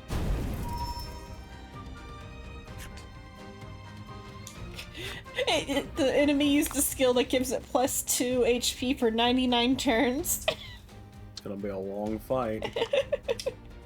I should use the fire attack and see if it does anything. We have an anti-heal or dot. Excellent.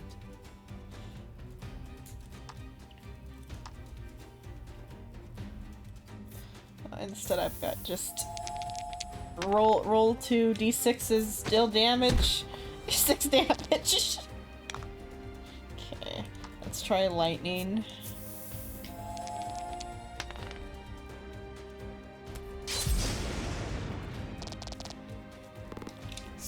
Oh, it's 5 recovery every turn. And its attack is +2. Okay, and oh.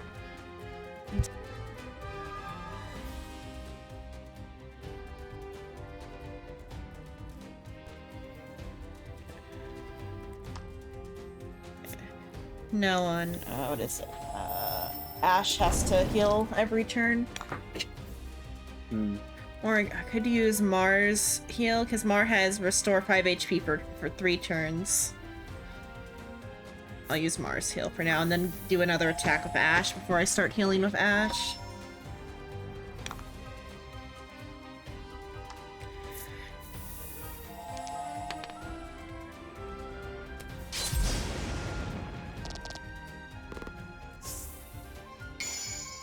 Defense to all allies. The happenstance cards. Fire damage to everyone. Okay, then I gotta start healing it. Okay, let's see what ice does. Well, I didn't get enough to freeze it. But ice is weak to ice, so I just gotta use ice then.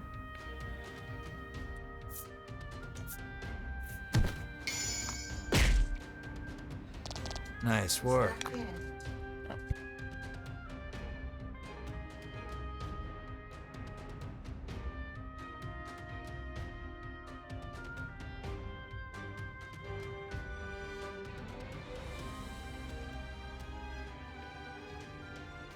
Okay.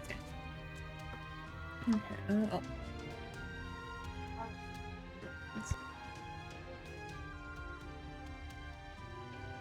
There, my mom was talking to me. I played the number 3 for this game series briefly. It's not actually a card game, that's the secret. It's just a JRPG with Card flavor. Yeah, with card flavored menus. It's not actually a card game. I do like, though, the rolling the dice for the attacks is interesting. Mm-hmm.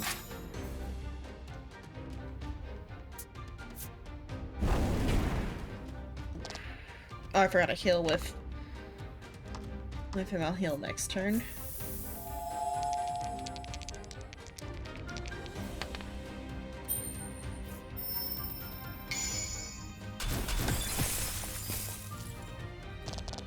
Oh, I killed the enemy, so it's fine.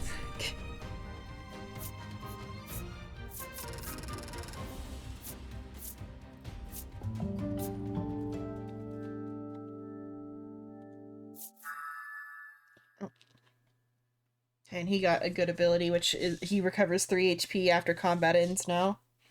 Mm-hmm. It'd be better if it was per turn, but oh well, that's fine.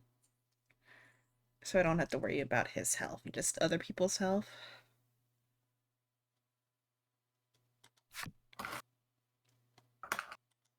Get more leveled up. The later leveled up. The fiery beast dispatched, you return to putting out the last of the blaze with Mars' help. Ridis's mother, now safe, tells you the creature came out of nowhere and set the house aflame. What would bring a creature of fire to a place like this, you wonder?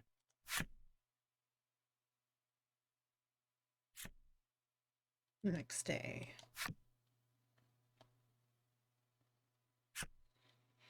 Open the menu to select the abilities screen to view your abilities. Okay, let's see.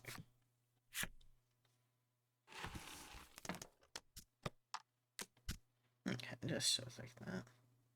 Oh, it's just they just have an ability. I wonder if I can, if they get multiple, I have to choose. Light breaks on a new day, and the commotion of the fire feels but a nightmare. You lead your party to Ridis's house to ask for safe passage out of the bewildering wood.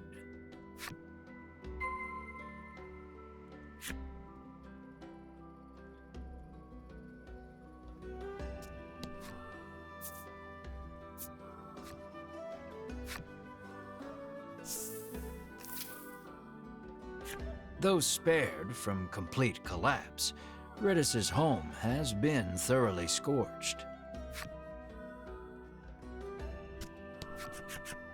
Ridis sits alone in one of its rooms, the air thick with the smell of char. There shouldn't be any fire creatures for miles, she grumbles. She says the monster appeared while she was playing the woodland flute last night. As to why any monsters, let alone fire monsters, appeared, well, despite the circumstances, you ask Ridis to lead you out of the bewildering wood as promised. I did promise that, didn't I? She says wearily, rising from her seat. The poor girl is clearly still in shock. You're clearly still in shock. Get us out of these woods pronto. Why do you want to venture out beyond the bewildering wood anyway? She inquires, as she gathers this and that in preparation to leave. The reason will you give her for wanting to leave the woods? Looking for a dragon? None of your business? Or looking for a dragon? We are in search of the dragon, you say valiantly, adding, the reward will be significant should we defeat him. Honesty is the best policy. Oh, but now she's gonna win in on the reward because she's dead. Sounds like a real risky way to make a living, she replies flatly, feigning. A group of feigning Ivory interest. Order people came through here just the other day, she explains. You connect the dots with malice. Those three, you seethe. At last, Ridis is ready to depart for the edge of the bewildering wood. This isn't the party for now, though. Okay. Maximum 3 characters can participate in battle. Select party. From the setup menu. Set up your party. Yes, I don't know if I want to put Ridis in. What does she do? Unless she's a better damage dealer than Myrrh. Oh, I can't view her from here. Let's see. Abilities. She doesn't have them. Oh, that's party. Setup. I want to go to setup. Oh well.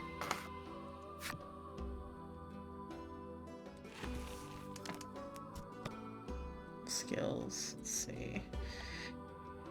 She's got 16 attack. Level 7. She does have more attack than Myrrh. But Myrrh has a group attack, though.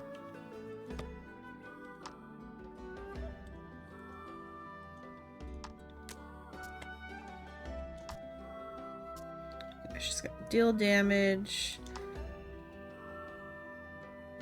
With like poison. So she's got... Is poison count as dot damage? Probably. Typically? Okay, yeah. So... the elf's got that.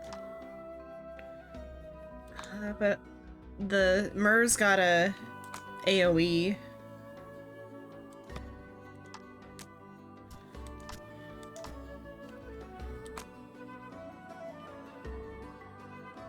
Just keep it as is.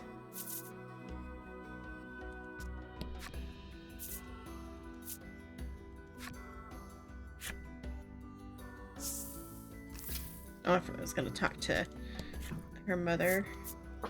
Reedy's mother, or Ridis's mother.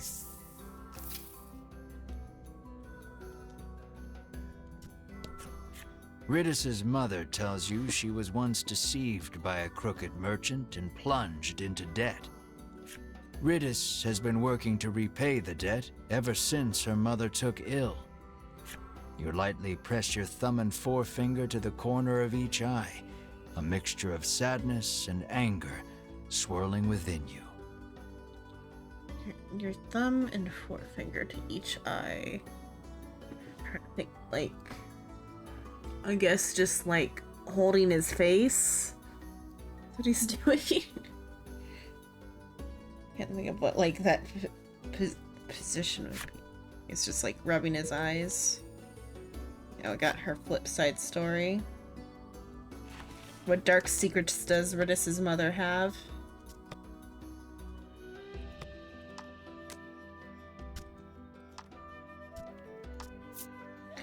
Either through bad luck or too trusting a heart, Ridis's mother has endured no shortage of hardship despite living in secluded woodland. You might think the repeated swindlings would get her down, but that would require that she realizes she's been defrauded. Perhaps ignorance really is bliss. I can't speak. Bliss.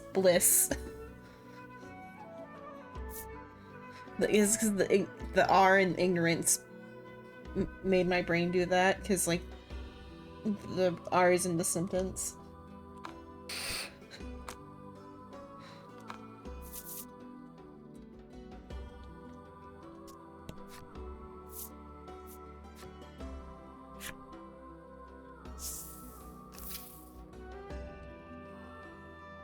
Okay.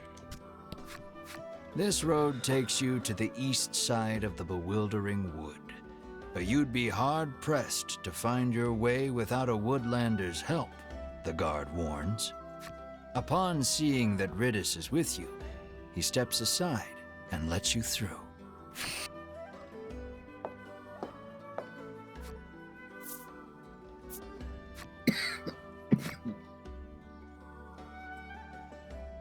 The eastern portion of the woods certainly does not want for thick, soupy fog.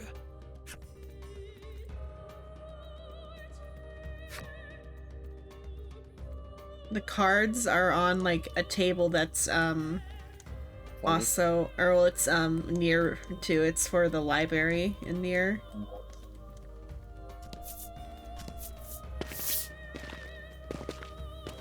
Though the table is like tiled or whatever, You it's not turn an away, actual table. ready to lead the party deeper into the bewildering wood.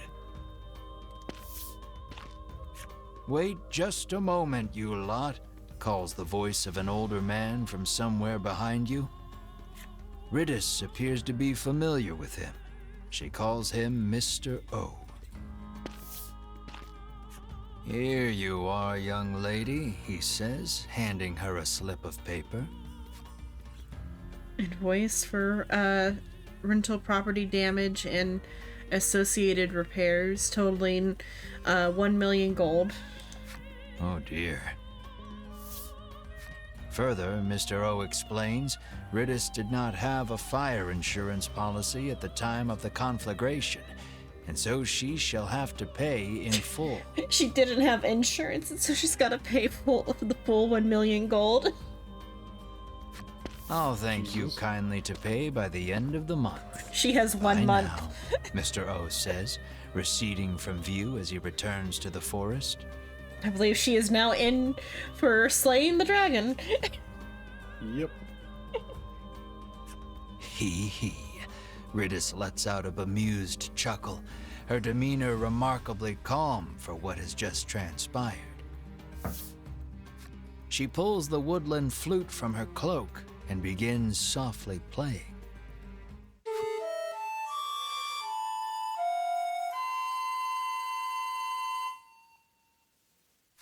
Ridis's ear-splitting performance, shall we say, draws monsters out from behind the trees. Within moments, they are nearly upon you.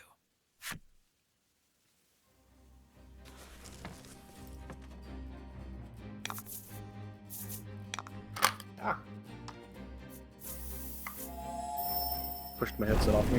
Mm. I'm currently waiting for a party.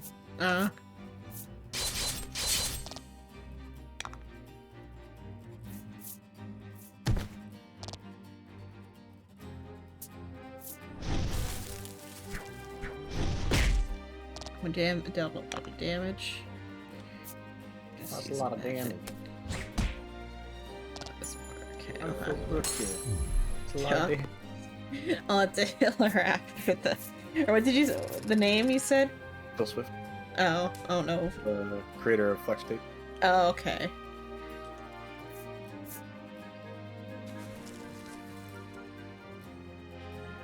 The guy, you know, the crazy guy that cuts everything That's up and then odd. Yeah. repairs it with Must have made a fucking mistake, Flex Tape. Ridis Yeah. says, burying her face in her old book once more.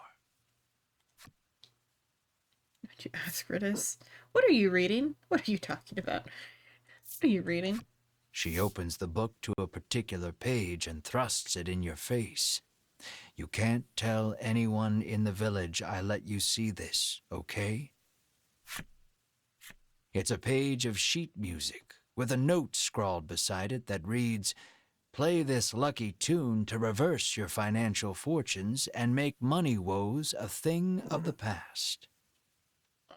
You got scammed? No matter how many times I played this last night, our debt never went down, she fumes, incensed. Okay, so she was given a magical song to make her money woes disappear. Instead, it summons monsters. But in a way, I feel like in the end, it will make her money woes disappear because it's why she's gonna end up joining the party. You inspect the page a bit more carefully. Off in a corner, in letters so small as to be illegible, another message reads, "May summon monsters if played incorrectly." I thought that's what she was trying to do at first, but I guess she was just thinking, "Oh, I have a solution for the money problems I currently have," and played the song immediately. You finally see that so long as Ridis holds the flute, this is nothing more than a monster conjuring melody. You snatch the woodland flute from her hands. You have lost your flute-playing privileges. Infinite loot, yeah. "But I'll never escape from this mountain of debt without it," she cries, clearly still believing in the melody of fortune. Melanie quietly opines that while Ridis is many things, bright is not one of them.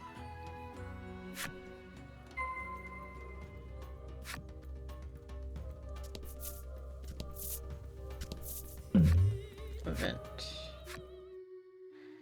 Melody from the forest steps. Singer, bird song. What do you do? Find the singer. The harpy. Seems like the harpy hasn't noticed you yet. And you throw the... And you get some coins. That's that one. So like when you encounter the singer, it can either be the woman or the harpy. And if it's the harpy, you get coins. If it's the woman, you get a fight, I guess. Oh. Or whatever the third option's gonna do on that one. Next time I find her, I'll see. Unless defeating her, it stops that from happening. It's always just gonna be music from, or not music, money from the harpy.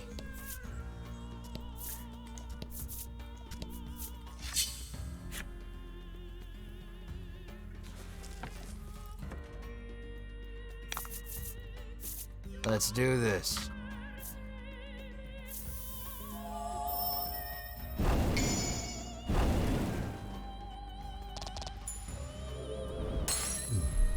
Oh?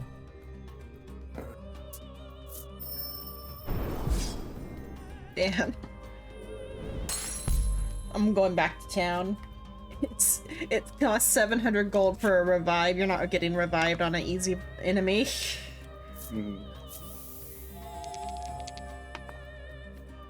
What damage?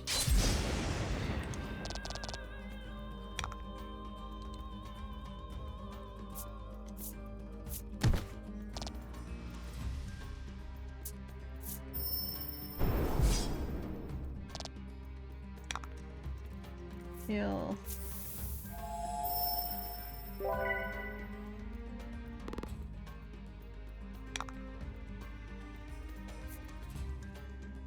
No, don't heal. Now you attack. Oh, then you crit this time.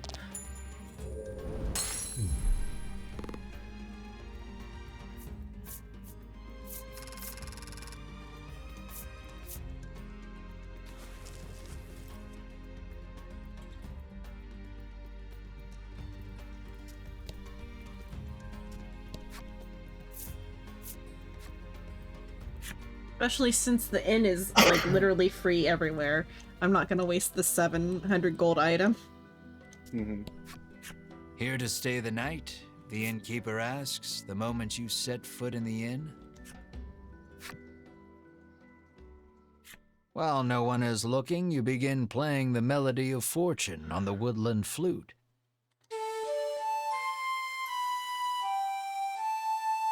Oh, he did it right though. As expected, nothing happens. Ridis is clearly carrying a book of lies.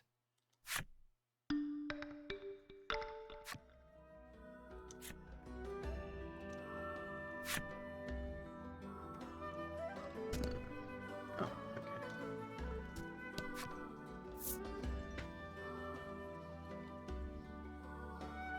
okay. How do you know the end already?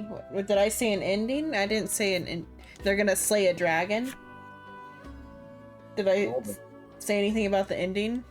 Or just, I'm assuming she's gonna come with them and they're gonna get the money for the dragon. It was a guess. It's kind of like it's in the title. Yeah.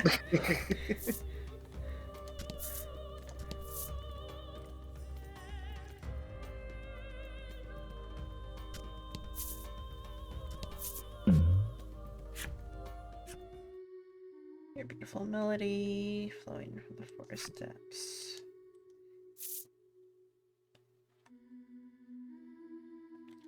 Singer. Or what ending did I bring up? Because I don't even think I said anything about an ending. Just like implied I'm gonna slay a dragon and become a hero. And why won't the right words? Okay, so it's this person again. Okay, so this time the song will end with "It's Freaking Cold" and see if that's. You shout the words in a loud voice. The woman's mouth hangs open, wide. The words are so plain, perhaps overly so, which is precisely why they pierce the heart, she says. Your cheap words somehow resonating with her. Oh, okay. You misunderstood the words I said. Not end. INN.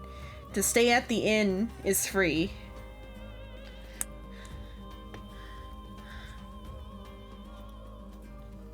It's always free to stay at the inn.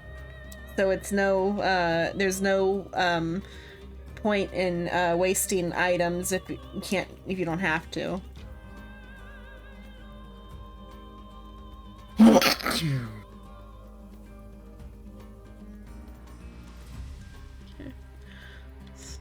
She entreats you to let her use your lyrics. Imagining the royalties, you happily agree. Okay. So there was a correct choice with the singing lady, and it's freaking cold. And she gives you 400 gold for it.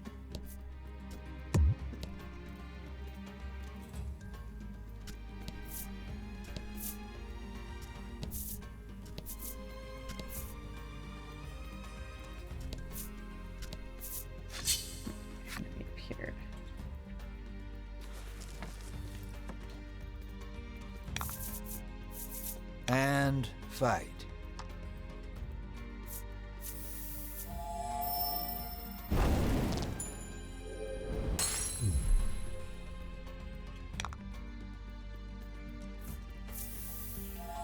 Oh wait, trees are... They can defend, but it does better than the actual or no, it doesn't. Okay, resisted. Doesn't do better than physical damage. Oh. I don't know Russian. Sorry, Michifu. Soul, if you're in chat, help. If not, I'll Google Translate it after this battle.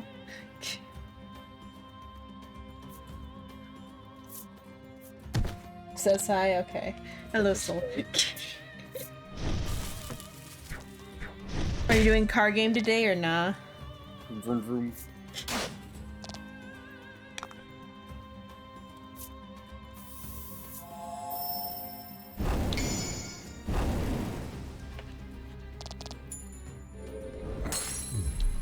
Nice work.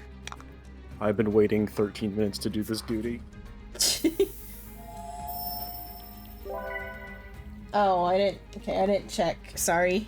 Because I don't get alerts.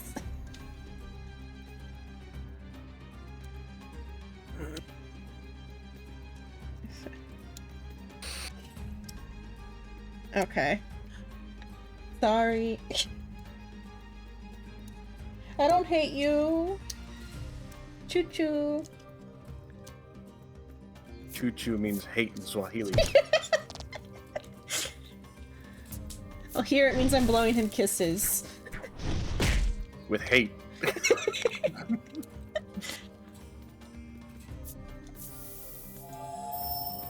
Soul, look at my drip since stream chat.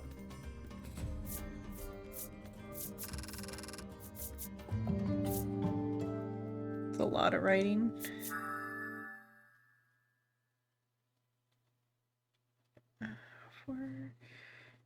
Dealt damage to all enemies. Hey, I got a duty. I'll Google Translate this one since it's a big sentence.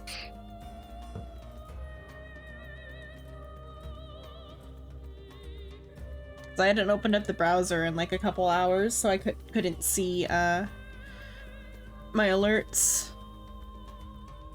Let's see.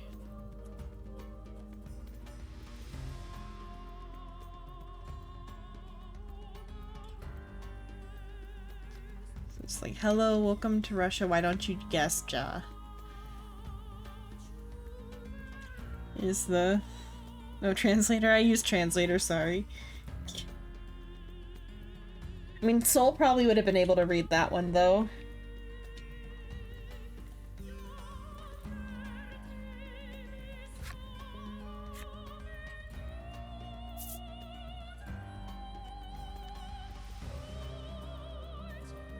Those words. Set up your skills. Oh, can I only have so many skill cards in a... Yeah, I can only have so many skill cards. See, so she got an AoE deal, damage plus 4 bolt damage. But I already have lightning on Ash, so I'll just keep lightning on Ash, and the AoE is Mers.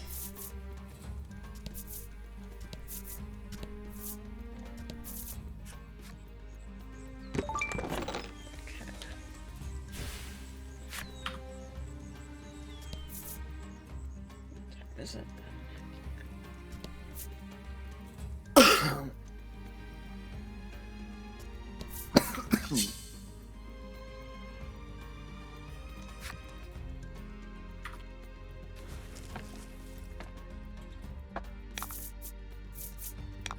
Okay, the fairy. Oh, okay, it does tell me some stuff. It just tells me if there's debuffs or buffs, not what they're weak to. I should freeze the fairy.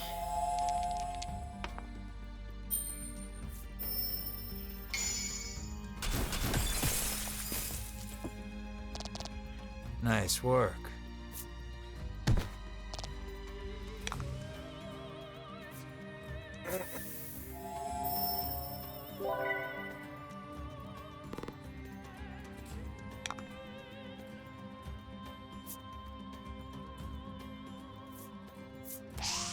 Okay, dodged.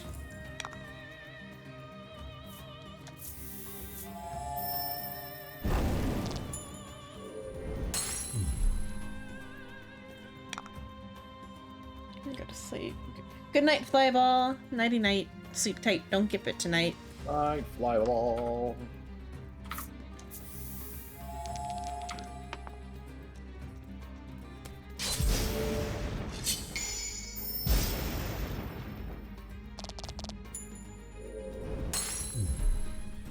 Good work.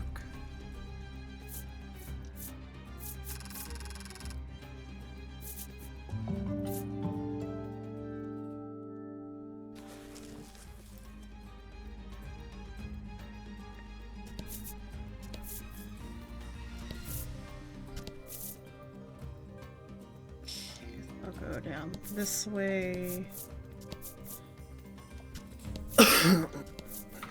Stilly. Here, Riddis chirps, pushing overgrown boughs and shrubs aside. As she does, a hidden path out of the bewildering wood comes into view.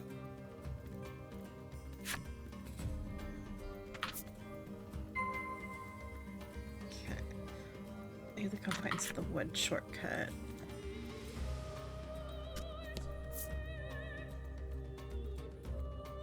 Is that really all of the path? I guess that's the whole path.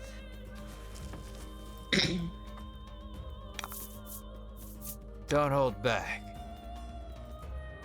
Okay, freeze the fairy to keep it under control.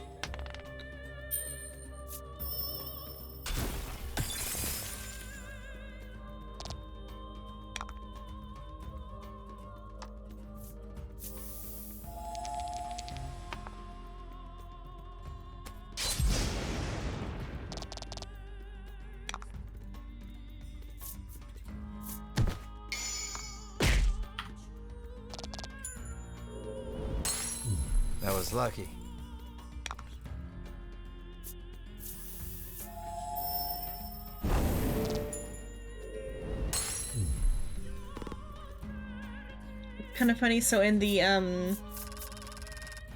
So in Replicant, Emil is the magic caster, but the character that is wearing the skin here, Mur, is a physical dealer. Mm-hmm. Too innocent for Kane's fit. Yeah. But then Kaine is also a physical dealer. And Melina is a magic caster.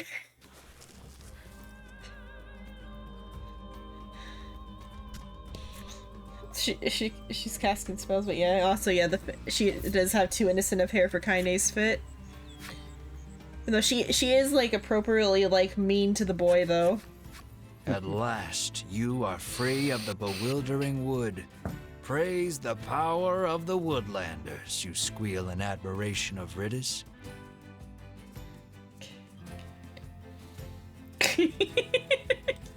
She giggles bashfully.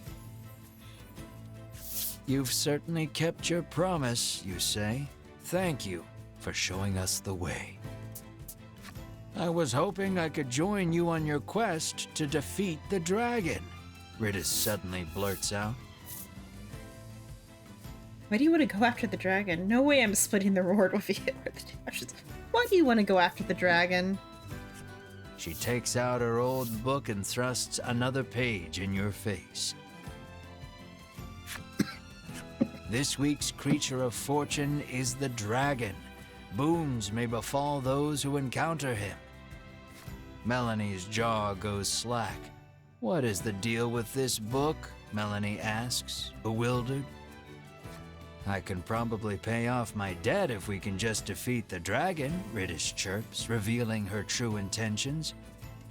No, I won't dilute my share of the riches any further. No more additions to the party, you bark. Have you no heart? Are you just going to leave a young helpless girl like me to drown in an ocean of debt and deal with that crusty old man? Riddis fires back relentlessly. Like, he used to put it on such a hard voice for this. And then, like, he would even harder with it for Riddis's voice. And where she's saying, are you just gonna leave a helpless young girl? And then he goes deeper. He went deeper than the narration to do Riddis's voice.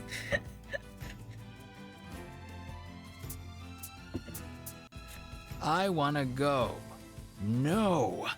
So goes the endless chorus of your thoroughly unproductive argument. It's like his voice is so much not this deep unless he like picked up smoking in the last couple of years. His voice is not this deep. Which I don't think he has because Razor's not this deep. Melanie calmly reminds you that the party in its current form stands little chance of defeating the dragon. See, you need me, Riddis says, sensing an opportunity. Your well-reasoned argument of no thwarted, you nod your head in resignation and welcome Riddis to the party. Riddis joins your dragon hunting party. I'm doing a bit of dragon hunting myself. Chapter 3. A new opening song for it. The mystery of the forest. They made a girl, calls herself a woodlander. She leads them to her home nestled deep in the bewildering wood. A home that soon burns in an unimaginable tragedy. A home she did not own, leaving her mired in debt. Determined to pay her way to freedom, she joins our heroes on their quest to fell the dragon. She embraces her new compatriots and leaves the wood behind.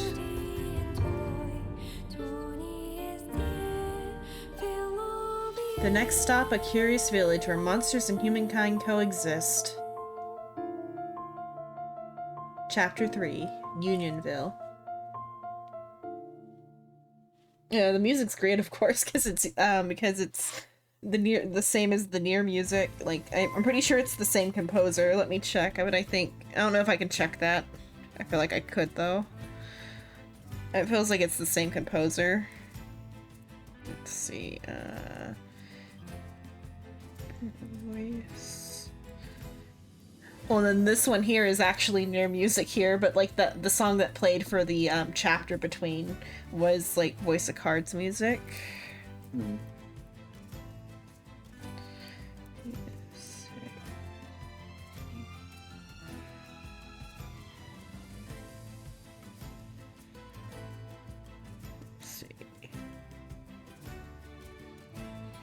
Does Wikipedia have a thing about it? I wonder. It does have a whole section on music on the Wikipedia page. Okay, Night Soul, have a time, have a good time, be safe, whatever you're doing, whatever came up. Okay, let's see. The music was composed primarily by Oliver Good, with additional work by Shotaro Seo and Okabe. The soundtrack formed part of a push by Okabe to distance his company Monica from himself, allowing other composers to find prominence. It's not the same composer, but it's the same like stuff probably. The music was ran with an Irish atmosphere. Okabe described Good as creating a consistent and delicate sound, while Seo contributed vocal tracks and as male chorus, as he had done with Near Automata. Seo's style of catchy tunes, which brought into balance with Good's melodic Celtic sound to create an analog atmosphere. The music was recorded using live instruments. Around 10 musical tracks were created in total, not counting various variations used in game. Female vocals for the main theme and the track Twin Recollections were performed by Saki Nake, while the violin was performed by Mitsuri Shimada, and Good performed the guitar parts on his own and Seo's work.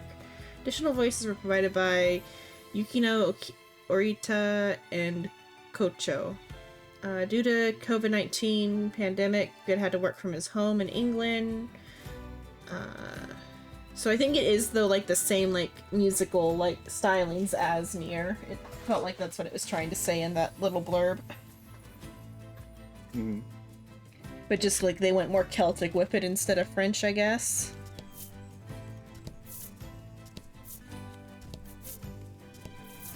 Though this right now is still Neir music, but it fits just as fine.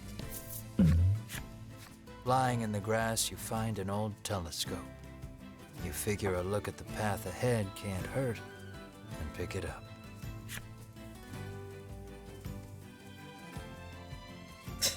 Peering through the lens, you see something in the distance, but you can't tell exactly what. All you know is there's something up ahead. You should be able to tell for certain what it is if you get closer. The goblin. Groblin. That belly button though. Yeah. It's like a roadhog. Yeah. Inch You closer. leave the janky telescope where you found it, and make your way cautiously toward what you saw. I should be careful about killing event monsters. Looks like some monsters prowling about. You fight them. Let it be. You do the monsters a solid and leave them in peace. Because now we're at like a place where monsters and humans coexist. Mm-hmm. So unless they're like actually in a full encounter, if I can choose no, I should let them be. Event.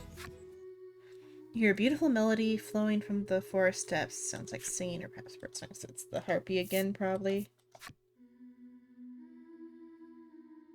No, it's the woman playing the instrument. It's just the same event again. They really like this event. Oh, it's a new song though, actually. Okay. On the roads home in autumn, twilight my heart is. Thinking of home, lonely or hungry. I'll say hungry. You imagine the dusky No, road that's not home the right and answer. sing about your empty stomach with confidence. But the woman responds with a sullen expression. I apologize. I haven't any food, she confesses with a sympathetic look. Realizing your severe lack of songwriting prowess, You suddenly I knew what I feel forgot last. embarrassed and swiftly part ways I meant to with her. transfer over Final Fantasy to my SSD.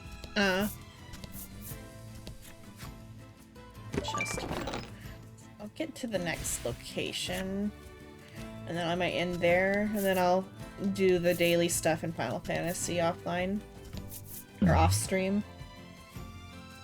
I wonder if they're ever gonna make a An Final Fantasy 14 armor-clad offline. knight If like this stands, exuding an MMO dies. extraordinarily powerful aura. What will they make? What? If the MMO dies, right? What will or they do? They do an offline version of it, like a remake for an offline version. That'd be kind of interesting, but I don't know how that would work. Just make an MMO. I game guess. offline. Yeah. Probably The like knight faces condense a you little and bit asks, with might the you story. be challengers? Yeah. But after sizing you up for a long moment, his shoulders slump and he mutters, "No, you are not yet ready." "Grow strong, young ones," he says, then returns to standing in silence. It appears he awaits a stalwart warrior to challenge him.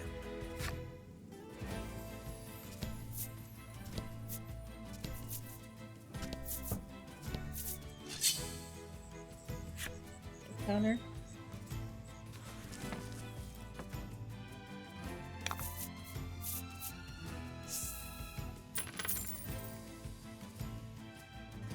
It's my gold earned Let's by do 2. this.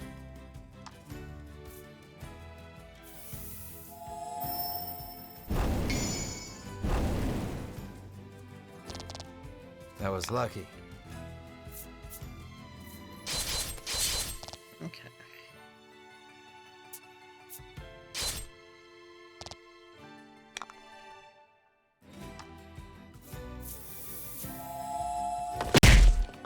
Well, that made a lot of sound.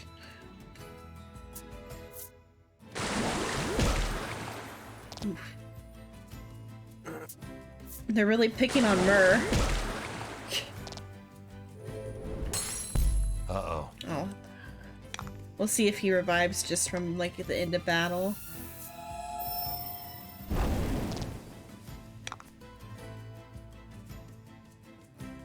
I don't have to heal him this turn.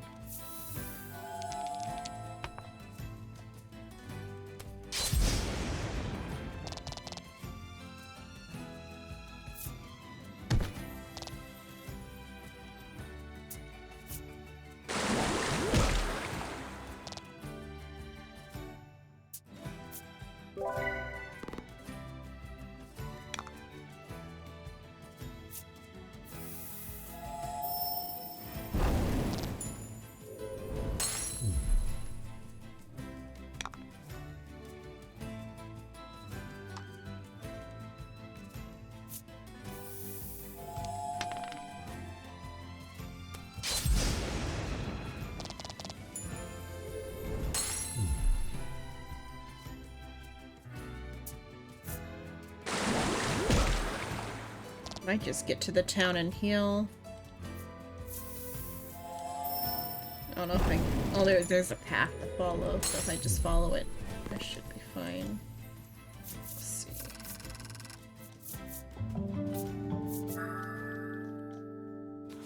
Okay, if Myrrh doesn't revive, I'll slot Ridis in.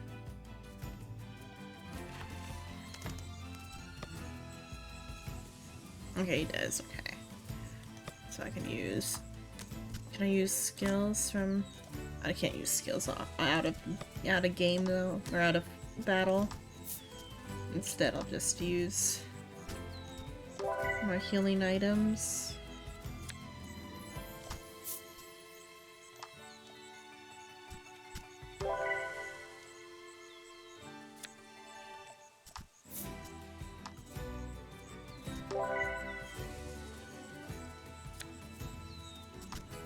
That was like such an intense battle. Yeah, that'll be good enough to make it to town. Oh, my friend is dying in the infirmary. Let me stop and play triple trad for a little bit.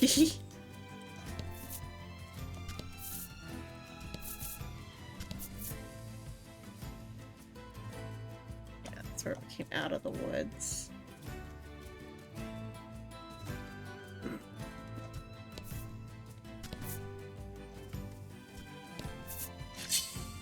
enemy appears.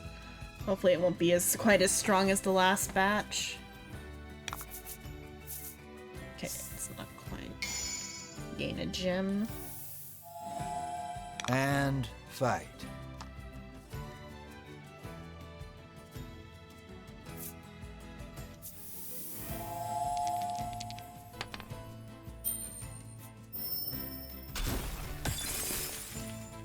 Freeze the enemy. Work on my free healing.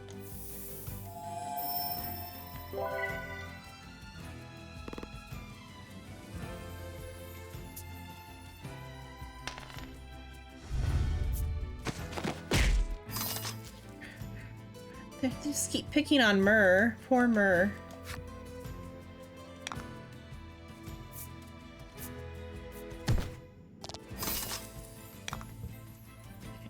Ice that one.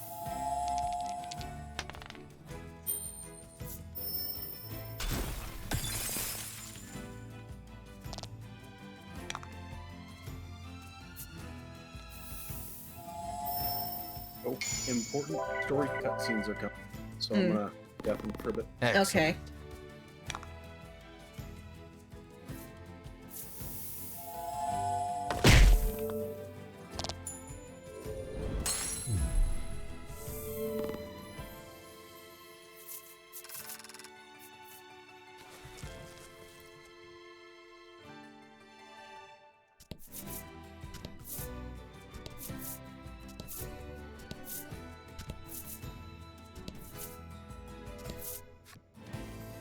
That way to Unionville. Let's head to Unionville first, shall we? That way to Shoreland.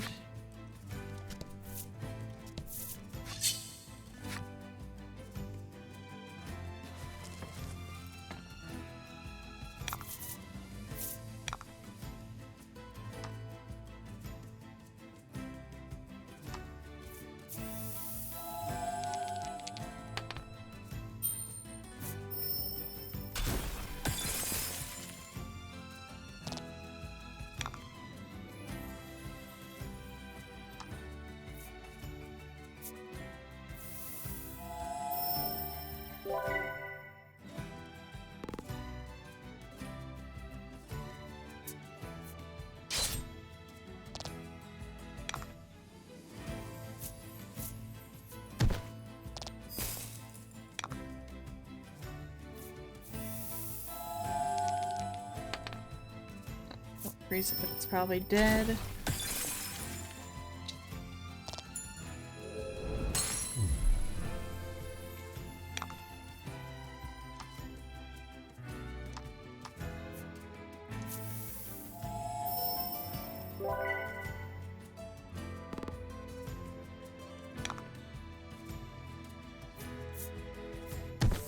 Okay, it is dealing the physical damage that breaks the ice.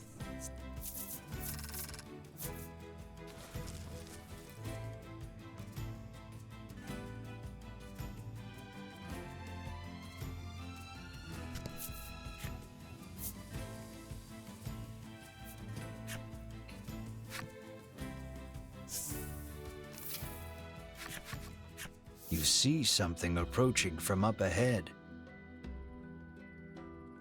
A monster, Melanie shouts, readying for battle. Mr. Flobby, get back here. It's dangerous out there, a young girl chides, taking the creature back to the village. It seems you've finally arrived at Unionville, a village where humans and monsters live together in peace. What a weird place, remarks Ridis lightheartedly. I like it.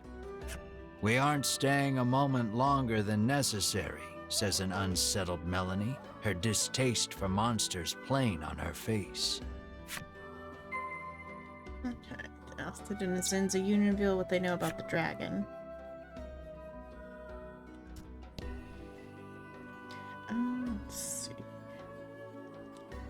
Let's go. Let's play a game at the game parlor, and then maybe I'll think about ending. Because what time is it now? Oh, it's only 1:38, but I'll still think about it. Let's do some. Maybe I'll talk to everybody after and then end. We'll see. These rules now.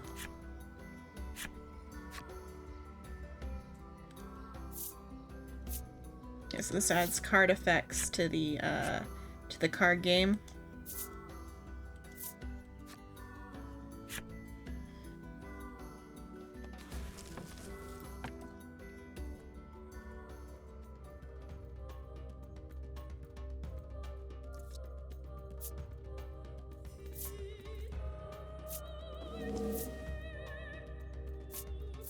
Okay, he's got the 7. He's got a 2.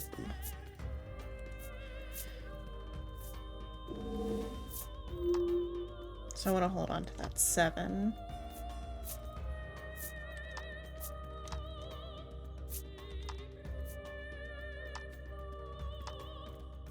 So then if he discards his 7.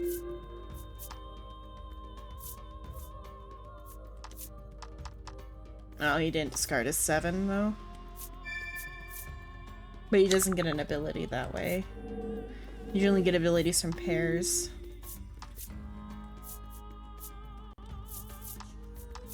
He gets an ability.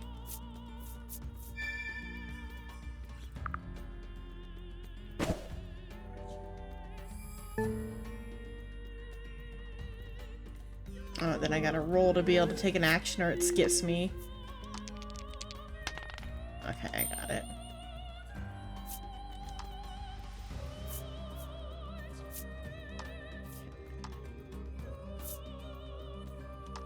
Discard until you have 1 card. Let's see. Still hold on to the 7 though, even though this is like a 2 away from having the good hand.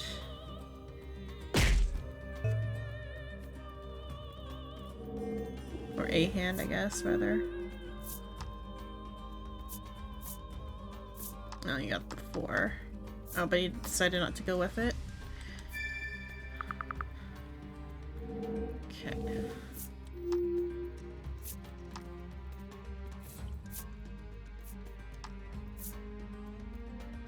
Okay, 3, 4, 5, I guess, then. No effect for me. And then I guess roll a dice, destroy. All player sets. 8 is the more dangerous card.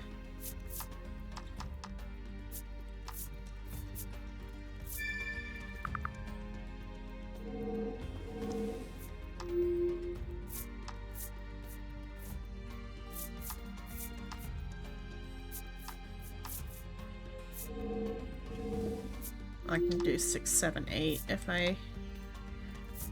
There's not an... Oh, there is an 8 though.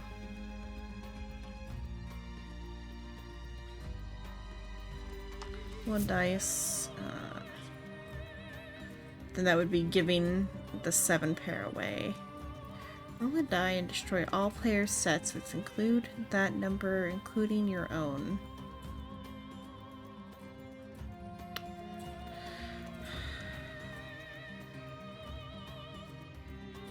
Seven, 8, 6.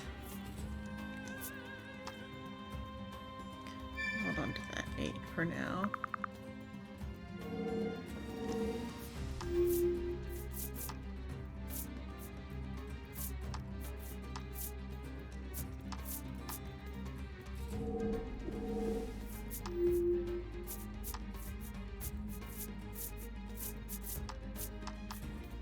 I got the 7.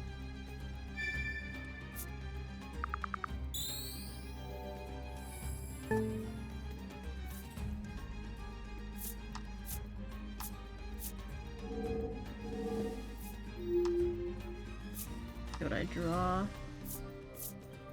Oh, pair 3 8s. That's good.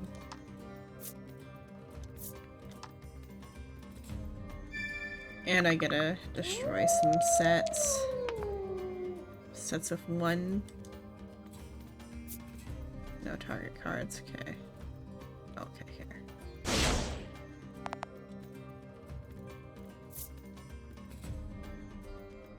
Okay.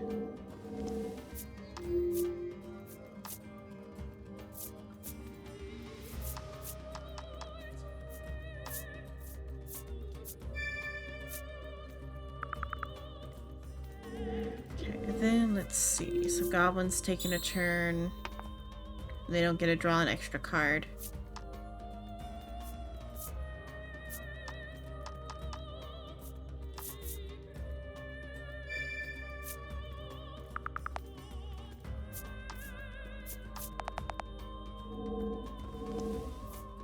Okay, Ash's turn. Let's see.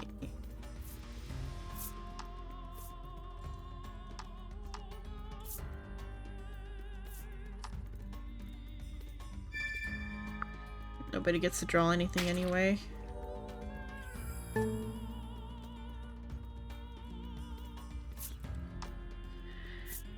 Okay, discard that, and that's over.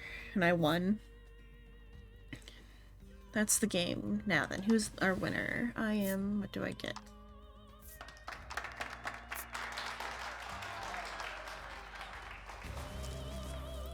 Do I get a cosmetic item for winning? Not bad. The boy praises you, proffering a gift in commemoration of your win. Okay, I got queenly cards, reverse design. Okay, and the new full version of the game. I think it's the full version of the game, of the card game. We'll see if anything comes after.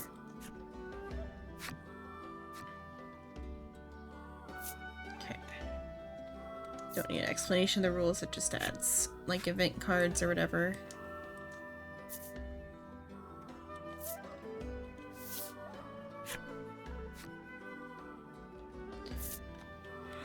Hey, get in the game. Oh, the dog's throwing up some more, I think. One sec. Let me deal with the dog real quick.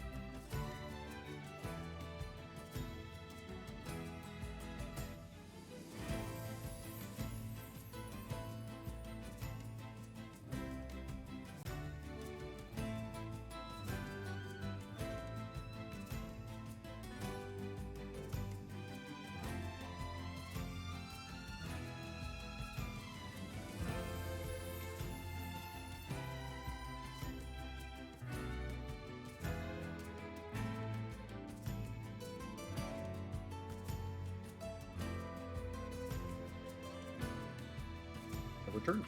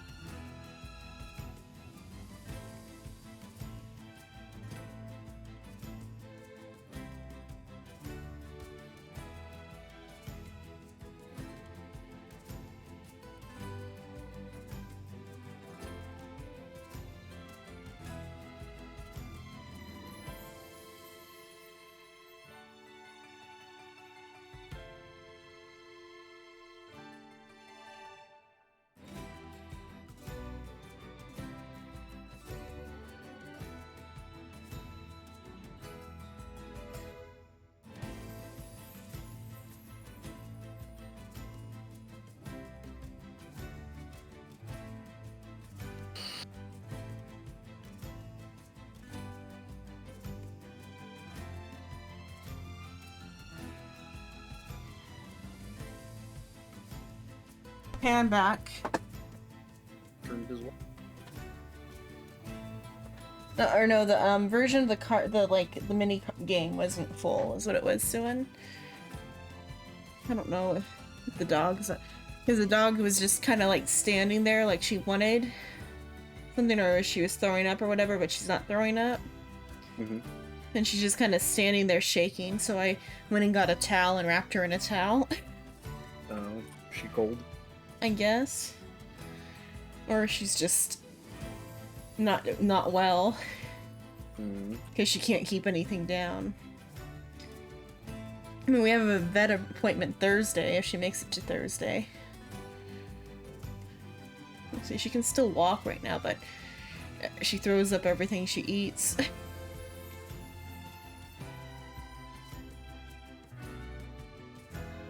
We'll see. She's like 12 years old. It's pretty good for a dog. Yeah.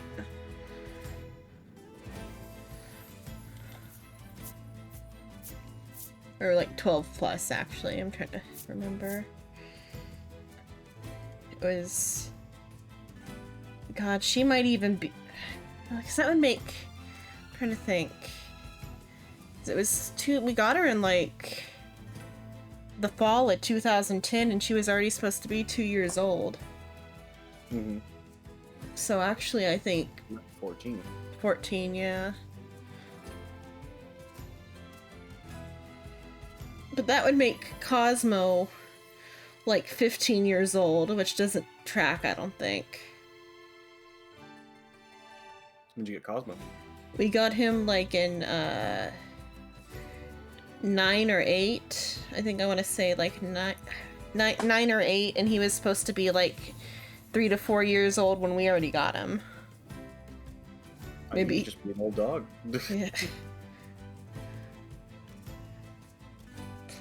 I mean, he's deaf, but like he's healthy compared to Chonga. Chonga is fading away day by day, losing all her weight. Mm-hmm. I mean, Yeah. one of our dogs, she lives like 2 years old. She was old. Or And you she- said 2, did you mean 20? 22. Oh, 22, okay. She was old. And one day she just ran away. Is that what you were told? No, she did. Oh. Yeah, like she was playing like a puppy one day, running around. Everybody's like, "What the hell's wrong with you? You're an old dog. You're not supposed to be acting." And then she ran away. It's known that like dogs tend to like wander or run away when they get too old, and they're not like a dog that's been chained up or in a household, Yeah. because they don't want their owners to see them die. Yeah. Or maybe like something like, "Oh, I don't want to attract other groups," you know. Yeah.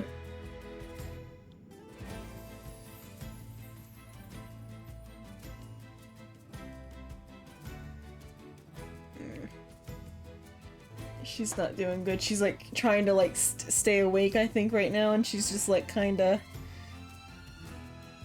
I don't know. I'll check on her a bit. Yeah, it's a small dog. Like she stopped eating the last couple of days. Mm-hmm. Like she won't like accept any food I offer her, and she throws up everything. And we got a vet appointment for Thursday.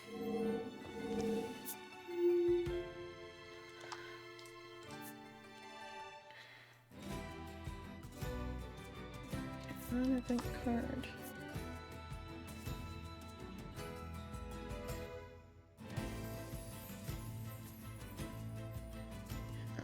Turn it to 5.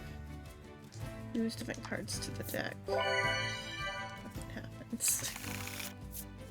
Draw 2 cards from the deck. Game in Hello Toast. Oh, let's see. Oh, 2 tens. Nullify. Rest any number of times.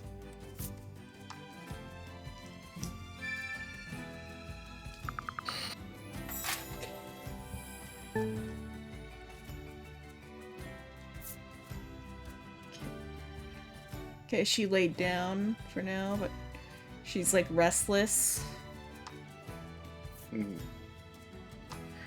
Well, cause like she goes to like hunt for things off the floor, but then when I offer her food, she won't take it. Yeah.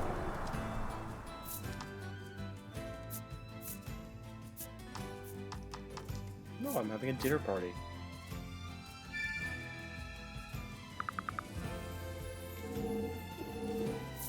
I think she's probably like dry heaving what's left in her stomach or whatever. Maybe. Cause like I said, it smells like poop rather than throw up though too. Mm. Okay, I draw a card. Nothing happens.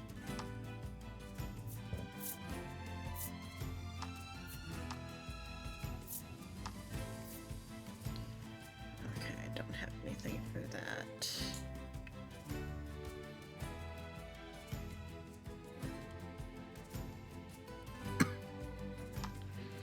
So they have a 7, they get a big point, but I want to keep the 9.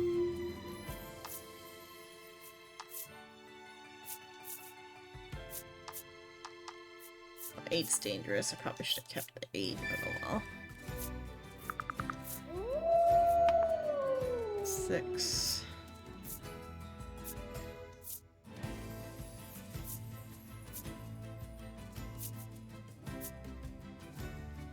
Okay.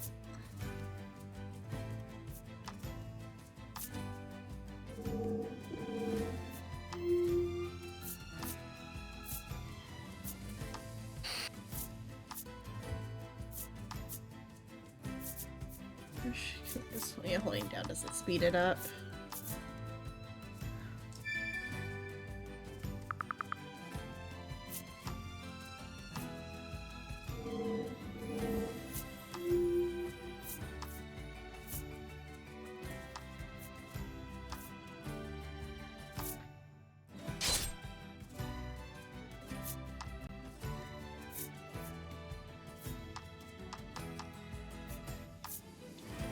Took my 9.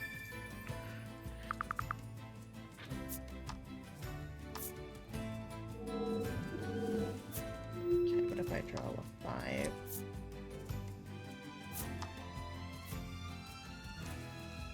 Add a card to my hand so I get an extra card.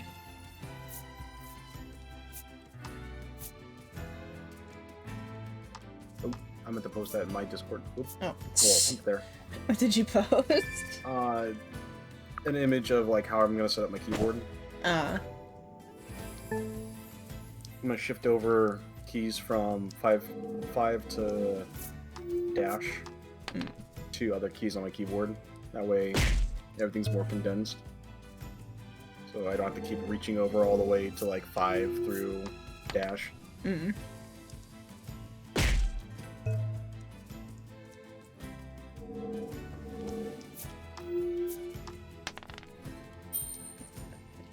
Turn.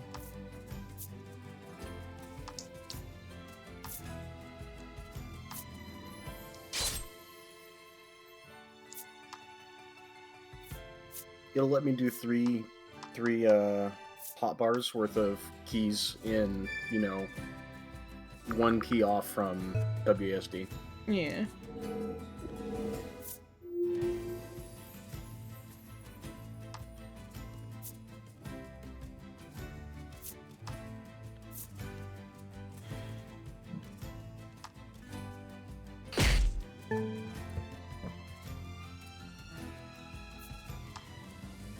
Okay, draw 2 cards.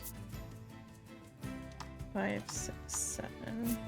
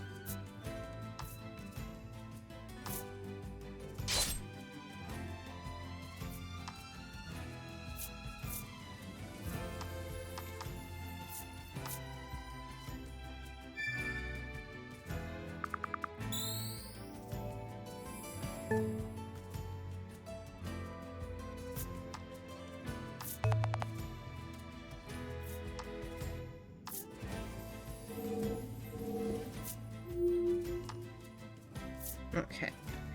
My turn, I draw. Nothing happens on that one. On the event card, 2 more cards.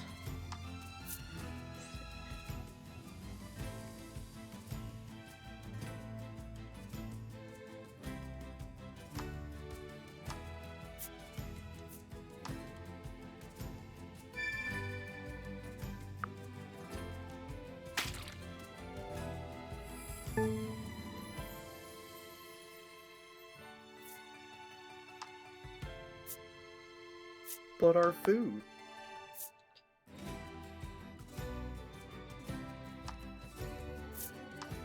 Dinner party ruined. Speaking of food, I'm getting pretty hungry, so in a bit when I end, I'll eat, and then I'll do the Final Fantasy stuff. Mm-hmm.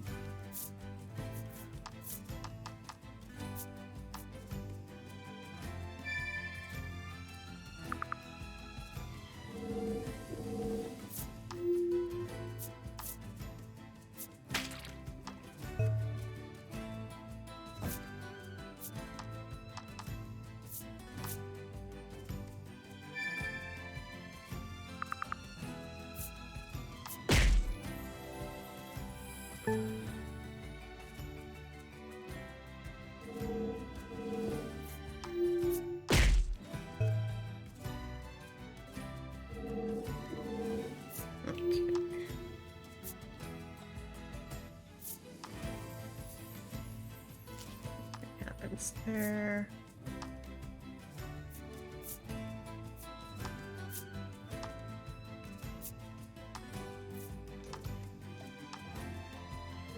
Good there.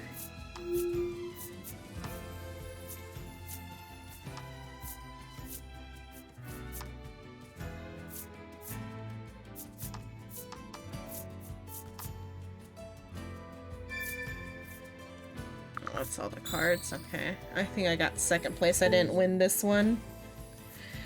But winning it, I think, is the thing that gives me the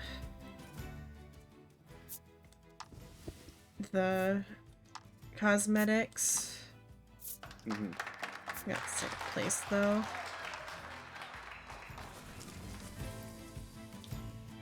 Unless it's gonna give me a consolation prize. Don't let it get you down. Come play again, says the boy, waving. Nah, no consolation prize. But I did unlock the next version of the next rule set, which involves a Joker card.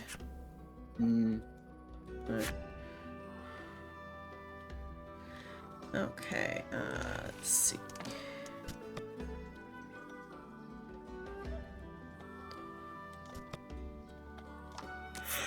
I'm hungry.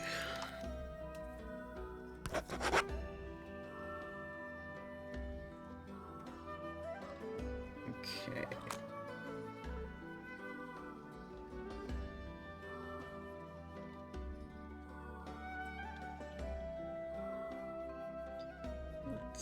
Okay. Reflection.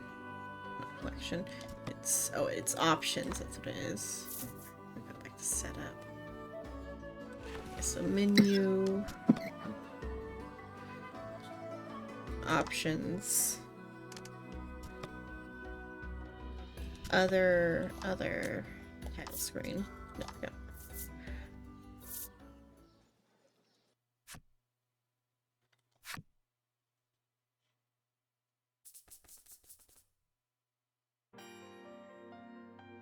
The dog's still throwing up, but okay, I'll take care of her in a bit. Let's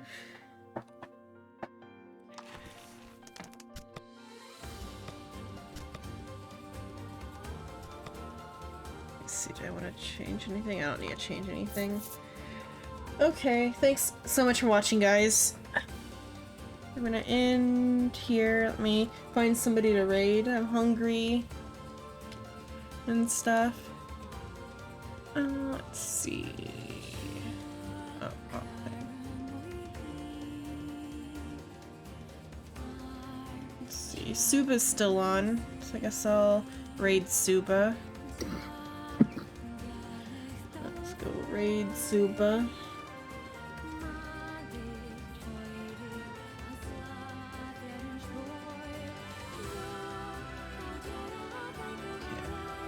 Starting the raid. That's it for tonight, guys. Thanks so much for watching. I've been Xenon Lemon. Grim was here. Tomorrow, no stream from me. Wednesday, I'll play Sonic. Friday's D&D. Thanks so much for watching. Nighty night. Sleep tight. Don't get bit tonight. Raiding now. Bye, guys. You gotta go fast.